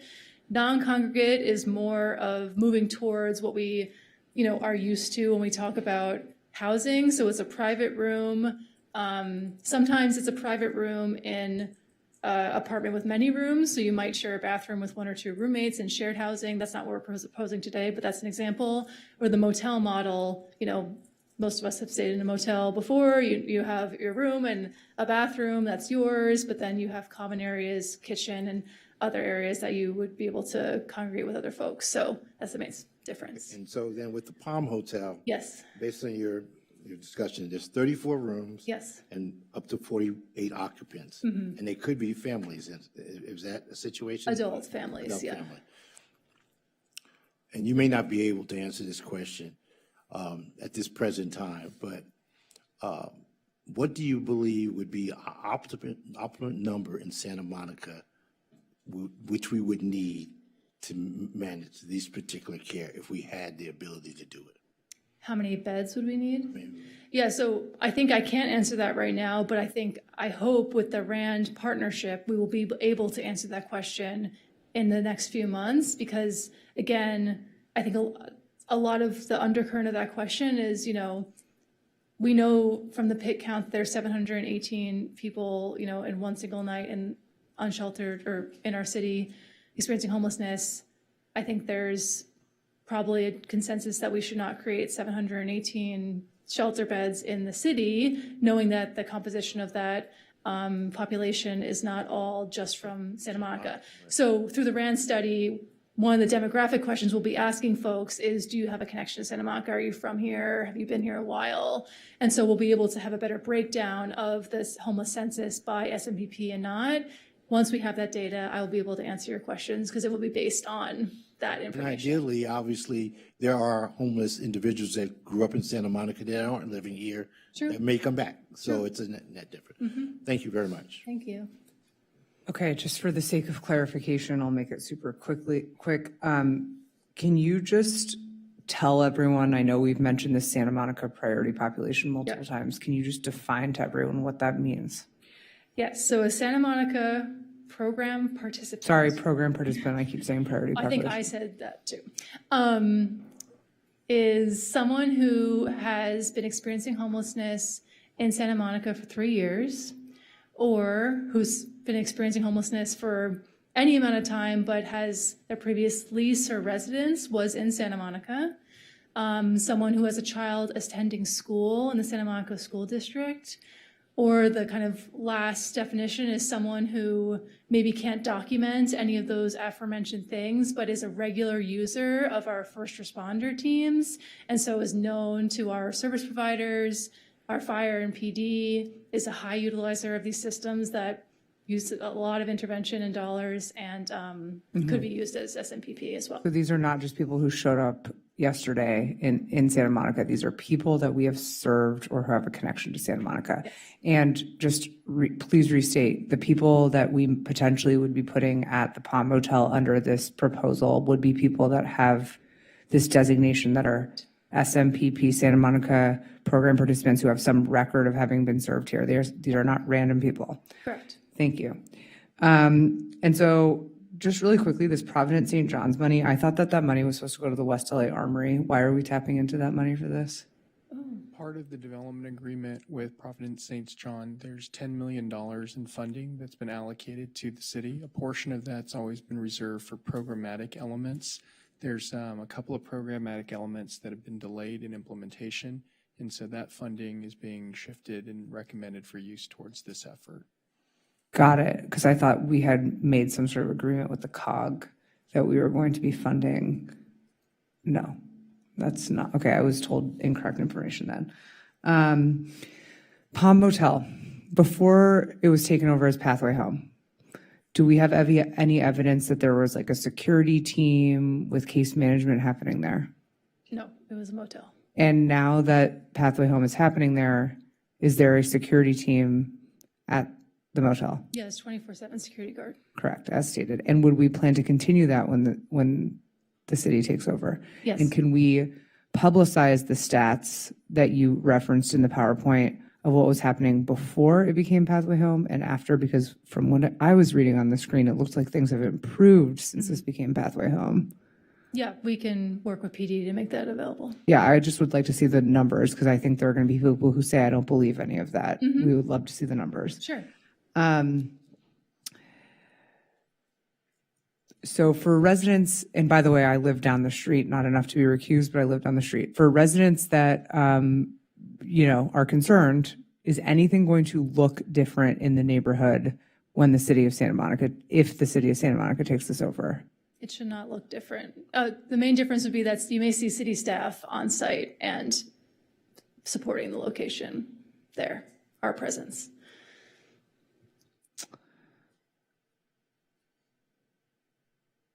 Okay, really just last question, and then we can be done. Can you tell me what specific criteria are going to be in the RFEI to prevent the over-concentration of any of these facilities in like residential neighborhoods, and specifically, and Councilor Raskin can speak to it, our 16 item in the Pico neighborhood and the surrounding? Yeah, so absolutely. So again, the RFEI is just a expression of interest. So we're just gathering information for folks who may want to partner with us to then further investigate, negotiate, and come back to you all. Some of the information we're collecting is, of course, the address. And so understanding council's direction, and we support, of course, the equitable distribution of these sites across the city. We would consider that when we bring things to you to propose and make sure that, we support council direction in that way. But the RFEI, again, is not committing to anything. It's just collecting information, and then we would come back to you all with the actual proposal that we'd want to pursue, and following whatever direction we hear from you today that can limit what we bring back to you. Great. Any comments now? Okay, time for comments. Councilmember Negrete is first in the queue. So I just want to clarify that I was probably a bunny hop away from having to recuse from this item. I walk my dog past it multiple times. My kids get off at the bus right there and walk home. I live on 14th, 2 stop signs away from that location. So when I say I live near it, I'm not talking about 8 blocks, 10 blocks, or on the other side of Sunset Park. I live right next to it. I also do know who the owners of the Palm are because I grew up with one of them. And I say that only to say that there's been a presence of the owners on site to the extent that people thought that they lived there, and they don't. I did not know on council that it was not brought to the community when it became Pathway Home. And I did not agree with that. And that was upsetting, not just to myself, but for everybody in the community, because they didn't know this transition had happened. And I will say firsthand that I had a lot of presumptions as to what must be happening and would happen there. And what I started to discern was the difference between the loitering that happens to the adjacent gas station where there's an air pump, a small liquor mart, and just the activity that you get on the corner of 14th and Pico near a bus stop. And probably because of the surrounding things that are there. And I realized that with the 24-hour security, they were managing the fact that there was no visitors allowed. And that loitering was separate and unrelated to. I live in a rent-controlled apartment that's poorly maintained with no gates. And we continuously, prior to this being what it is, would have people in our carport sleeping there, defecating, and also using drugs in our laundromat, to the point where my kids are no longer able to go to the laundromat because they're scared to. They won't go in the one that's in our apartment building. So I just want to point out that I have been staunchly about limiting I don't want to say resources, but I'm just going to speak plainly, because I think that's the problem. And it may offend people, and quite frankly, I don't know what to do about that, because I just know how to say the things I know how to say. And I think part of what's confusing is we use these delicate vocabulary words to appease people politically. And that is the problem, because we don't get to just say what we're doing. I think the reality is there's a few things in front of us. There's the idea that a congregate shelter, even within the homeless model, the folks that work in that field realize that that adds more PTSD and stress on people. And I have talked to, because I do regular weekly outreach ride-along things, and I've done a variety between the DMH stuff, the hamster teams, I've done it all. And I actually get to see a boots on the ground look at what is happening. Women will not go into that shelter mostly because they're afraid. And other people feel afraid in congregate shelter that their stuff will get stolen and whatnot.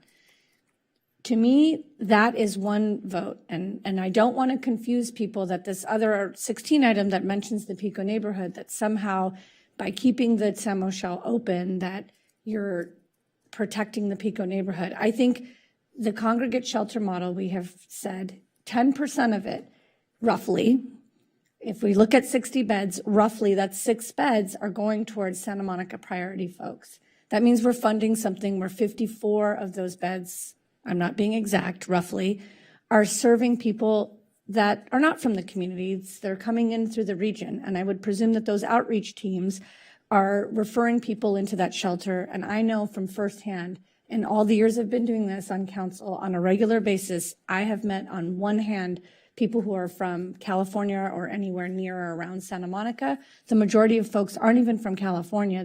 They're here for whatever reason. Someone said the weather. And oftentimes they're also here because where they live, they tell them to come here because there's more services. I also know that there's a poor drug rehab system that's poorly managed. And I know for a fact, having a sibling and an uncle that has gone through this exact thing, which is why I want to be a part, and I want the city council to agree to support CASLAR, that when people run out of their 90-day opportunity to get drug rehab and they're from Alabama, they're often put right out on our streets. So when you meet someone and they say they're from somewhere else, dig a little deeper and you might find out that they're here because they've been transported here through body brokering, and that's a separate issue. So this is a massive issue, and we're all very upset about the disorder that it's created, the impact to our fire and police, and all the other departments that partake in what it takes to deal with the variety of folks on the streets. And I think when we talk about it in a lot of political jargon and we use phrases that people in their mind have defined, like housing first, it pisses people off, like myself, who are struggling, who can't just knock on the door to City Hall in Malibu and say, I'd like to live here and I'd like an ocean view while I'm at it. It pisses people off at the thought that someone is living in $1 million unit. And so I think what we need to say is right now the county is in large part supplementing most of the programs that exist across the region and in our city. And therefore, when there's a problem at a facility, i.e. the manor, where there was just a murder, I mean, let's talk about the fact that we may not be discussing it here, but an average person is feeling the effects that there was just a murder at the manor, and everything gets related to what we're talking about here. We know that it's separate things and that that's a county-run program and that that's a different population of people. You aforementioned high acuity, meaning somebody suffering from potentially multiple mental disabilities and psychosis, maybe self-medicating with drugs, we don't know. But that is a different facility that we have for years as a resident wanted to do something about and cannot do something about it because it is a privately owned facility that is funded by the county. To the extent that we do nothing, we do exactly that, we do nothing, and the underfunded now programs are going to spill over into the city, and if we do nothing, then we are left with an increase of all the things that come with, forget about the point in time count, the fact that my staff Rochambeaus every week at the Santa Monica Music Center over who's going to pick up human feces. That's not a joke. And that is not okay for small business owners. The fact that my kids sometimes take a different exit off the bus when they're going places because there's somebody acting out on the corner. So earlier we were trying to define who goes where. And for simplicity, I had recommended that we really need to just say there's 100 million different types of folks on the streets for a bajillion different reasons. And I know I think we can all say we're all compassionate in our hearts and want to help people. But people are angry and pissed because drugs like methamphetamines have created in many ways a psychosis that is unresolvable through granola bars, water bottles, high fives, and outreach teams with lanyards who are getting paid too little to be able to do the work and are undertrained to meet these people with the medicalized psychiatric help and detox that they need that go far more than 120 days or 365. So what we're left with is what do we have? We have a shelter that is congregate, that is next to an access center that also creates a line so that when you drive into our city, you look over and see a 30-year-old tent and 50 people in line for a shower and a locker and whatever else the access center provides. In my estimation, what would help not only the economy, but our public safety officers, and to the extent that we're serving a majority of these people in the region and a very small percentage of our folks, is that we close that down and we invest in a system of which you aforementioned has more things in the city of Bell than just a congregate shelter. Originally, there was a proposal of 50 beds. It's been reduced to 34. I would like to see that if that's successful, we continue to do it. And what I say to the folks who say we shouldn't be shipping people out, what's so ridiculous about it is we are currently not taking care of people that are even from California, as my I don't know. I didn't go out and confirm, but I can say just from what I've done in talking to people, most people aren't even from California. So to the extent that we fund something, we're already funding the region, but we're funding it in a different way. We're funding it with people sitting in front of my music store. I'll just speak for myself anecdotally, pooping and crapping and using the emergency room system and then laying in front I have to use Narcan on someone to open my store. It impacts me in a ripple effect ways. People don't come to the store anymore.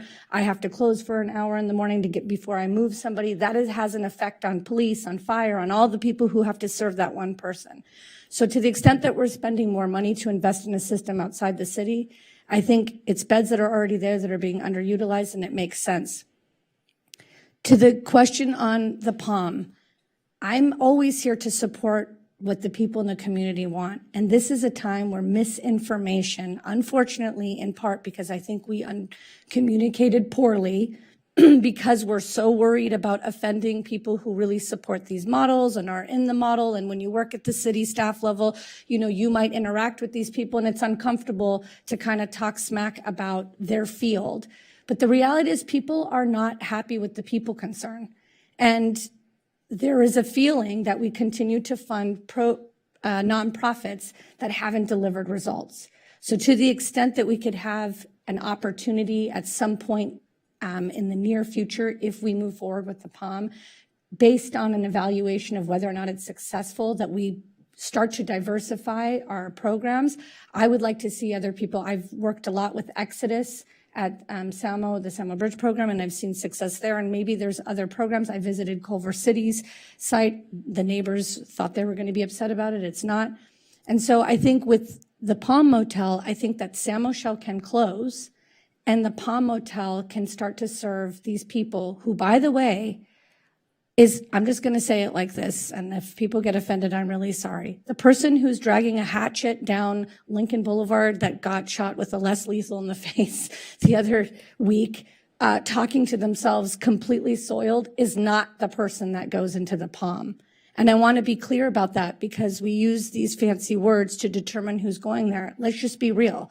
If we put this into 3 buckets, there's the person who you're like, oh my God, that person is having a mental breakdown. You can't have a dialogue with them.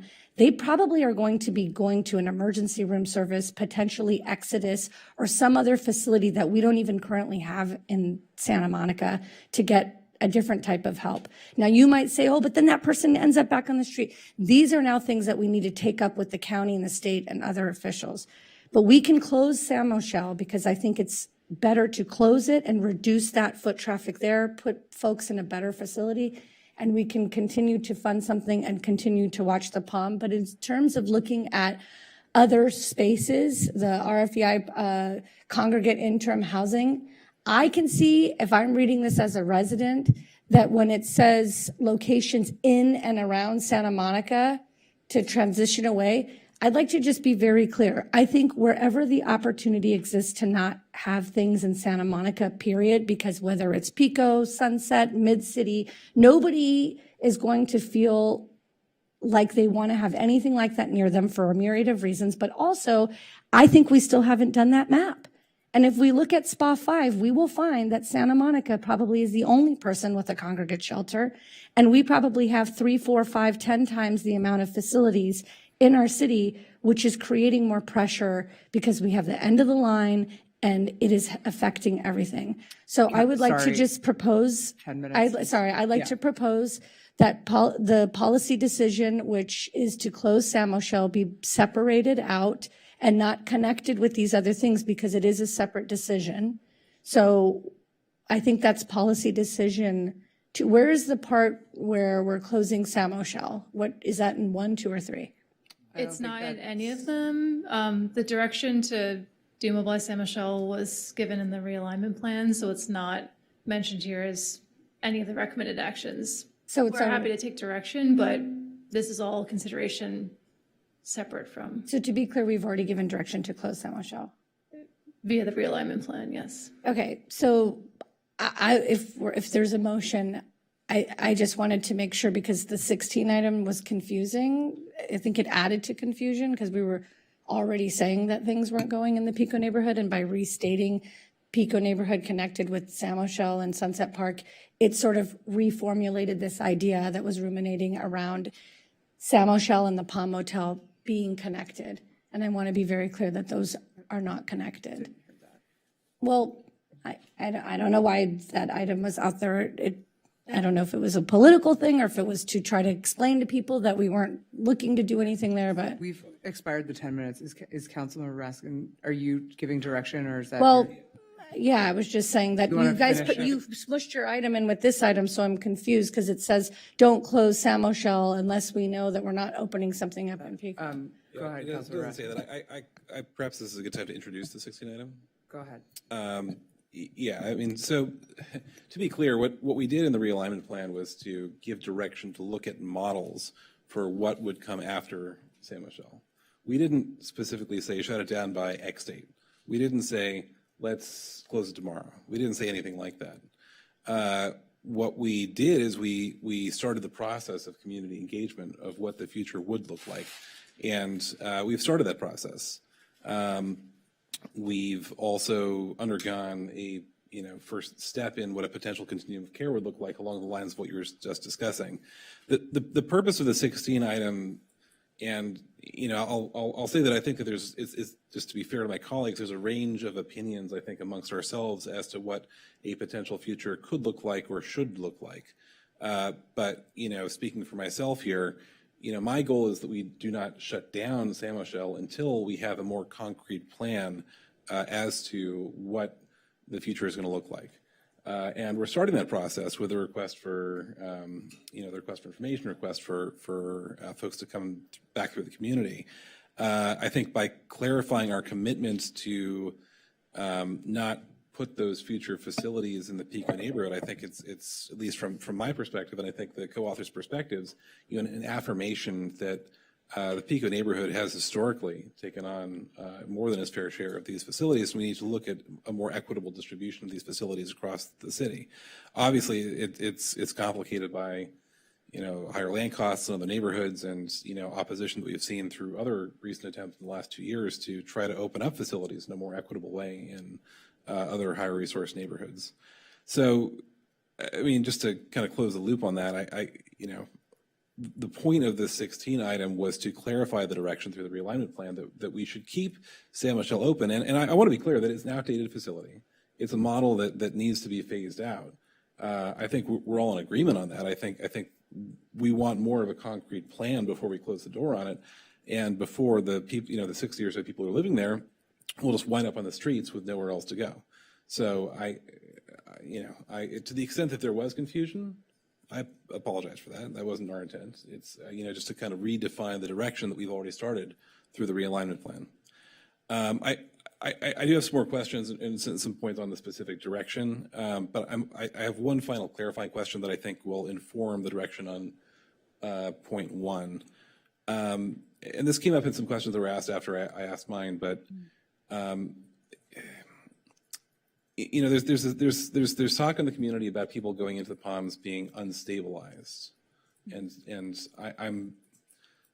I'd really like to get really just whatever clarity you can give us at this point as to high acuity individuals going in there and to what extent it would be limited potentially to individuals who are stabilized. And I know that's not exactly an appropriate term to use in broad strokes, but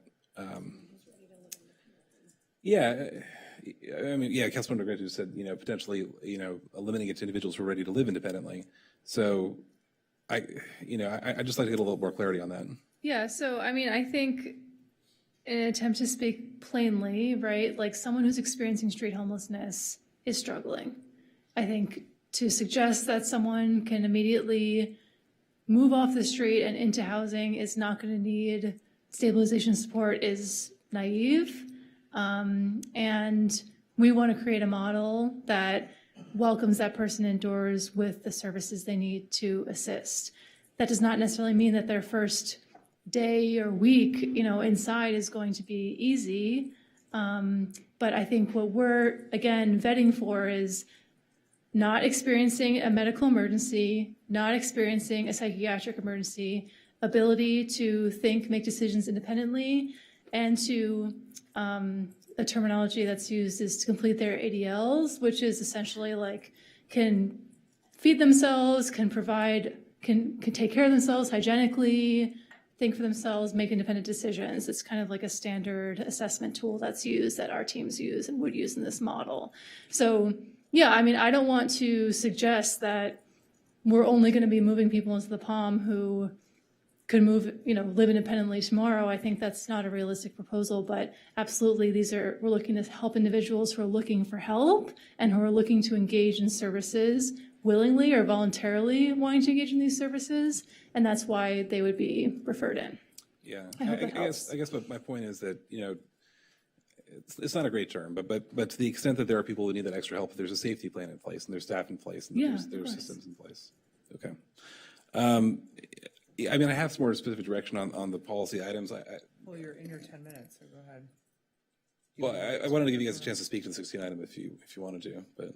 Oh, I mean, I would just say that I was hearing a deep amount of confusion, including, dare I say, to the almost thousands of folks contacting me, hundreds certainly, that saying we were moving San Moschel to the Pico neighborhood, saying we were moving San Moschel to the Palm, a wide variety of other comments that were untrue.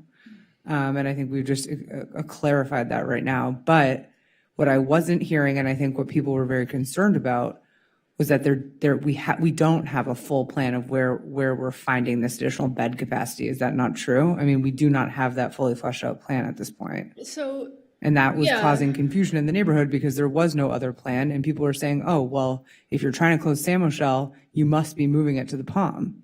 Yeah, and I so- think we want to be very clear that that is absolutely not what is happening. Yes, and our initial, our proposal initially was that we would be replacing the 60-bed San Moschel capacity with a combination of 34 beds at the Palm and 35 beds at Bell, which equates to more than 60 beds. That's how we came to this, feeling like this proposal was fleshed out enough to initiate this initial step. I think what I'm hearing is that folks are not comfortable counting the Bell beds as part of preserving capacity in the city. If that's the direction council wants to give us, we can adjust so that we preserve the 60-bed capacity in Santa Monica. But again, I just want to make clear what the city's staff's logic was that we were maintaining the number of beds. It was just dispersed. Right, but then when you hear there's a net decrease in beds in Santa Monica and we are moving San Moschel and we're closing San Moschel, it's very confusing. And so I'll just speak to that. Okay, thank you, Councilor Raskin. Do you want to make more comments? Did Councilor Rizek want to make comments with the 16 item? No. Well, I'll just give quick direction of where I'm at with the policy decisions. I mean, I want to give this a shot. I mean, I hear the community concerns about, a different level of service coming into the site. I think, I concur with what Councilmember Negrete said about, utilizing this unique opportunity to take city control over the site. I'm sufficiently assured about the safety measures that are in place here. Obviously there's going to be a really robust plan that's worked out. And to the extent that we need to fine tune it, I mean, we can bring this back, right? I mean, we can come back and readjust if we need to pivot here. I'll mention too that, I used to live just about 1,000 feet away from the Palm Hotel before the people concerned came in. And the people concerned have done a really, really good job of stabilizing that site. It used to be a very, very different look and feel. Folks in the neighborhood, I know you know what I'm talking about. It's really stabilized over the last 2 years. So, yeah, so on point one, I'm in favor of I guess, approving the contract. On policy decision 2. Yeah, I mean, I guess I'm okay with spending the money for the bell beds. I don't think anyone's going to take it. I don't think many people are going to take it. I mean, I'm in favor of giving it a shot, and if they're not being utilized, I'd like us to pivot and redeploy those resources elsewhere. I'm again concerned no one's going to do it, but let's try. And with RFEI, yeah, let's go forward with that. Consistent with I think the direction you're hearing here tonight. From my perspective, if we were to shut down Samoshell through this model, we're essentially losing a total of 60 beds in the city, because we have the same number of beds in the Palms as we did before. The bell beds I don't count because they're not in Santa Monica. So we're losing a capacity of 60 people. And those are 60 people that honestly are just going to end up in the streets, living in vans, couch surfing somewhere else. So I'm going to make a separate motion after we give direction on these regarding the 16 item.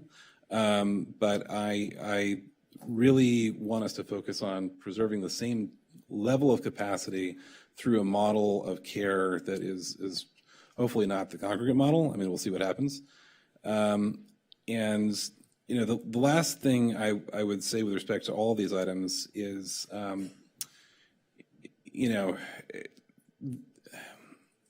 there's a real equity lens here, and I want to say to the community that yes, we're taking on a lot of regional services. Councilman Negrete spoke about this. I'm okay with that, just from my own policy perspective. I'm okay with that. I'm okay with our city stepping up and doing the right thing. On my block, on any given night, there are anywhere between 10 to 20 people either living on the street, living in cars, living in RVs, living in vans. We need to step up and do the right thing as a community, and the whole region does too. And I want to commit to everyone that I, and I know my colleagues are too, are working with our regional partners to try to bring on additional resources in the area to address this ongoing problem. Councilmember Zwick.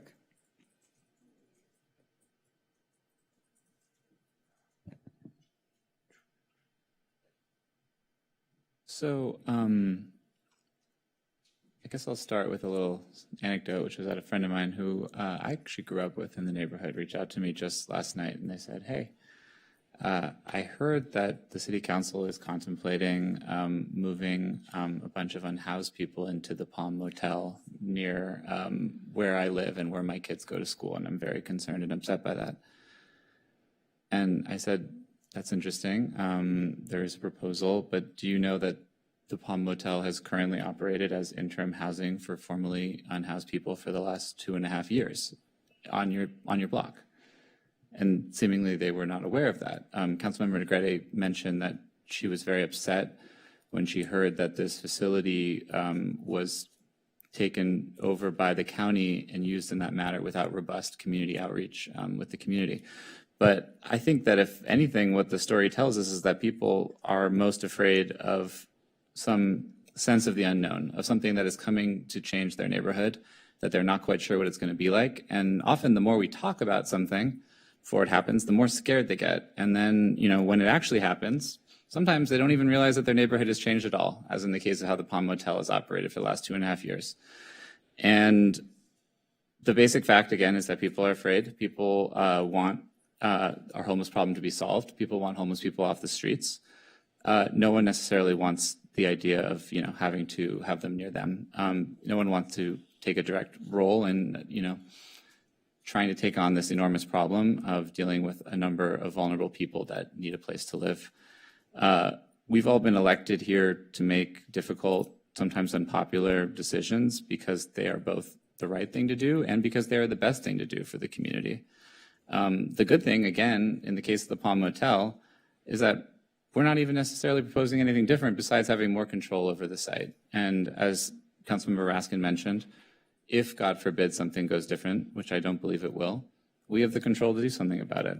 So I'm very comfortable with the decision to preserve this resource in Santa Monica and these beds, and the fact that we will have greater control over our continuum of care is just a bonus. When it comes to the activation of the shelter at Bell, I think that as long as we are continuing to do our part in finding solutions locally, there's no problem with Santa Monica as a well-resourced city supporting that broader regional effort.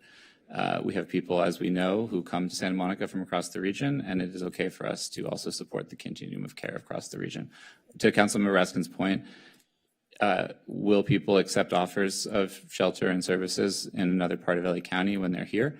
I think we'll have to find out. And I presume that if we're not being able to utilize those beds on behalf of populations that we are encountering and trying to deliver services to, we would have the opportunity to adjust that contract going forward. Yes, I also then, of course, agree with number 3. A dispersed model of care, I think, really does, to the extent that there are challenges with congregate shelter models, with hosting large groups of people in one area. I think a dispersed model makes a lot of sense. I think there are a lot of different parts of the city, both inside, again, and outside the city limits, where I hope to find opportunities. And I do believe very strongly, as per our 16 item, that there are a lot of parts of our city. There have been an unequal distribution of where these sites have gone, and I think a dispersed model could help create a more equitable model so that we are not locating them all in the one neighborhood in Santa Monica where they have all traditionally gone. And I think that that's a totally, good policy guideline for this council if they were to choose to adopt it, to keep in mind as we then later evaluate these potential options, both inside and outside the city. So, I really want to thank staff for being creative about this. Someone came and spoke and said, they read an article from the 80s about, the situation in Santa Monica and how it was untenable. And yes, there's a good point that commenter made that, if we've been doing the same thing for 40 years, maybe we should try something different. And I think that is partly what we are trying to do here. And I appreciate that.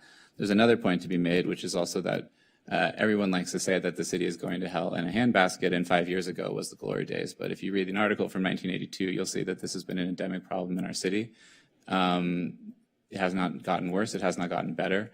It is a problem that relates to basic issues in the human condition, issues of obviously poverty, housing costs, and yes, also mental illness, drug addiction, things that we will not solve overnight. But I think that Santa Monica is a very high resource and capable city. We have a really high resource capable staff.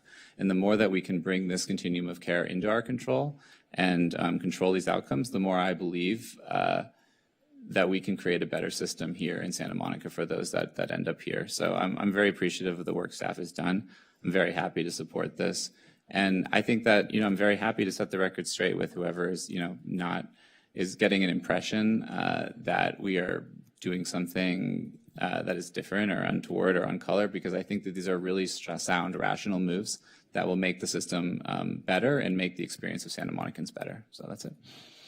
Councilmember Sternskaya. Just to be clear, Denise is timing everyone. Okay. Just in case that wasn't clear on, not me, Denise. Thank you. Thank you. So I'll start with just kind of going through the policy actions, and then I have some comments.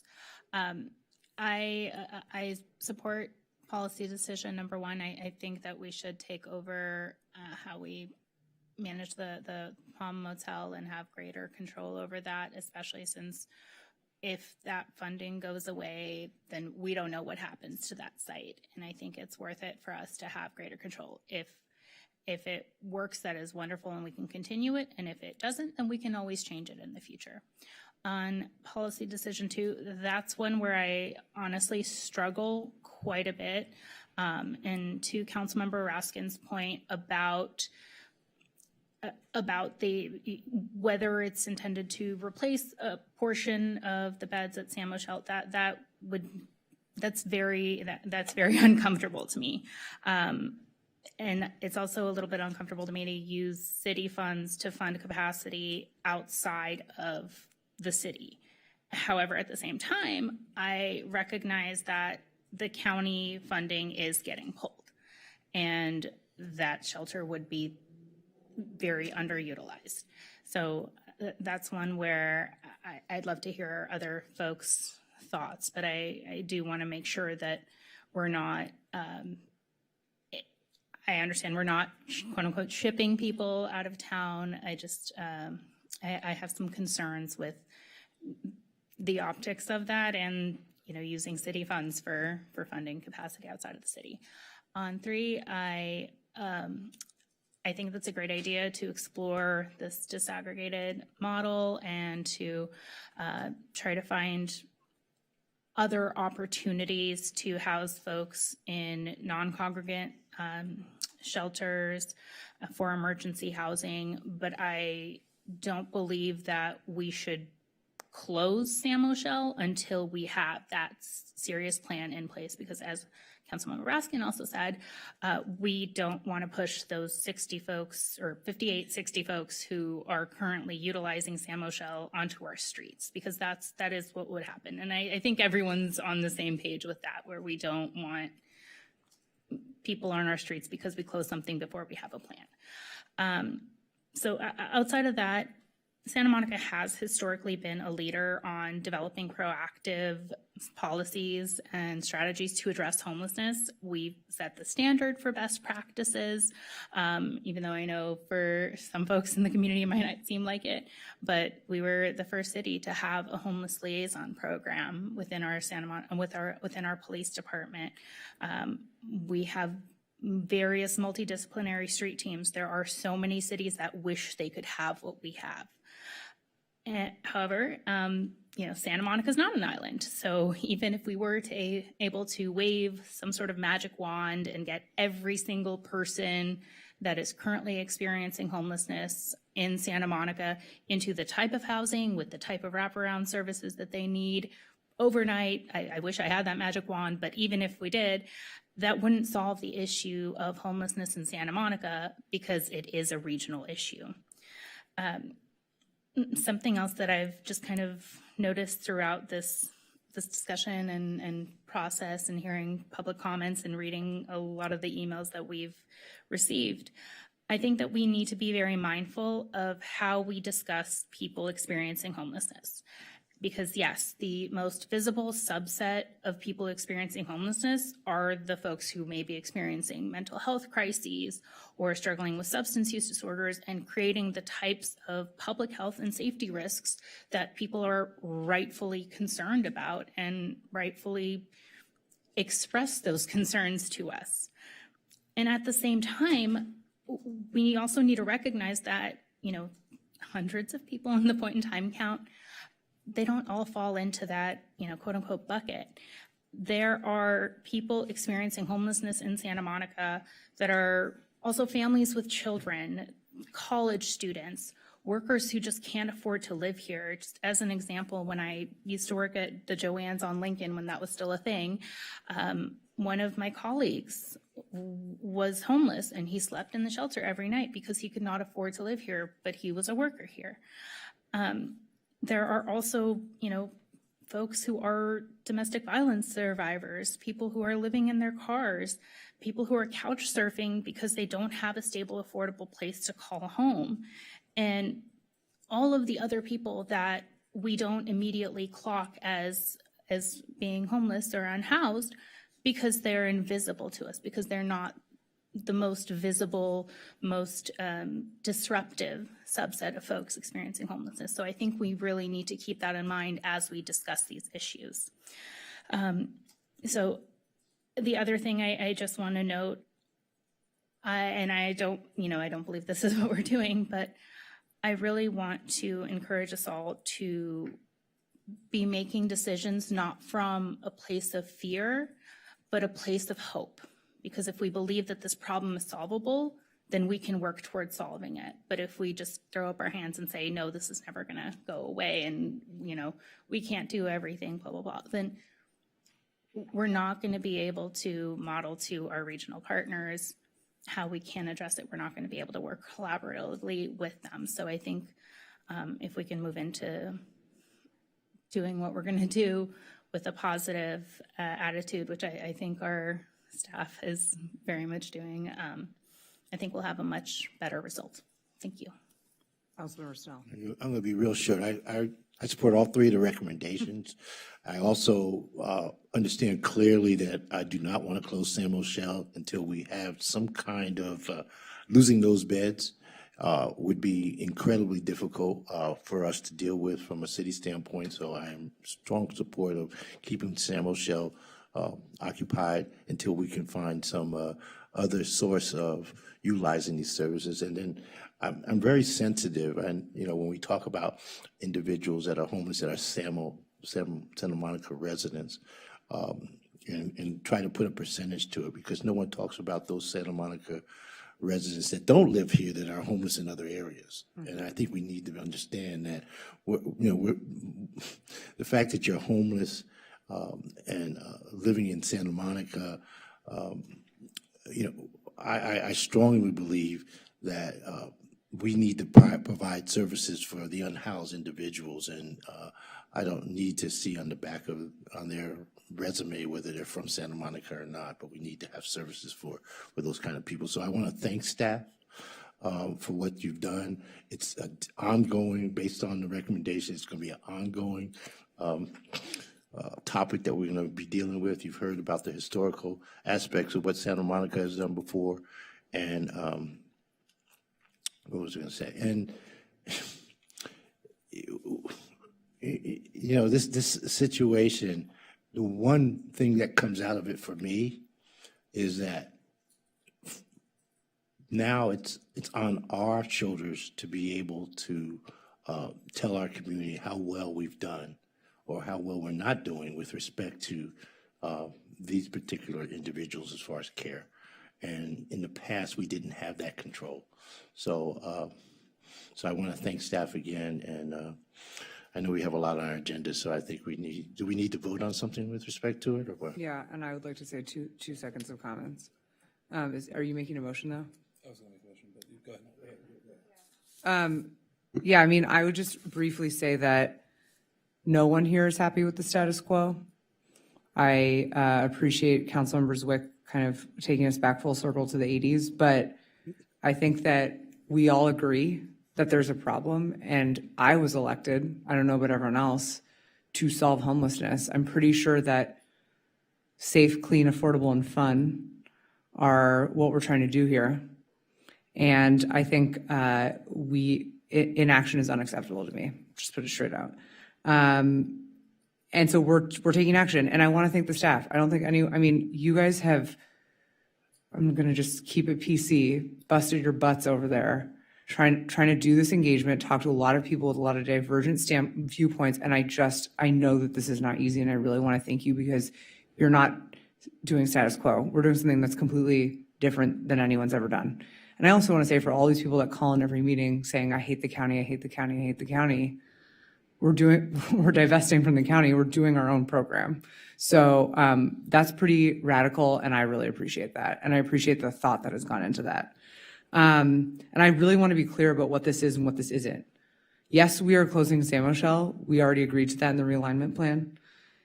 And we're building something that's better.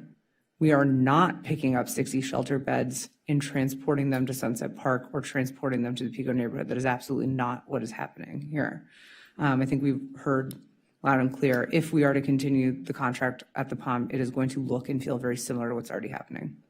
And I can just say, as someone who lived down the street from another motel who the city had to close forcibly, I would way rather have the Palm Motel next to me than have that motel with sirens, ambulances, illegal activity, and a condemned, quote, drug house, why it's now shut down. So I'll just put that there. And I also want to be clear that for 30 years, the only shelter in this city has been a tent. I have been to San Michelle many times. It is a tent. I have served Christmas dinner there. I've talked with the participants. They don't want to live there. They want to go to a place where they can lock their door and feel safe. It is not the best practice, and I really, again, thank staff for coming up with a different model. The whole point of tonight is that we are taking our own control back over the system.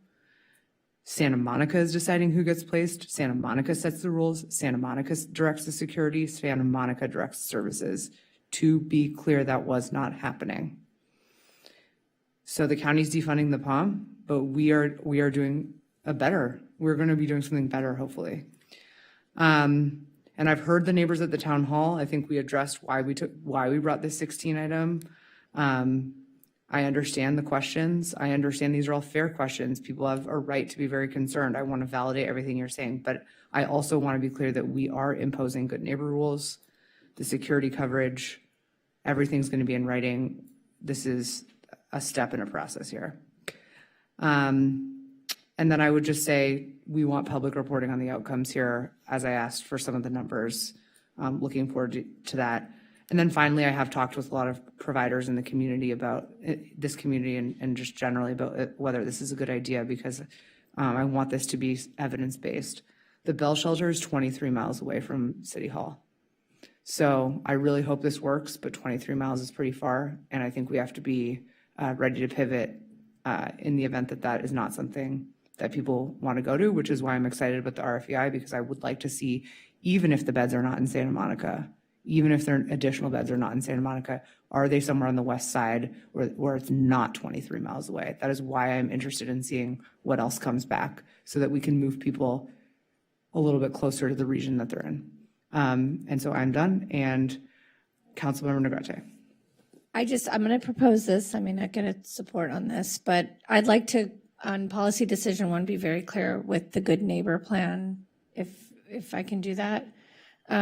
Because I think that's one of the biggest concerns. And I want to point out, I attended the meeting. I was at SMC with staff, and I think the points that were brought up was a lot of this stuff. What's going on? Nothing. I'm just asking if is a motion in order? Yeah, okay. and I'm All right. referencing that I attended the meeting in person and heard the requests, which is how I came about with this good neighbor plan. So hopefully we can include it. So I'm hoping that we can also address in the good neighbor plan behavior, complaints. Right now, there's a constant security guard outside, but that security guard doesn't really handle complaints. There is a door front opportunity. So if there's a phone number that's posted somewhere publicly, not just on our website, but on the facility, and that if we have a security guard, that we also address, or it's very clear how to address neighborhood concerns. The other issue is around the POMs, and I don't know if this is something that we can do, but to the extent that we can help have, if it's loitering, if it's trash, that's not existing now, but if there's a way to put in that good neighbor plan that we kind of understand that the problem may not always come from there, but that we're having extra sets of eyes on around the POM, because I think that's also good for the folks that are in there if there's less issues. That's one of the biggest issues that we heard from that. Yeah, so a good neighbor agreement is already in our drafted proposal with the service provider. So if you wanted to add that to your motion tonight, I don't think it's necessary, but you certainly could. In terms of security beyond the property, I think that would be in the SMPD jurisdiction, because it's about general public safety, and we wouldn't have private security responsible for an area beyond the property. But certainly, as the city would be party to the Good Neighbor Agreement, we could reference collaboration with SMPD in the neighborhood as well. And maybe we could include that in the monthly meetings with the NRO, the Neighborhood Resource Officer, at the FSOP meetings that we do. Yeah, that'd be easy, yeah. Updates specific to the POM. And then just, I guess, the updates also, making sure that we are, how often realistically would reports be in terms of how it's being utilized, capacity, and any complaints? Yeah, so I'm happy to take direction. I think data of that value usually requires a little bit of context. So I would recommend quarterly is something we could probably commit to. Something more often than that probably would not be representative enough, but we can explore monthly as well. Are you going to talk to the neighbor? I mean, there's really Friends of Sunset Park, but I guess also for folks who may not be a part of Friends of Sunset Park, how would we distribute the Good Neighbor Plan, especially to those who are adjacent to the property?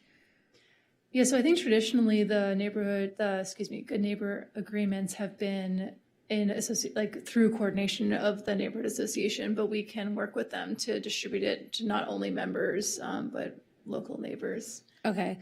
And then, okay, so that's for policy direction 1, but for policy direction 2, I'm in support of it. I would just say for policy decision 3, and I don't know if I'll get support for this, I would like to prioritize whenever possible that we focus not in Santa Monica. If it's the west side, that's fine.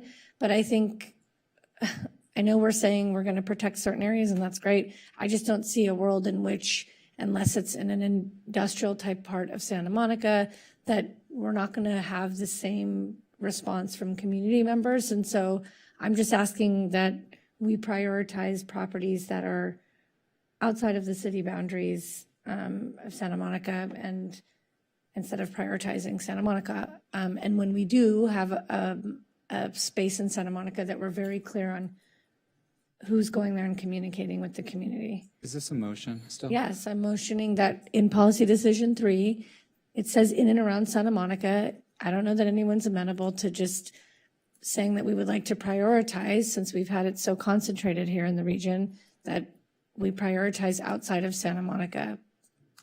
Okay, is that your motion? Yeah. Is there a second for that? Did you have a question, Barry? Yeah, I do have a Yeah. question, and this is more for the city attorney. So there's the 7 recommendations. Is there a way that you guys are grouping this? And 7 or 3? Yeah, sorry. So I grouped them this way for the policy decision to be clear, but the full recommended actions include like the budget allocation and the ECBE. Right, So- but if it helps, and staff can correct me, right? So policy question number 2 would involve recommended actions, policy sorry. direction number 1 would include recommended actions 1 and 2. Policy question number 2 is 3, and 4 applies to both. 4 goes to both of the policy questions. 7 goes to the first 2 policy questions as well, and So to it is 6. Yeah, And then So- number 5 is policy question number 3. yeah. Sorry, I tried to make it simpler and. Are we doing it this way, or are we doing it the other way? Alice, do you want to weigh in? I have a motion that I would like to make, but you can go ahead. Okay, so I don't hear a second. If it makes it easier, you can use the framework set up by staff. Yeah, I And will. then we can turn it into something that overlays with the recommended Okay, actions. So I would move all 7 recommended actions by staff. I'm sympathetic to Councilmember Negretti's concerns that the new facility, or the newly Santa Monica controlled facility, be a good neighbor. It sounds like those are already sort of considerations that the city is taking into account. So, to the extent that we want to take some of the specific direction in order to work with immediate neighbors so that they're aware of that and how they can contact the city or other people on site when they feel like there's an issue, then that sounds great to me. I'm not amenable to, any sort of, I think the whole point of this RFEI process is to see what's out there, both in and outside the city. I would include the portion that was in our 16 item that says that, at least as a general matter, this council would like to find locations that are outside of the Pico neighborhood. But beyond that, I'm interested in capacity both in the city and outside of it, because I think we have a responsibility to find both. Is there a second for that? I'll second that. Was that Snell? Yeah, do you want me to restate the motion? He's moving all 7 items with the additional direction that was given from Councilmember Negrete for the good neighbor policies and working with specific neighbors and keeping the RFEI as broad as possible with the incorporation of the direction to deprioritize the Pico neighborhood. Right. And so Councilmember Zwick with Councilmember Snell seconding it.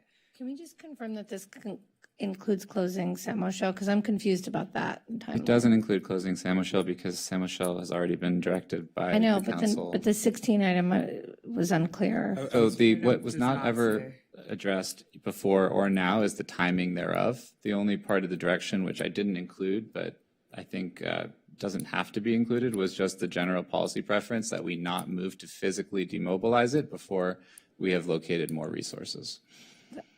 I was planning to make a separate motion on the 16 item. That part's, so are we moving that separately? Because I feel like this, okay. Is that going to be a separate item then? Well, I mean, the seven If you direction wanna- items don't include any action specific to Sam O'Shell. If you want to propose an amendment or something to incorporate it, you can. I don't know. Well, we could also vote on the motion on the floor, and then Councilman Raskin, if he wants to, can make a Sure. separate motion. That too. Yeah, can I just speak to the motion just briefly? I mean, I was on board with everything you had said except for the direction on part 3. It sounds like we're mostly in agreement with respect to getting neighborhood buy-in. I just want to make one quick point about the funding allocations with respect to the Providence DA money. Back when that DA was being negotiated, neighborhood associations, including, for instance, Sunset Park, Wilmot, and Noma, had all pushed for that Providence DA money to be used for mental health beds in Santa Monica. We didn't get that. I was actually the only person on the Planning Commission who supported that at the time when we were negotiating the DA. So we never got those mental health beds. And it's interesting that we're coming full circle now to be using that DA money for this purpose. Obviously not mental health beds, but it's, this is an interesting full circle moment. So anyway, thanks for indulging that. So there's a motion on the floor. Do we want to vote on it? Oh, sorry, Councilmember Negrete, did you want to make a comment on the motion? No, I was just, Okay. we're going to do the 16 items separate, which has to do with the timing and delaying the closure of Sam O'Shell. That's a separate issue, right? I don't It's a think we're separate taking. direction. Any vote on the timing is not on the agenda. There was just direction in the motion. Well, in any event, the motion on the floor is the 7 items recommended by staff. Okay, and that was proposed by Swick and seconded And by Snell, But I want to clarify, in addition to that, Councilman Negrete talked about the good neighbor. Correct. agreement That's that we included had in to this include motion. those in this motion. Yeah. Okay, Councilmember Zerneskaya, Yes. Councilmember Snell. Yes. Mayor Pro Tem Swick, Yes. Councilmember Raskin, Yes. Councilmember Negrete, Yes. and Mayor Terosas. Yes. Okay, now do we Thank want to you. address the 16? Sorry. And again, the 16 item was direction to be included. It wasn't necessarily like a separate thing. But anyways, I don't know. I just felt like it's cleaner just because it's a separate issue, just to address this as a separate motion. I guess the motion that I would make is, to the extent that we need to give direction on the implementation of the realignment plan, which, did again, look at a future beyond Sam O'Shell, to clarify that we do not demobilize or shut down Sam O'Shell until after we've had a chance to look at the outcomes of this RFEI process and understand what the future is going to look like and have a robust plan consistent with the direction in the 16 item. I mean, I'll add just, from my own personal perspective, my preference would be to have a Sam O'Shell 2.0 on site. I think I'm probably the only person on the council who thinks that. I think we have a wide range of opinions as to what the future should look like, and I don't think we can make an informed decision until after the RFEI process is completed. But in the meantime, let's not demobilize Sam O'Shell. So that okay. To summarize, my motion: clarify the process of the realignment plan, that we do not demobilize Sam O'Shell until after the RFEI process comes back to us, and we can make a more informed plan as to what the next step is. Councilmember Negrete. Okay, this is where it gets tricky, and it feels like tricky because it sounds to me like we're delaying the closure. Staff just said that these people, if the concern is that people won't have anywhere to go, that between whether or not people accept Bell, there's other places. They're not going to just shut it down and tell everyone to find a place to go and dump everyone on the streets. It's my understanding that you're working with the county and regional partners to put folks in other spaces, right? Yes. So I don't understand why we need to wait. If there's another reason that we're wanting, you guys are requesting to keep it open, if it's to preserve funding for the people concerned or a different reason, that's different. But if we're talking about the shelter is not going to, these people are going to have another place to go that probably would take, I would imagine, some time because you have to find space for everyone. It doesn't happen overnight. So I don't know why we can't do that like, this is a separate thing. This RFEI has to, not to do with congregate or non-congregate. This is different interim housing. I don't know why we can't just do what we proposed. You're sort of you're saying, oh yeah, we are doing the closing the shelter, but then we're not going to do it until we go and do this whole process. How long does this RFEI process potentially take? So it's rolling, so it would depend on the responses we get. I mean, if we get a lot of responses, we can do it as quickly as, I'd say, 60 days. But if we don't get a lot of, it takes time to get the inquiries in. So it's unknown. So if we should still move forward. If that is happening, it's happening. But nonetheless, if the shelter closes, people are going to be put in other spaces. So if by the time a place gets up and running to replace what's happening, like that could take even longer. So I just don't think we should delay closing the San Michelle. Council, sorry, did you want to respond to that because you're not in the queue? Councilmember. Okay, Councilmember Snell. Hopefully, maybe we can clarify for Councilman DeGrady. Based on this 16 item, and I didn't bring it forward, but I support it. We don't want to close down the San Michelle until we have information about other locations that we talked about tonight that would be part of the program, whether it's inside Santa Monica or outside Santa Monica. So my understanding with this 16 item, which I support, is, and we talked about closing San Michelle. We won't close it down until we get back information as to where we can do it. So a time frame, whether it's 60 days or 90 days or 6 months, I don't know that because we don't know what staff is going to bring back to us. So my understanding of the 16 item, and the authors of it can correct me, we don't want to close it down until we know where we have something else to support these individuals. Yeah, just to add on as one of the authors. Oh, sorry. Just to add on as You go and then he. okay. As one of the authors, if you want to accuse this plan of anything, you could call it incredibly self-obvious, which is that we should have a plan before we demobilize. And I think that's something we could all just agree on. And that's all it is. I mean, and if you think that's incredibly obvious, then I would cite the community that has said en masse, why are you shutting down 60 beds and shipping them into our neighborhood? And what we're trying to say is we won't do that until we have a plan to make sure that everyone's taken care of. Agreed. Councilmember Raskin. I mean, I think the point is that we're not satisfied with the plan. I'm not satisfied with the plan. I'm not satisfied with saying that the Palmas Motel is going to be the only place in town that's city-run where people can go. I don't think anyone's going to go to Bell. I don't think anyone's going to, yeah, maybe we'll get some people. I don't think that this is a satisfactory solution to shutting down San Michelle, and I'd like to see a more developed plan before we demobilize the facility. And just to be clear, sorry, we are demobilizing the facility. Can you just tell us what your intended timeline for that is, or we haven't negotiated that with the current proprietor? No, I mean, based on the direction tonight, will certainly impact it, but we have an agreement and lease with them through the end of the fiscal year. So could I amend the motion to ask that you come back in 30 days with a plan for council direction? Again, we're not trying to tell you to slow down the existing timeline, but we are saying that we need more, the public and us needs more information about what other options are available besides, as Councilman Raskin just said, the only option is the Palm, because that is what we were getting from people. The only option is the Palm, and you're sending everyone to the Palm. So what could you in 30 days come back to us with additional information on where there could be additional beds? It would be dependent on the response we get from the RFEI.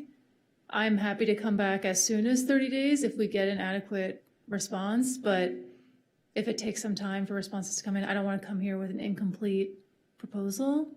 So I can commit to it being timely. I can commit to, 30 days earliest, 90 days latest. I mean, I'm happy to take direction. I just don't want to, I can't predict the response, the RFEI, so.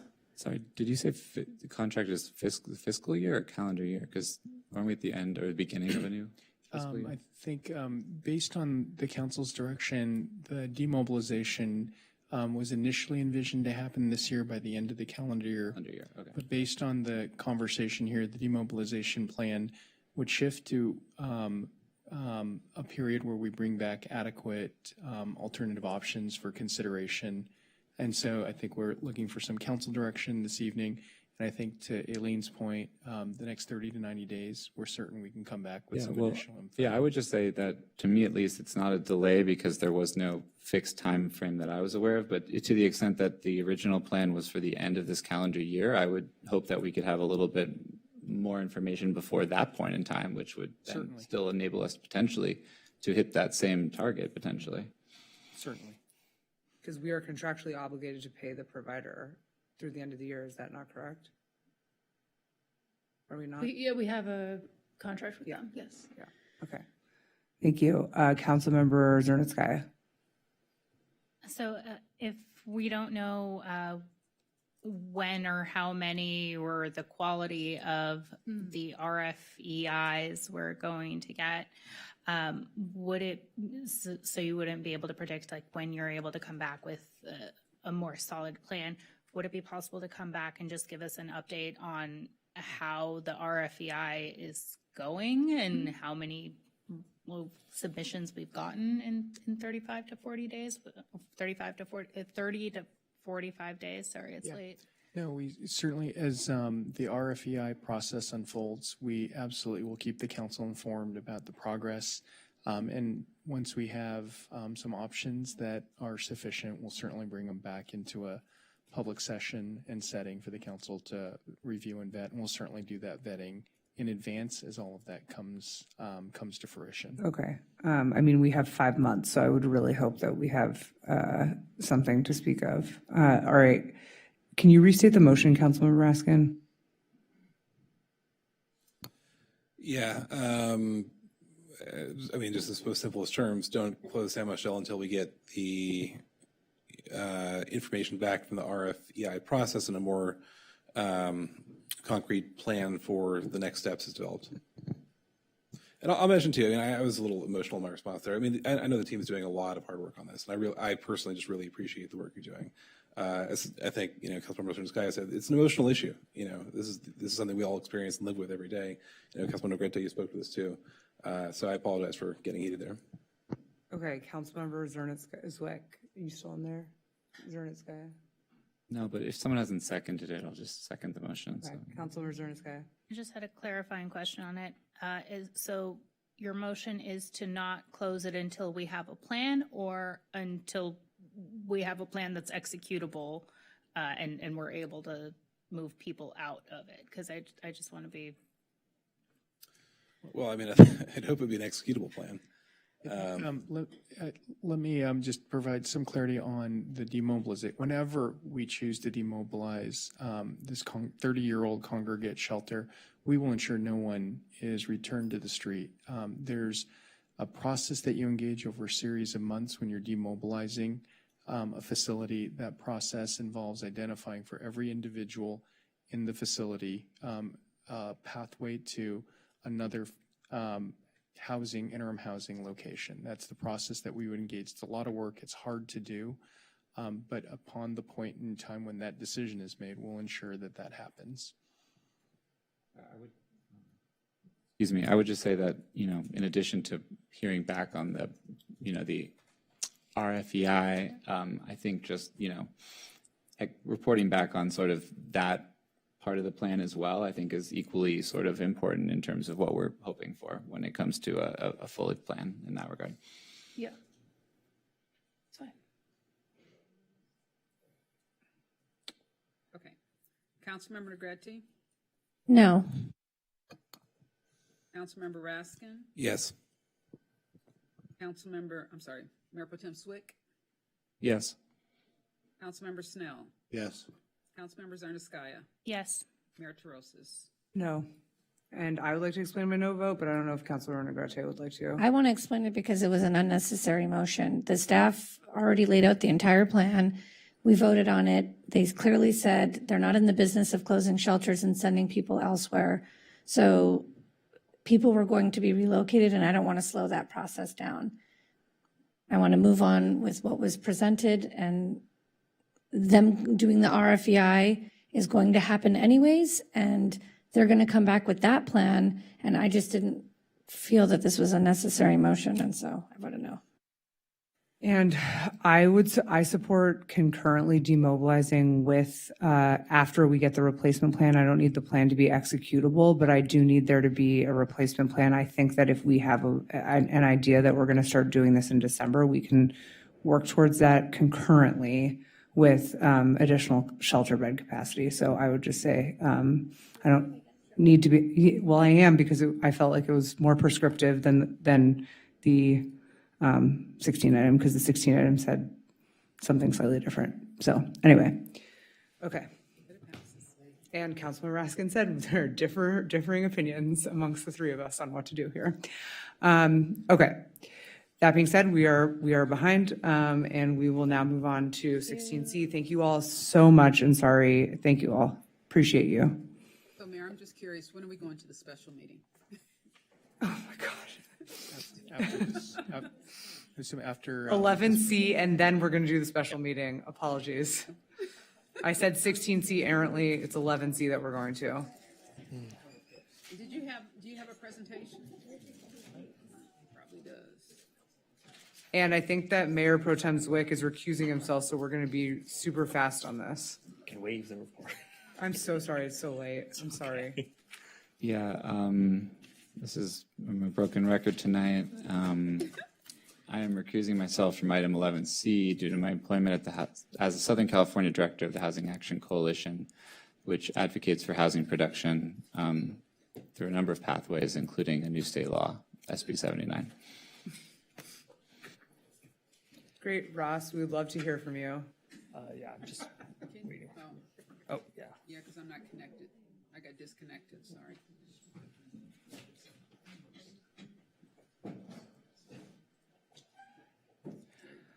Well, I feel like I can officially say good morning, council.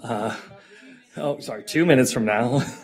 My name is Ross Furman, planning manager for the city of Santa Monica, and I'm joined by the very hardworking and very fast working team of Rachel Kwok, our environmental planner, and Jesse Brown, associate planner, to bring back to you options to qualify the Expo Bundy TOD zone for SB 79 exclusion.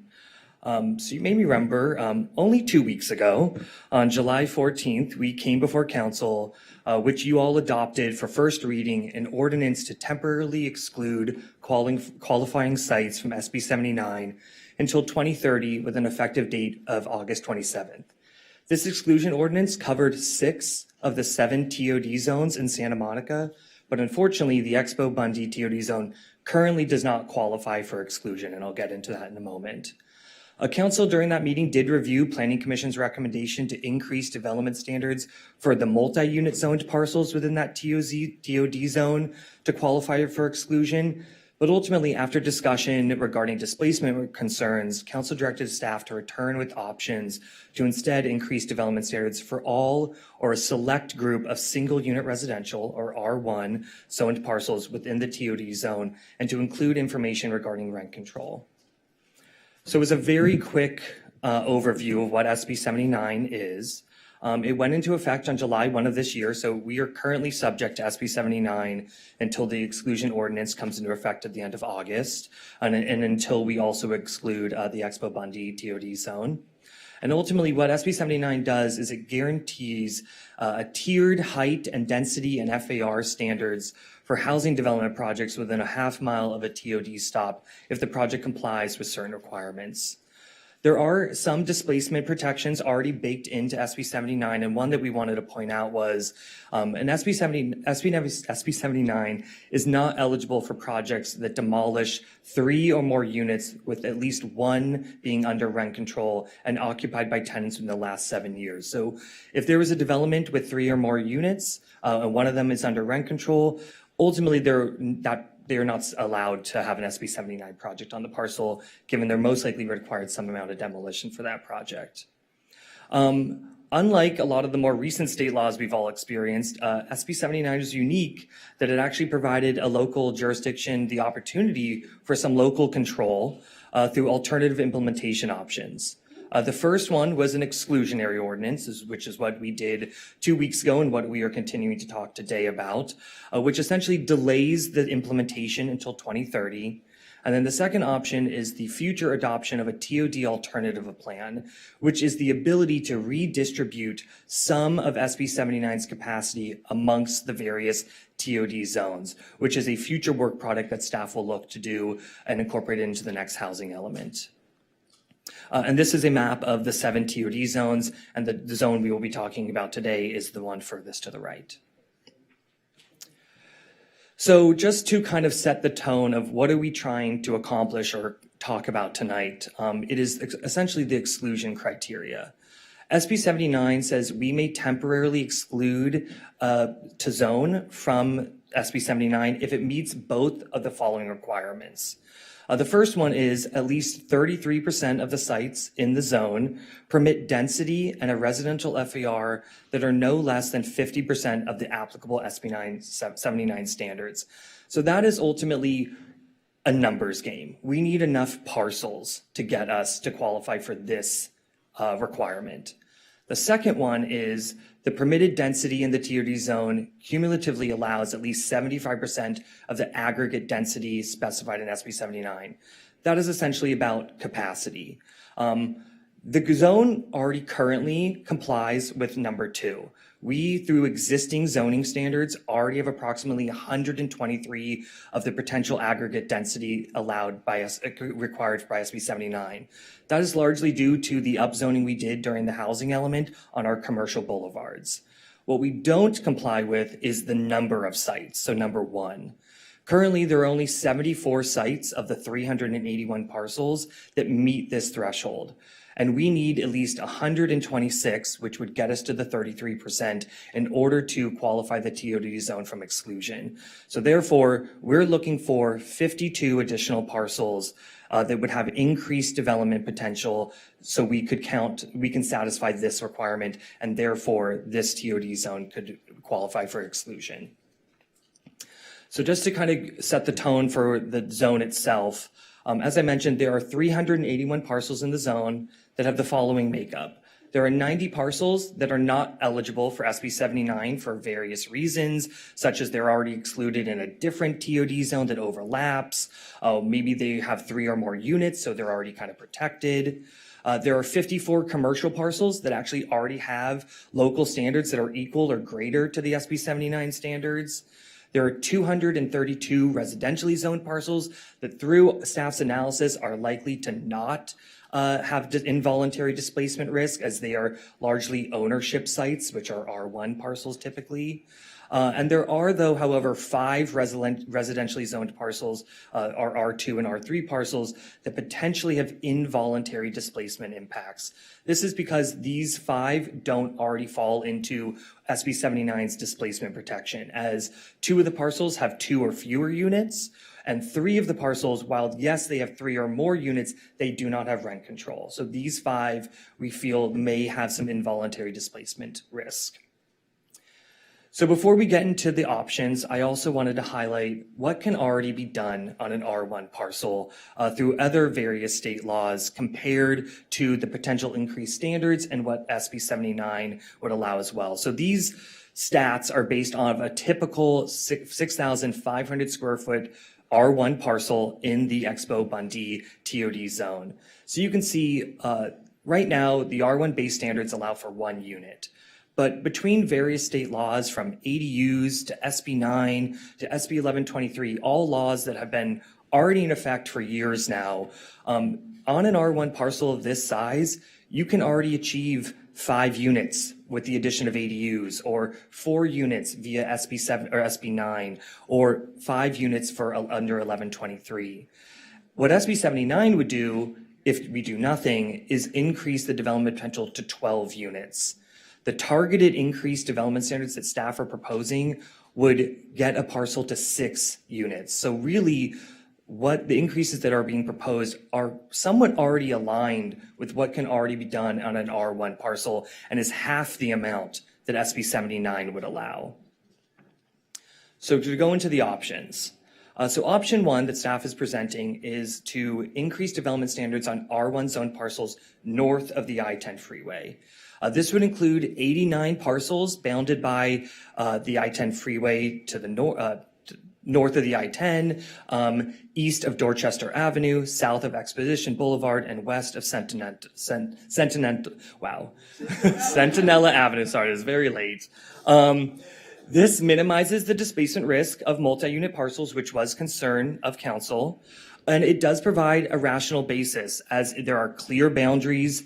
There's a direct geographical relationship to the Expo Bundy station with a shorter walking distance to the TOD stop. It's closer to high-intensity zoned commercial in the Bergamot area. And it's distinct from the southern R1 zone parcels, as it is in a separate census block group. These 89 parcels would meet the SB 79 exclusion requirement, as again, we're looking for 52 parcels.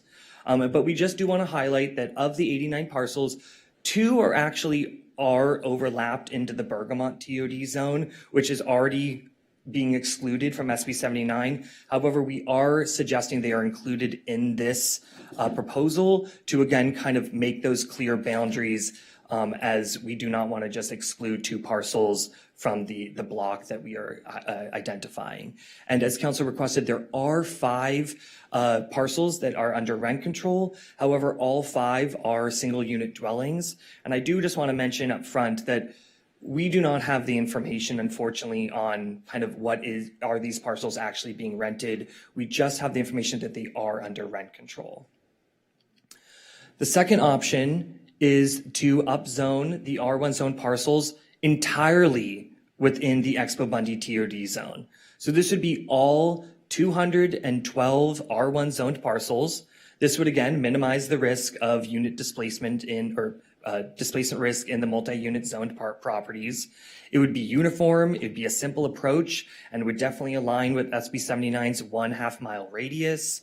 It would more than meet the exclusionary requirement.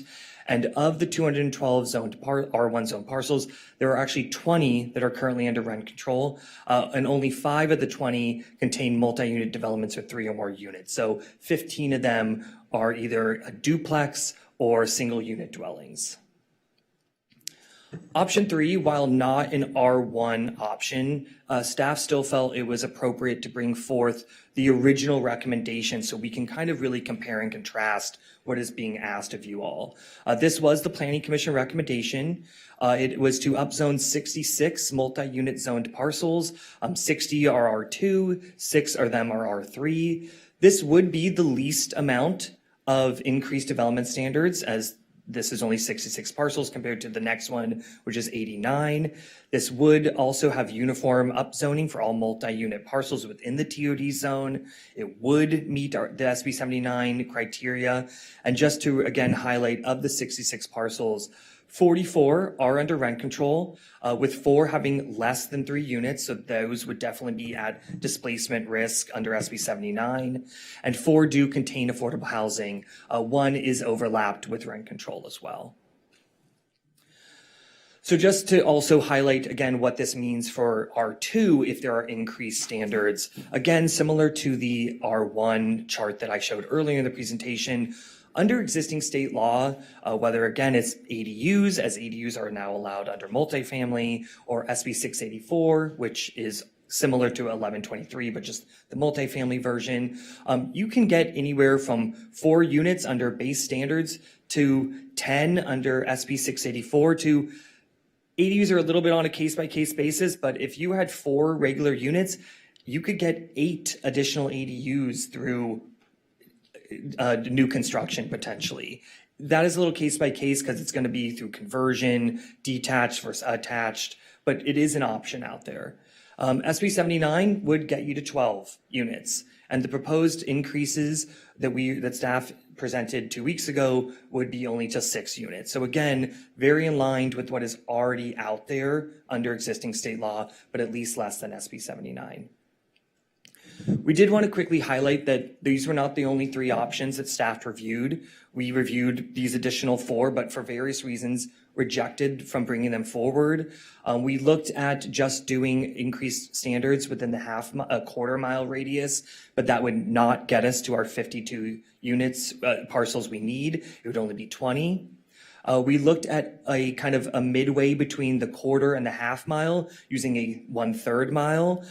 That would technically get us the parcels, but ultimately it was rejected as there was no real rational basis for why the 1/3 was selected. It's not reflective of the actual pedestrian routes and walking distance to the station. It would cross multiple neighborhood boundaries, cutting blocks in half, and it really does not consider kind of existing local land use patterns. The next one was looking at R1 parcels south of the I-10. However, although this would be enough parcels, it was ultimately rejected because it is a greater walking distance from the Expo Bundy station, therefore not really meeting the intent of SB 79, which is really bringing more density around the TOD stop. And it would expand rezoning greater than the necessary further from the station. So it's more parcels than we needed. And the last one is do nothing. Allow SB 79 to go into effect as it is currently. This was ultimately rejected because that has not been the direction that we received from both Planning Commission and City Council. The TOD zone therefore would not meet the exclusionary criteria. It would not provide a holistic land use planning, and it contradicts the city's overall strategy of focusing density on our commercial zones and away from residential neighborhoods for preservation purposes. So the next steps, depending on what is directed tonight, is staff would prepare additional zoning ordinance text amendments and will return to you at a future date after completing all necessary procedural and public noticing requirements. And ultimately what we are looking for is direction.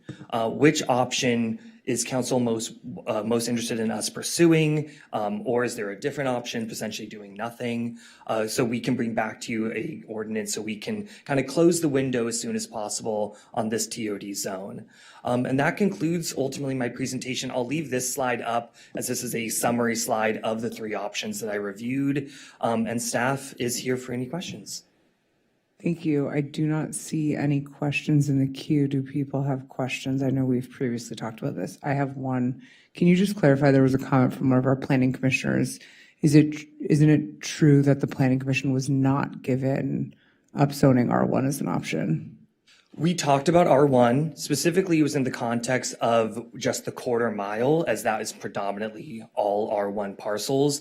It was therefore slightly discussed. It was not discussed to the level that we are presenting here tonight, though, as that was not the original direction that we got from council back from April when we first kind of started talking about SB 79. Okay, and for a city attorney, does option 1 carry any more legal risk than option 2? Because I know that Ms. Yo, who's not here, had talked about a potential, she just talked about like it being incompatible. Yeah.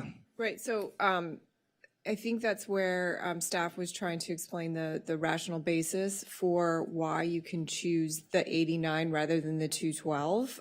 So the reasoning would be that it would be a fewer number of parcels, but they are geographically located in an area. And then again, as staff explained, because there are characteristics similar amongst those parcels and that they all meet the criteria that you all were looking at and the SB 79 criteria, functionally, those are legally defensible. Either option 1 or 2 are legally defensible. Great. That is what I want to know. Thank you, Councilmember Raskin. Thanks. Just one question.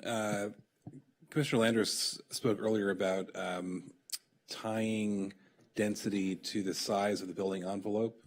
I'm curious if you've had a chance to think about that at all, and if you have any thoughts.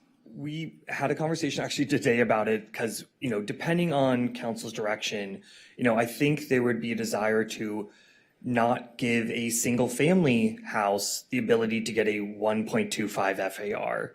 I think what you are trying to do is increase the standards as they're tied to actual producing units. Staff would want to kind of, depending on what option is selected, staff would bring forward some options on ensuring that these increased standards actually produce the units and they're not just being used to create a large single family home. Sorry, just one more follow-up question on that. I recall that when we did the last housing element update, we said that in multifamily zones, a single family home would not be a permitted We removed that from the land use during the housing element because Okay. we wanted to make sure that our multifamily zones were in fact being used for Okay. multifamily. Okay. Yeah. Sorry, I thought you were going the other direction. No, no, no. Got it. Okay. All right. Thanks. Okay, does anyone want to make a motion? I'll make. Oh, Councilor Negrete in the queue. I propose option 3. Do we have a second? And I would just say that the Pico neighborhood, I'm losing steam, but we've heard, I'll take the place of Christine Parra, who got on council from discussing the issues of all the things that have been put in the Pico neighborhood, the R1 zone there. I mean, first of all, it's the recommendation of the commission. It has the least amount of parcels impacted, and you're looking at it right there. And I want to notate too that in Pico, there is renters, and I'm not sure that you took that into account when you're there. Like, there's people renting homes. We did, unfortunately, we just don't have that data information, on who yeah. rents single-family homes. So there's just limits, but we did at least try to include what was at least under rent control. But even then, when it comes to a single-family home, we don't have that data. They did a survey. I'm sure you guys all got the email and said that they feel that there's a lot of it's one of the last places you can actually afford to maybe rent a house. And so I'm proposing option 3. If anyone wants to second me. I do not see one. Councilmember Hall. Thank you, Mayor. Before I start my comment, I will once again state this is why it is critical that we need our rental registry built by the city. So I thank staff for continuing to move that item forward. So I think it's important to ground us in like why we are doing this temporary exclusion work, and that is to create an alternative TOD zone because we do want to protect against the displacement risk in the Pico and Mid-City neighborhoods. The alternative TOD zone, as you saw in the staff report, allows us to concentrate across the TOD zones so that we could theoretically push it into our commercial zones, the light industrial, the downtown. Obviously that'll depend on staff's work over the next several months, but in theory, that is why the alternative TOD zone option exists. But that does require us to do something with this Expo Bundy stop and rings. Tonight's decision is a balancing act between multiple longstanding city priorities. One, protecting renters, especially rent-stabilized renters, Section 8 and below market rate affordable housing tenants. Two, affirmatively furthering fair housing by concentrating development in high-resourced areas of the city while protecting our historically harmed neighborhoods. Three, realistic opportunities for living without vehicles or living vehicle light, which I would say is, putting housing capacity closest to our public transit. And 4, creating new housing, especially housing with multiple bedrooms and housing with deed-restricted affordable units. And these principles are all in tension tonight. So it is a tough decision and one that, as Mayor Pro Tem Zwick likes to say, and I think said it tonight, we get paid the big bucks for.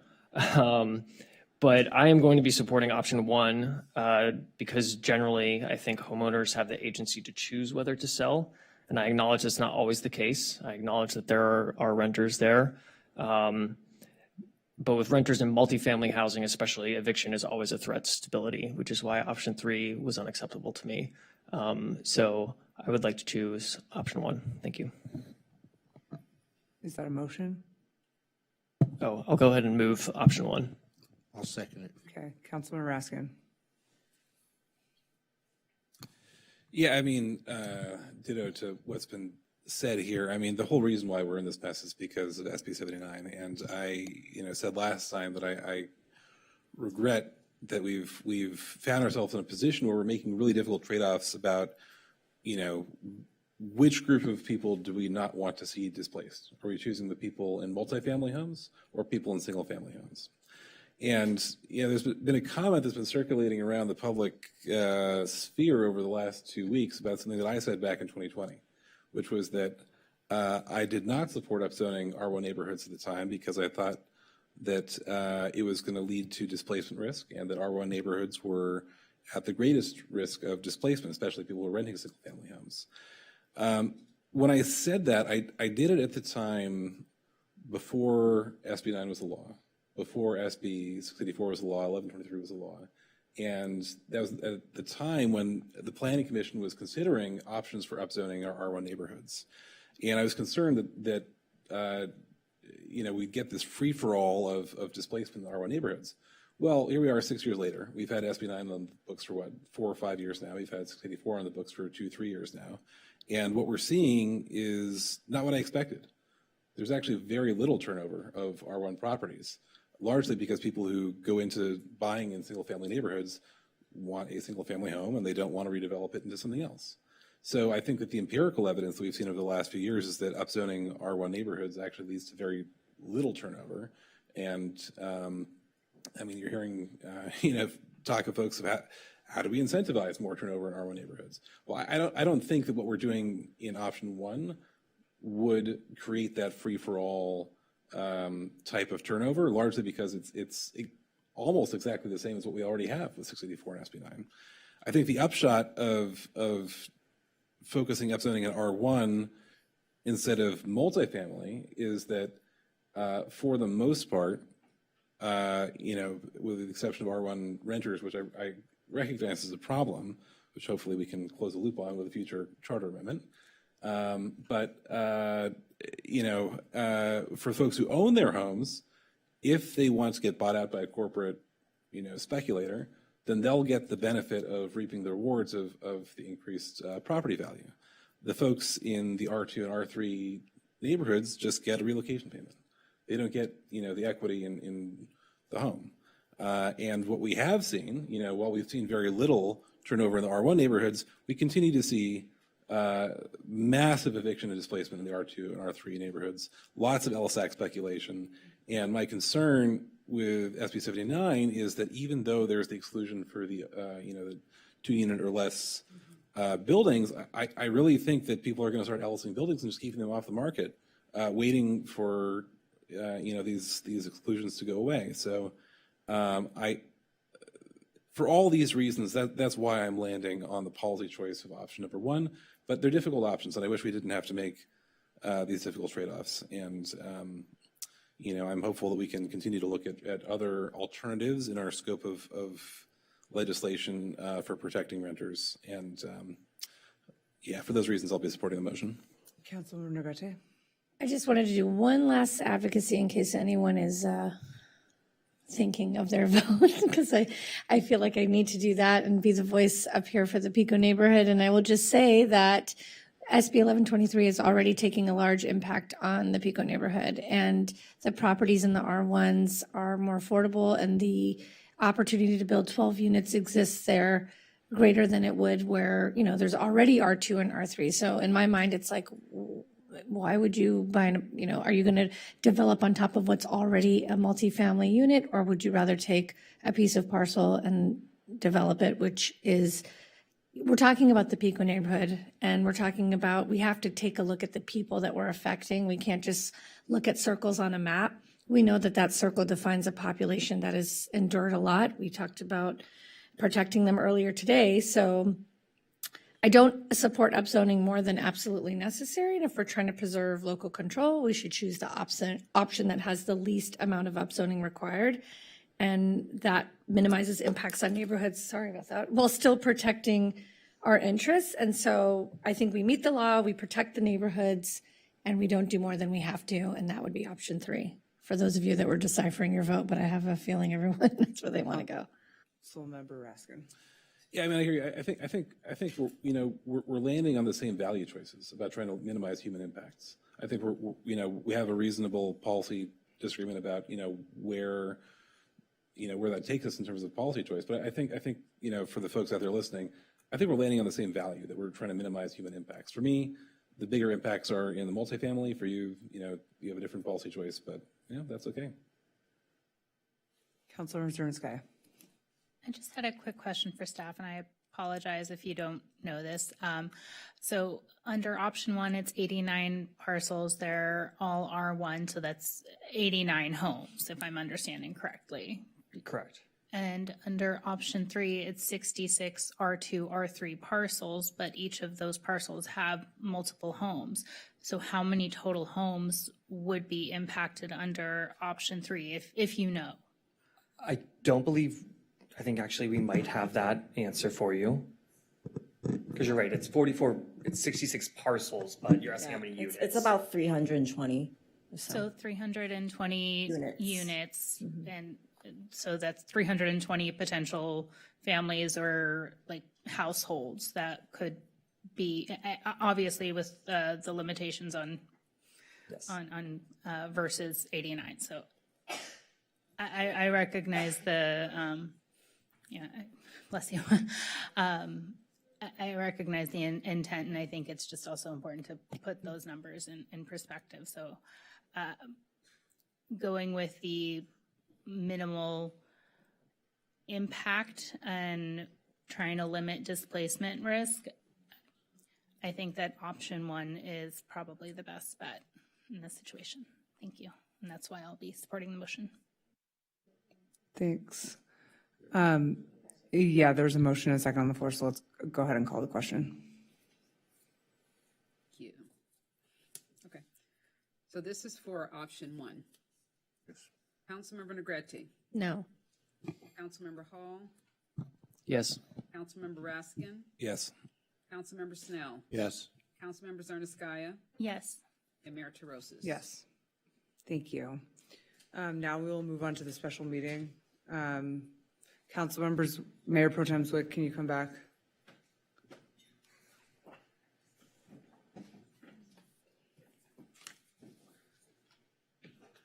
So we are recessing the regular meeting. Yes, we are recessing the regular meeting and calling the special meeting. We have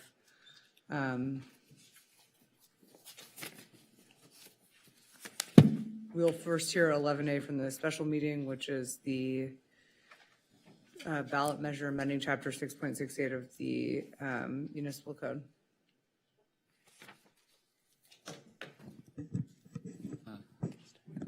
Mayor, I have to recuse myself. Why? This is the other one, the TOT one. Just kidding.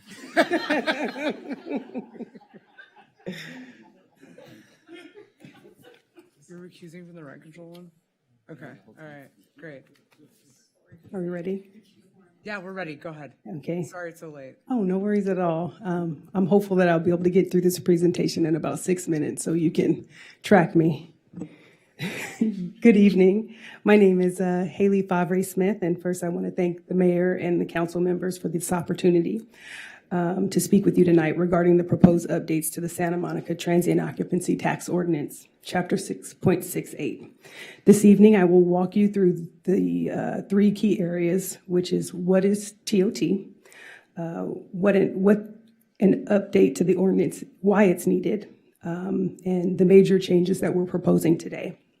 My goal is to provide you a clear overview of how the recommended updates will modernize the city's tax structure, enhance clarity for operators, and strengthen our ability to administer the program effectively.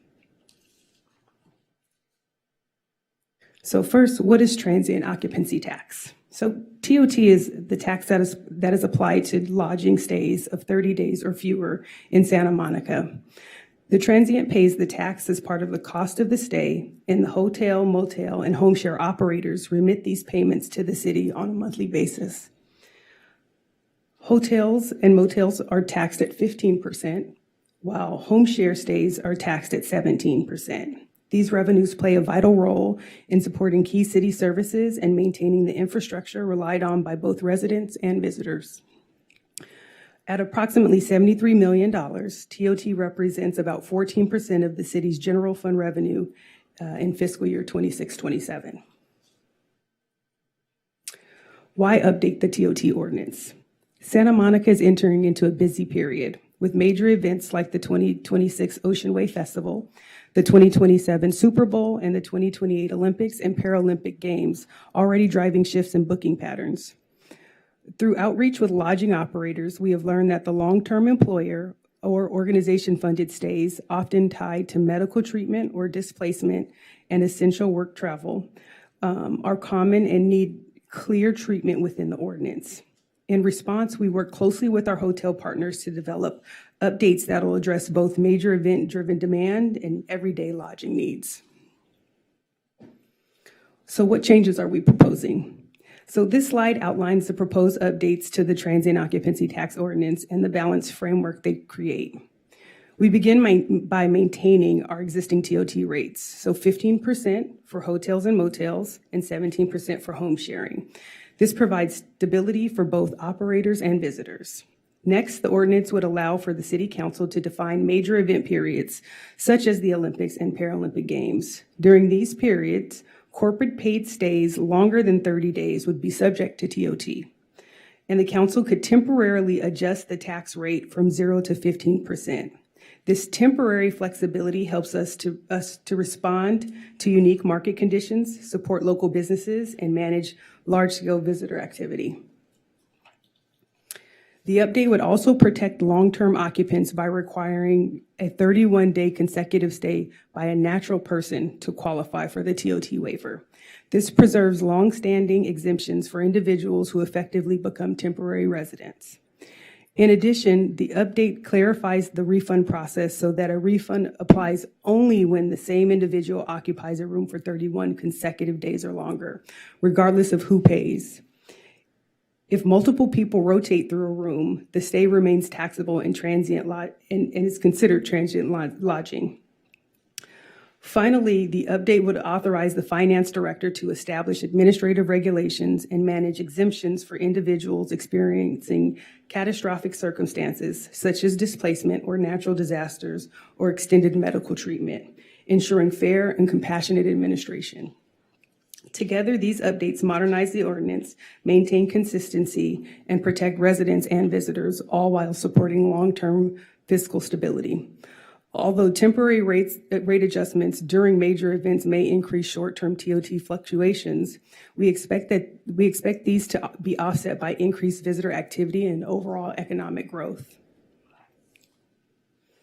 So staff's recommended action is outlined here for you to consider, with the subsequent slide providing the proposed ballot language. In summary, the ballot measure asks voters to consider updates that maintain existing tax rates, clarify when TOT applies during major event periods, establish flexibility for temporary rate adjustments, refine the refund process, and authorize related administrative regulations. These changes support clarity, fairness, and readiness as Santa Monica prepares for a vibrant and eventful future. Thank you, and we are happy to address any questions that you may have. Thanks. I don't see any questions. I'm prepared to make a motion. I will move that we place this item on the ballot. Is there a second? Guess no one wants to do that. Second. Great. Okay.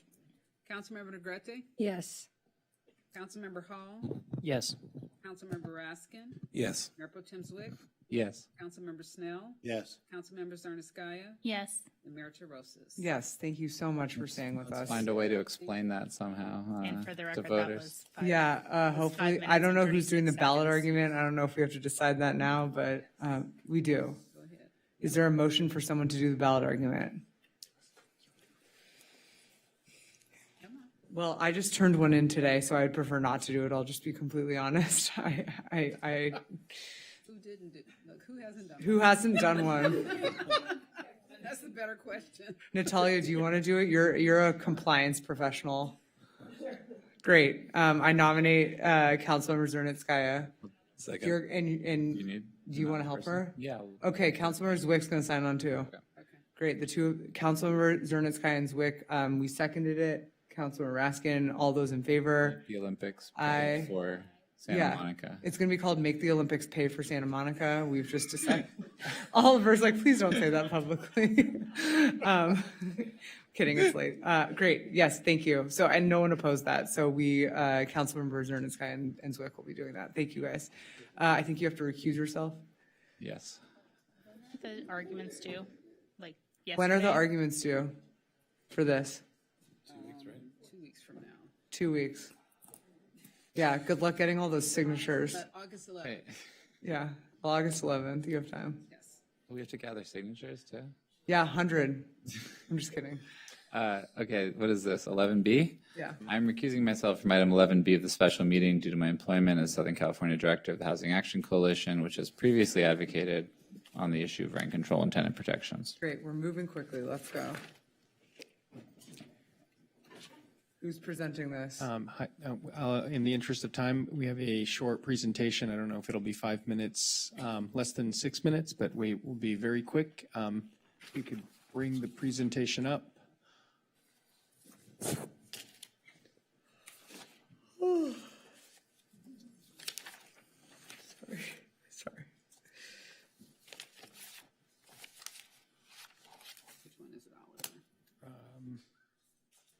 I think July 28th, special meeting, rent control. There it is. That's it. Here we go. Great, let's. Thank you. The item before the council tonight carries forward direction that was provided yesterday after consultation with the Rent Control Board related to a resolution to place a measure on the ballot this November to amend Article 23 of the city charter and to rescind a previously adopted resolution that has placed a measure on the ballot currently that would amend Article 18 and 23 of the city charter. If we go to the first slide, as the council knows, the process for amending the city charter requires a charter amendment that has to be placed before the voters for consideration. The council can put such amendments before the voters, or voters can by collecting signatures to place the matter before the voters for consideration. We have an opportunity every 2 years during general elections to amend the charter, and that process is subject to LA County timelines for elections. The deadline to place an item on the ballot for this November is August 7th. That timeline is what preceded the special joint meeting between the City Council and the Rent Control Board yesterday to discuss the matter before the council this evening. If we go to the next slide, the council recalls on July 14th, we adopted 3 resolutions that would be placed on the ballot related to various Rent Control Board recommendations that the council ultimately agreed to place before the ballot. The primary issue that we saw concerns raised with, if we go to the next slide, was with Resolution 3. After the vote to place the measures on the ballot, the city was notified of concerns about Resolution 3 and the proposed amendments to Charter Section 1806C and 2304C. The concerns raised generally related to circumvention of Costa-Hawkins and also potential limits for a property owner to recover their possession. Given the inputs received, if we go to the next slide, the concerns that were raised, are outlined here. Given the proposed changes that were included in Resolution 3, the amendments would have, 1, removed the currently existing death or incapacity trigger that would allow a subsequent resident to take over tenancy once the primary tenant has vacated the unit. It would be a change. That change is part of what prompted the concerns that were brought to the city's attention. In addition, the shift of broadening the protected class of who would be considered a covered occupant also drove some of the concerns that were raised with the city.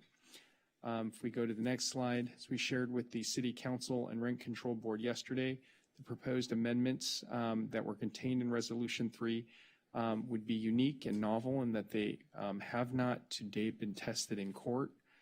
Based on the research that city staff and Rent Control Board staff conducted, no other jurisdiction has implemented the proposed adjustments contained in Resolution 3. If we go to the next slide, in addition to the considerations in Resolution 3 that created concerns, there were a couple other components in Resolution 3 that have been implemented in other jurisdictions, including the extension of just cause protections for single-family house and condo tenants.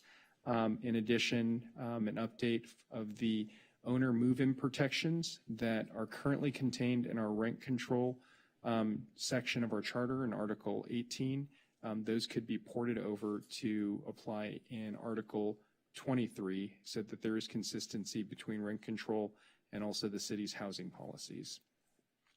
Based on all of that information, we go to the next slide. There was a special joint meeting of the City Council and Rent Control Board yesterday based on the discussion of the issues that have been highlighted.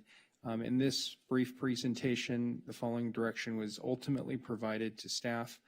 One, to bring back for the City Council a vote to rescind Resolution 11785. That would be the resolution that advanced Resolution 3.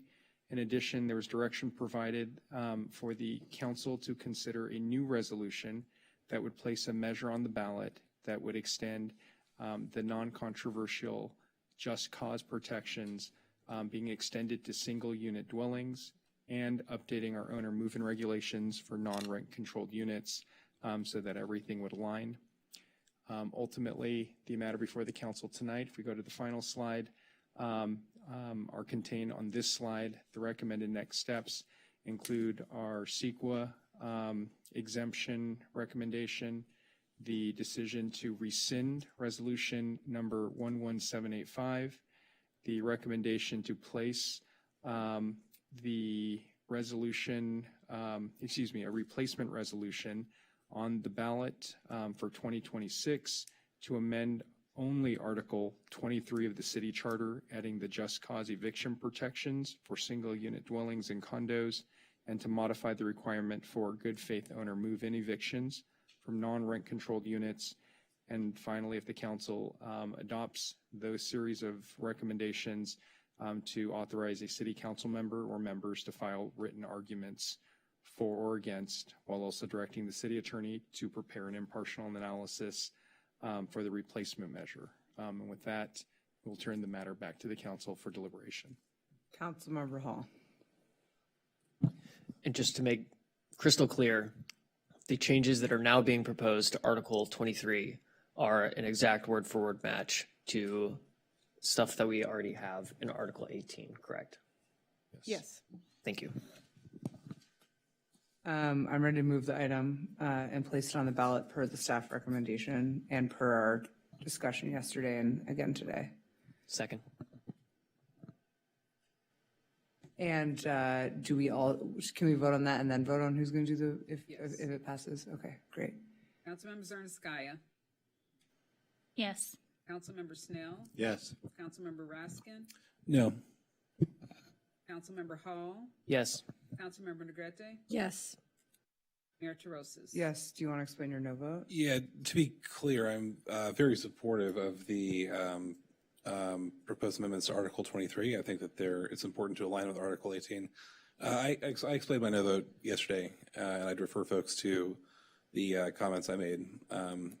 I'll emphasize that since 2024, of the evictions we've tracked in Santa Monica, 20% of those have been based on allegations that a non-authorized occupant is in the unit.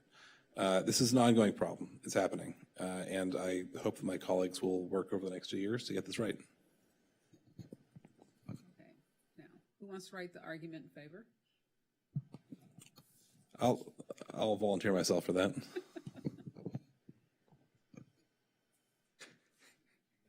I'll move that I write the. I'll second it. I'll second it. Would you like Councilmember Snell to join you on that? Yeah, if you want to sign on, it'd be great. Yeah. I've never written one before, so I'll sign Good on. luck. Fantastic. So the motion is that Councilmember Raskin and Snell sign this. Okay. All right. So now we're going to adjourn this. Wait, sorry, did we need to vote on that? All in favor is like last All time? in favor? Yes. Any opposed? Any abstentions? None. Okay, great. We will now adjourn the special meeting. Yes? Great. Council members, Mayor Pro Tem Zwick.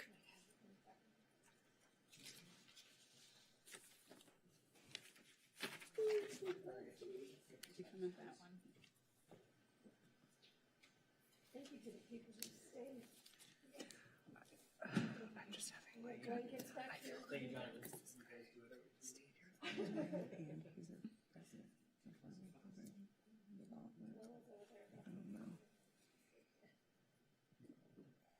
Okay, great. We are back in action, and Madam Clerk, what are we doing now? Okay, so the first one we're doing is appointment to the 7 seats on the new restorative justice. 4 seats are available for terms ending in 2030, and 3 seats are available for terms ending in 2028. This is going to be a ranked choice vote, and we're going to do it in 2 votes. Wait, So I need to find my- the first one we're doing are 4 seats for 4-year terms. And I believe you guys have your, Okay, if anyone needs one, restorative justice first, if anyone needs the QR code. Oh, nominations first. Apologies, Councilmember Hall's in the queue. Okay, so just to be clear, City Clerk, we're filling 4 seats first for the 4-year terms. we're doing Okay, 4 seats first. got it. I would like to nominate Laney Zepeda, Peta Lindsay. Hold on. Give me a sec. I was gonna say, let me get started here. Okay, you guys see me doing this. It's been a while, you guys, since I've done this. You're fine, That's you're okay. fine, I you're fine. apologize.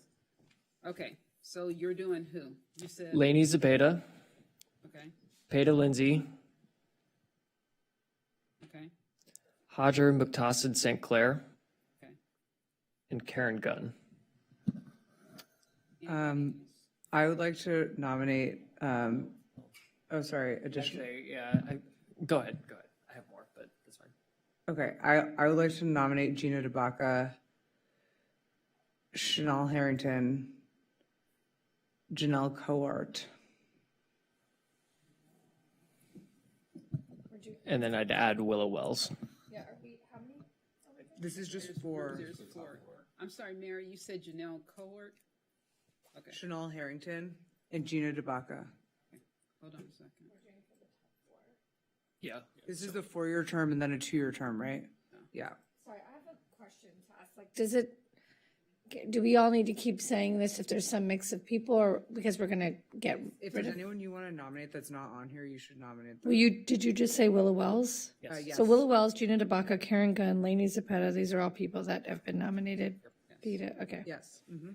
Okay, anybody else? Because I'm starting to delete. No, names you now. can go ahead and we can nominate other people for the 2-year. Okay, hold on a second. No, you sorry.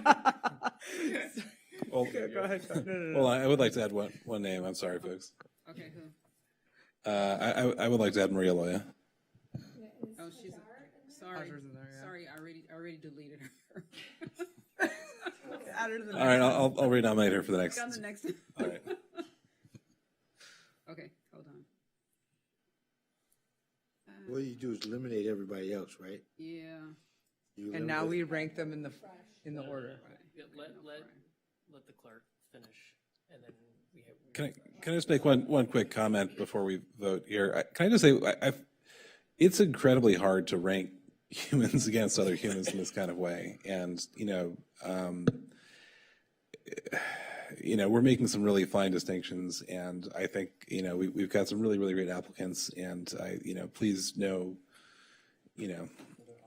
understand that we're making, I don't have a good, well-formed thought here, but ranking people is hard. I don't know. Yeah, all the names are here for me. Okay. And Okay, you guys go ahead I'm and just gonna vote. do this. Mayor, I'd like to make a statement also. I was not here on Saturday, but I just wanted everyone to know that I watched the video, and so I understand how difficult it is. I thought the individuals that came up to speak on Saturday, those that were there, and the one that was in the video, were really amazing candidates. So I just want to make that statement. Everybody vote? It's still showing everyone. Still showing all of the options. Just pick the top 4. Well, but we have to pick the ones that were set, right? I'm trying The ones that are set. delete the ones that weren't nominated. Do I delete the ones that aren't not nominated? Yes, so delete the ones that aren't nominated.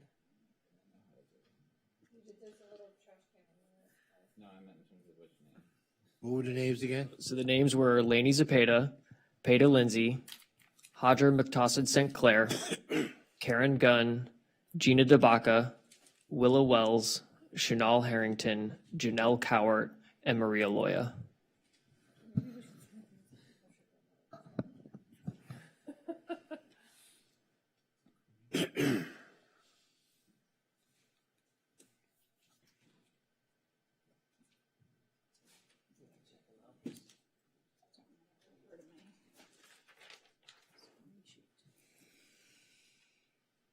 Can someone name?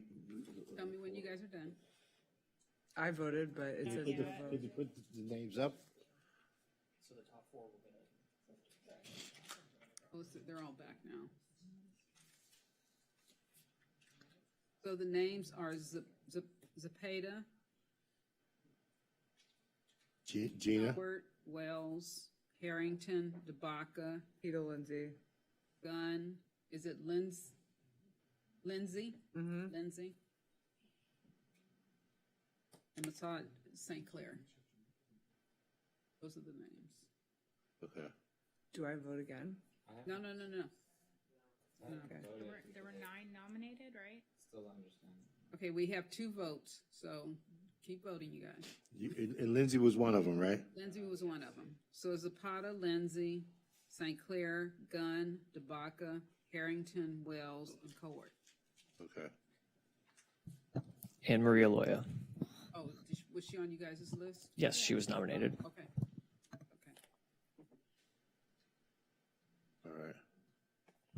Just a reminder to my colleagues, you don't have to vote for everyone who was nominated. You Right. can rank whoever you want as long as they were Remember, nominated. there's 4 seats you guys are voting on.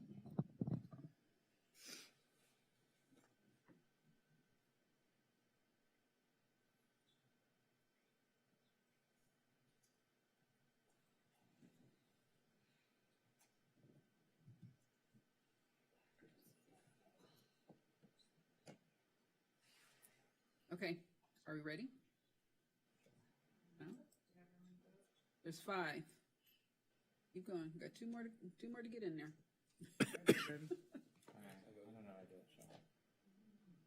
Okay. Okay. Yes? No. I just want to confirm, I'm just sorry, I don't want to overcomplicate things. Confirm that we are clear on who was nominated and who is eligible for being voted on, even though the app is maybe not updating as quickly as we would like. Is that how this is working? Okay.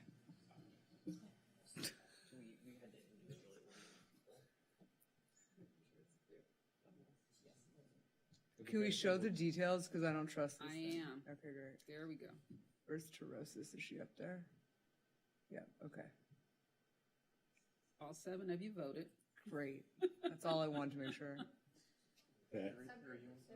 Okay, so we have Karen Gunn. So this is for the 4-year seats. So we have Gunn, Zapata, Lindsay, Howard. Okay. Can you scroll down so we can see all of them? Just for transparency purposes. Correct. Great, sorry. Okay.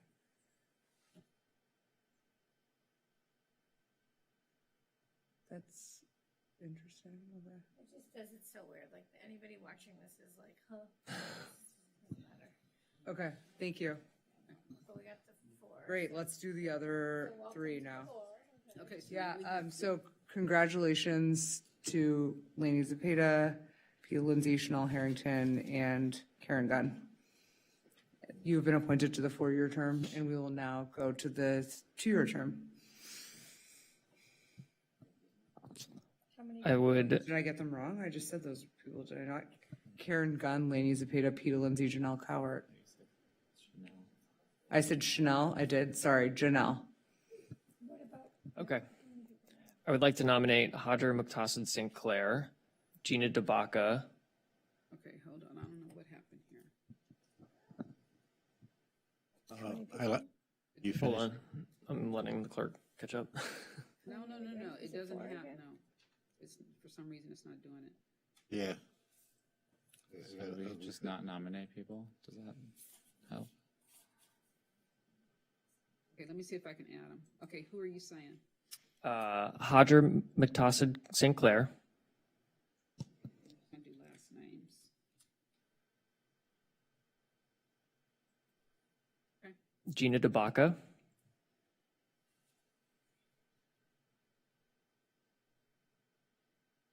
okay, Willow Wells, okay. and Chanel Harrington. There's two, yeah, I got confused. Okay, anybody else? Yeah, I'd like to nominate Karina Dixon. Okay. Anybody else? Yes. Willa Wells. We already did. Oh, sorry. Do we not, we don't have Maria Loya. You want me to put Loya? Yes. Okay. Okay, anybody else? I'll just add Oscar De La Torre.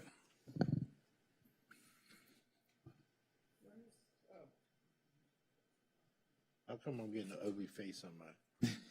Okay, anybody else? Yeah, I'm not getting anything either. Is that it? This ballot has nothing. It says no candidates. Okay. Yes, no? That's the ballot. That's it. code. Oh, okay. Well, I went.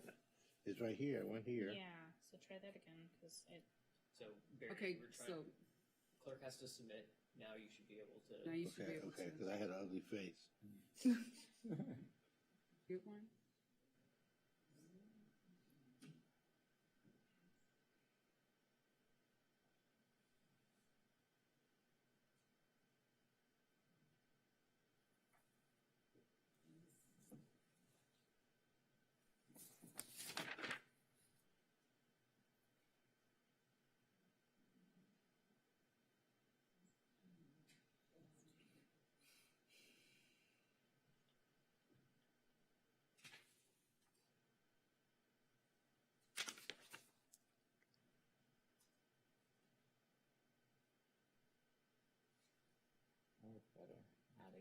Mm-hmm. Has everyone voted? I'm not getting. Okay. Here we go again. 2 years.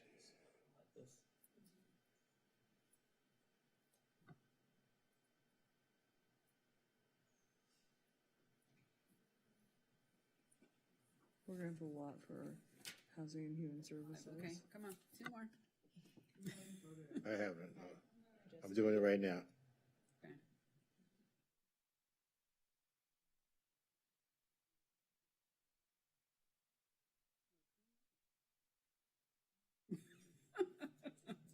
So we need three, right? We need three, right? Figure it out. You can vote, you can add as many people, I got you. but only 3 will win. Okay.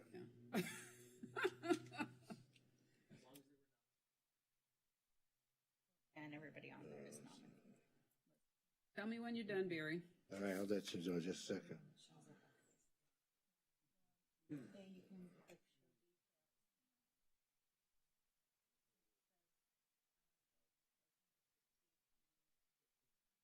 I'm done. You're done?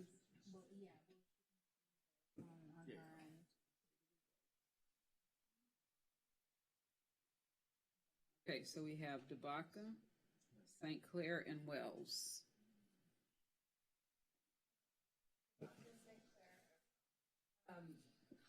Congratulations, Gina DeBaca, Hajar, McTassett, St. Clair, and Willow Wells. You've been appointed to the Restorative Justice Commission.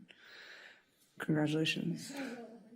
Okay, Well, it was gonna be this or Human Services, so. Sorry, City Clerk, can you scroll down for transparency purposes? We have to show the eliminations. Just quickly. Thank you. there's nothing quick about this, Dan. This is way quicker than the way it used to be done. Okay, so there you go. Thank you. Thank you. Great. So it looks like now we're moving on to the Housing and Human Services Commission. So with this Housing and Human Services, again, this is split seats. It might, okay. So this is split seats. And what we have is, we have 3 seats with a 4-year term. So I'm gonna do that first. Sure, I will nominate Kevin Glover, Jack White, Mike Terranova, Brett Morrow, and Sadie Gill, and Susan Einbinder. Okay, give me the names again. So you did. Glover. Brett Morrow, Mike Terranova, Kevin Glover, Susan Einbinder, Jack White, Sadie Gill. I'd like to nominate William Kazicki and Jillian Gomez.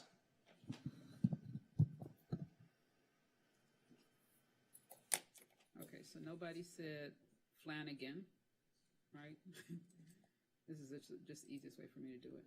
Nobody said Badaway. Somebody did say Gomez. No Einbein. I did. I said Susan Einbinder. Glover, Wells, no Wells. Glover. Wells was just appointed. No Hankins.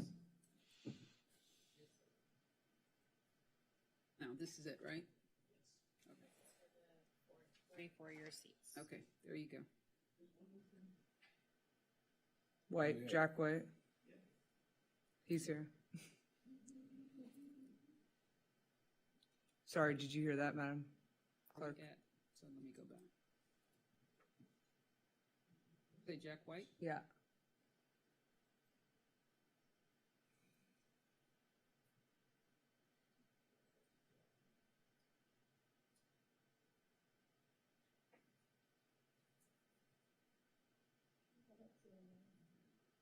Great, thank you. Learning on the fly.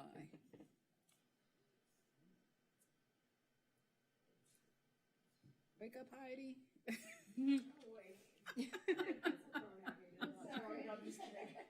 I was gonna say, have some gum. That'll wake you up. Let's see, he's not on my ballot. Oh, yeah.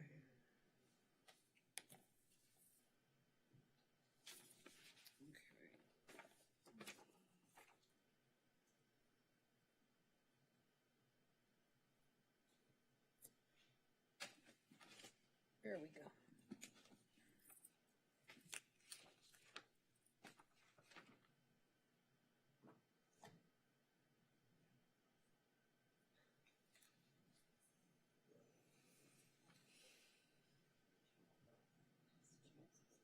We only have one. I voted. I voted. I voted. Everybody vote? Yep. I voted. Okay, so we got Kevin. Wait, yeah, I thought we were voting for 4 people. Are there only 3 4-year seats? No, this one's for 3 seats. Oh, got it. Okay, so This one's for 3 It seats. says 4 seats up there. No, that's 4 years. 4 years. 4 okay. years. congratulations, Kevin Glover, Sadie Gill, Brett Morrow. You have been appointed, but those are to the 4-year terms. So now we will talk about the regular seat for the 2-year terms. How many of those are there? There's 2. Oh, scroll. Dan would like you to scroll down, please. Okay. Let me go. There's 2. So while she's scrolling, let's just think about who you want to appoint for these 2 seats for the 2-year terms. 2 seats, 2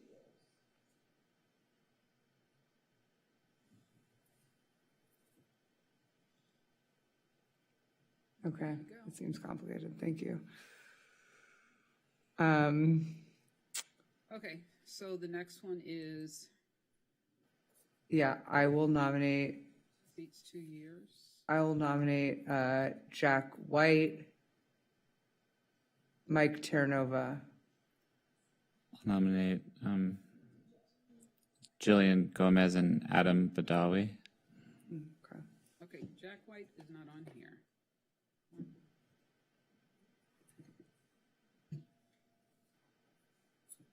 Is he a late application?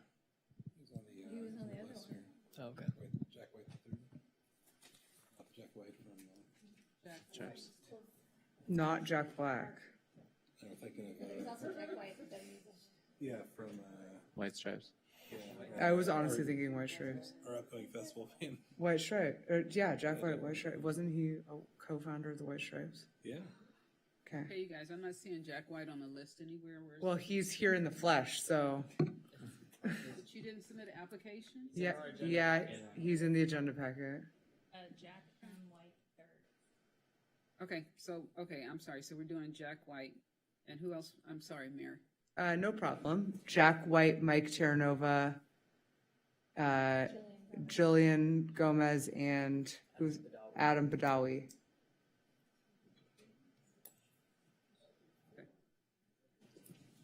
Jack White's still not on my, is he on yours? Because there's other seats.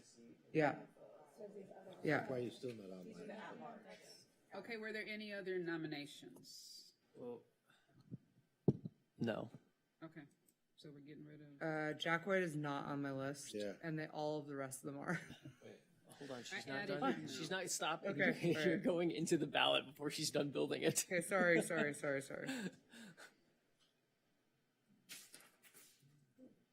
I'm just gonna rescan it for what Jesse's doing. Can't reset it? Well, you can just refresh. That's what I'm doing. Yeah, that's what I could do. There's no Einbinder anymore. I didn't nominate her. Yeah. I know. And no Glover. No that's Glover. right? You already got appointed. No Glover. Yeah, he's not on here. Correct. So he needs to be pulled off this ballot. There we go. There you go. Yeah, I guess I'll have to try it again.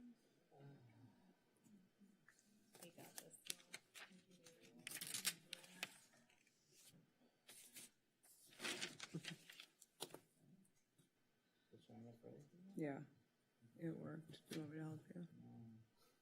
Jack Heather, White's there, on you there. got that one. Jack White's on it.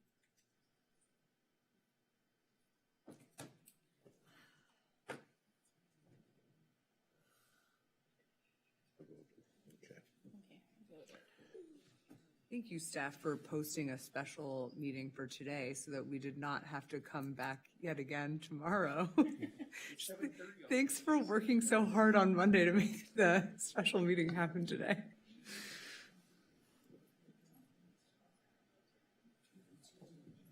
Okay, did everybody vote? Has everyone voted? Yep. Great. Show us the money.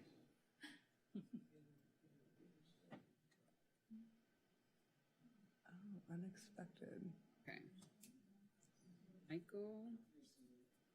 Okay, Michael Terranova and Jillian Gomez, welcome. How did Jack White not get, I'm very confused. Okay, let's go on. No, it's fine, we're scrolling Go down. down. There's a lot. Slow down. Back up, please. Okay. To the second one.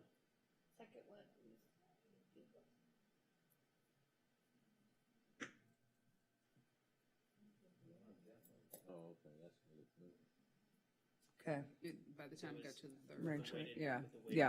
Yeah.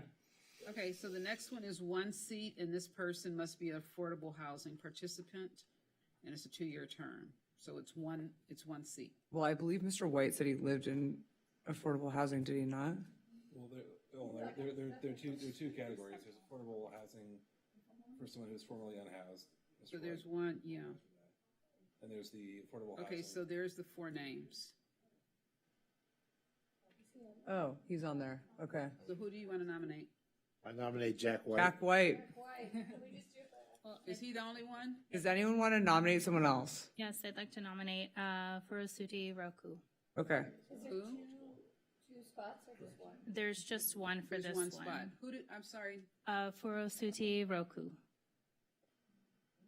Well, we've only nominated 2 people. Yeah, so it would be So we one could of the. vote. Okay, so we did. Because both of them, sorry, just point of clarification. So the folks that we are nominating right now are for the AHP Affordable Housing Program participant and formerly unhoused seat. And it's a 2-year seat. But there's also a separate seat for someone who is part of the Affordable Housing Program. So that'll be the next one. Yeah, so that'll be the next one. So the folks that, So these two. okay, so it's Lydia Garcia, Dustin. That's for the next one, right? And, no, for the applicants for applying for the affordable housing. Yes, but for this, not for they're not, the ones that we're voting on right now are not the 62 plus, although they could be, right? Yeah. Okay. Okay, so. Yes. Yeah. Okay, and I'm sorry, who did you? There's only a spot for one. I nominated Jack White. She nominated Roku. But from what we understand, is this Roku is, On the. Okay. Applicant list, sorry. On the applicant list, it appears she does meet the criteria. Okay, so, okay. So I'll add her. I already voted. Okay, so so we have Roku, and who else was it? Jack White? Jack White. It's not funny. This is not funny. I'm not laughing. Okay, This and is very those are important. Those are the only two, right? Yes. Yes. Okay. We want to make sure that everyone feels confident that this is a transparent process. Okay, I'm just gonna go ahead and submit them all. Go ahead and vote. Oh, do it again? So it's. Oh, hold on. Did you guys vote already? I did, but I'll do it again. Well, it looks like five have voted. Oh, okay, I know. 5 have voted. Do you want me to put it back up? I already voted the first time. No one touch anything. All right, yep, 7 votes. Okay, there we go. Now we got 7. All right, 7 votes are in. There we go. Jack White is the winner. Congratulations. You stayed here the whole time. Okay, now we have another person for Housing and Human Services that's 62 years or older and an AHP participant. I'd like to nominate Lydia Garcia, please. Okay.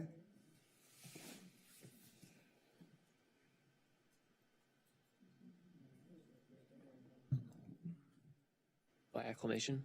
Okay, so we have Lydia, Yeah. Herschel. No, we only have one nomination, Lydia Garcia. Lydia's the only one? Yeah, Lydia Garcia's the only nomination. No other? Okay, then Lydia's it. Okay, any opposed, any abstentions? Welcome, Lydia Garcia.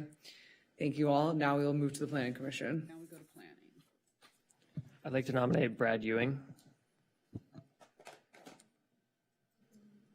I'm going to nominate Elizabeth Selby.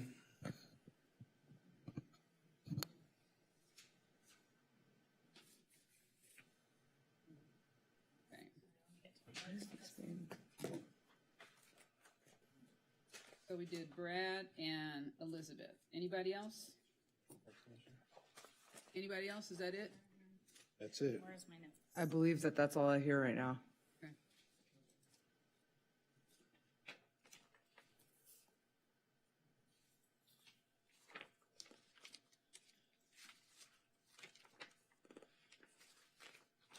Okay, go for it.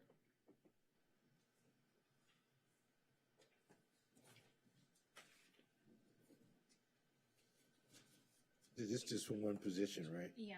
Yes. This is for the seat that Commissioner Landris is vacating. And we thank him for his service.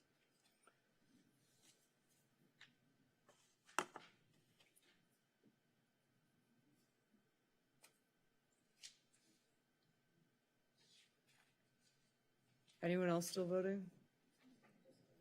Okay, I think Barry. There we go.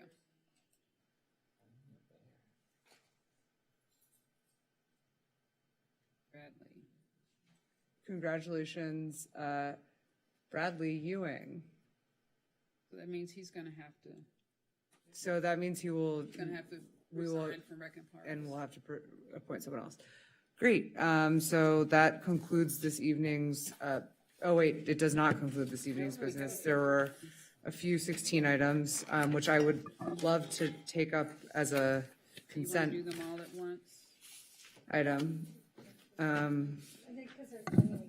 Well, so we have a resignation, and then we have travel, which is money, so you'll have to vote on that. Okay. Do we have a motion for 16A? 16D, Sorry. I move to accept the recommendation I move to accept Michael Kirschbaum's resignation from the Second. Personnel Board. Did you, And authorize the clerk to publish the vacancy. Yes, that too. did you guys want to do them all together? We have to vote on them all, There's so, money. yeah. Any opposed to this item? Any abstentions? Okay, so Zwick made the motion, who's second? Hall. No. Oh, I did. You can do Oh, it I'm sorry, I thought I heard Hall. Okay, Negrete, apologies. by voice vote. Okay. Aye. Aye. Aye. Any opposed? Okay. Next, we have 16E, which is Councilmember Snell, and he's asking for the use of travel funds to travel, participating in the Vienna Social Housing Field Study Program from September 13th through September 19th. And this is money, so you just need to do a voice vote. Do I need to make a Want to talk motion? about it, Councilmember Snell? No, I'll make the motion. Yeah. I'll second it. I have a question. Why does he have to ask if it's just travel funds, if it's not going over? I think you ask whenever it's not up on like the very small list of regular conferences. I was told that anytime you use your travel funds, that if it's not an organization that we're a member of, there's a rule Got that we have to get it approved. I thought it was only if you're, like, it's a certain amount or you're borrowing from others, but okay. So you moved, I'll second it, or did you want to second it, Jesse? I thought, Snell moved, Terosis will second, yeah. Councilmember Oh, Zardis- Councilmember Hall. Yeah, I just had a quick question. Do you know approximately how much this is going to be? I know it's all my travel funds. I want to say it's like, I want to say 7,000. At the overall trip, the total all-in cost is $1,500. That comes out of the account, given that there was a credit It was a applied. credit, it was a credit. That was provided to the city based on a. That's right. Oh, from the past. Past Right. allocation that It was a credit. You're welcome. Thank you. That did come out of my So travel budget. it's right. You got a coupon. You got a coupon. Yeah. All right, thank There you. was- There was a credit. Okay, ready to vote? Yeah. Okay, Councilmember Zerneskaya, Yes. Councilmember Snell, Yes. Mayor Pro Tem Swick, Yes. Councilmember Raskin, Yes. Councilmember Hall, Yes. Councilmember Negrete. Yes. Mayor Terosis. Yes, but you need to bring us back some souvenirs. I'll bring back some. Have fun, learn a lot. Yeah, learn a lot. We're jealous. Sounds good. Okay, and our last item of the evening is a request from council members Negrete, Snell, and Mayor Terosis that the city approve waiving city fees not to exceed $16,950, also to approve $12,500 in council discretionary funds to support the Butterfly Brawl. What is that? August 22nd. Well, we'll let the maker introduce it if she'd like. We had it for the first time last year. It was initially the Butterfly Ball, BALL, supporting a family member of this person who lost their life to cancer. And it was like Fergie and all the folks. And I think post-COVID, it morphed and became this Butterfly Brawl. And so it focuses on title of young fighters, up-and-coming fighters, female fighters. Last year, it was beyond a success. And in fact, some folks that we didn't know lived in Santa Monica that are in the boxing realm, and announcers ended up attending. It had a lot of good press. There was no incidents. And this year, they're wanting to do the same thing to support the American Cancer Society, and particularly it's specifically, I think, youth with cancer. As we know, the fees, we did the similar thing last year, so it's just repeating what we did last year to help offset some of those costs. And the proceeds go to the American Cancer Society. So I'm giving $5,000 from my discretionary funds. And I don't know if anyone, I think Barry's, Councilmember Snell is giving $5,000, and Mayor Terosis, you had said $2,500.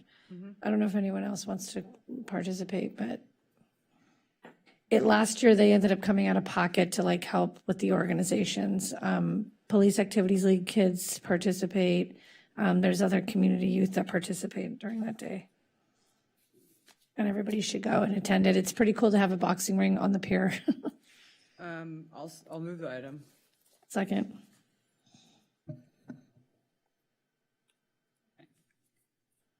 Councilmember Negrete, Yes. Councilmember Hall, No. Councilmember Raskin, Yes. Mayor Pro Tem Swick, Yes. Councilmember Snell. Yes. Councilmember Zerneskaya, Yes.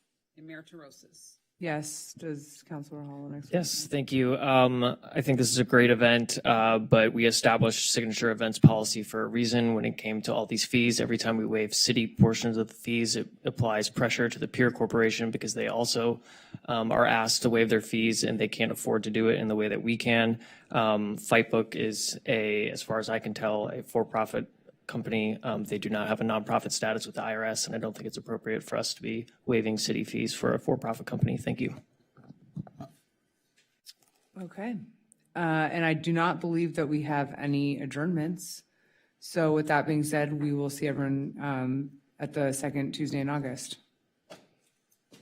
Thank you.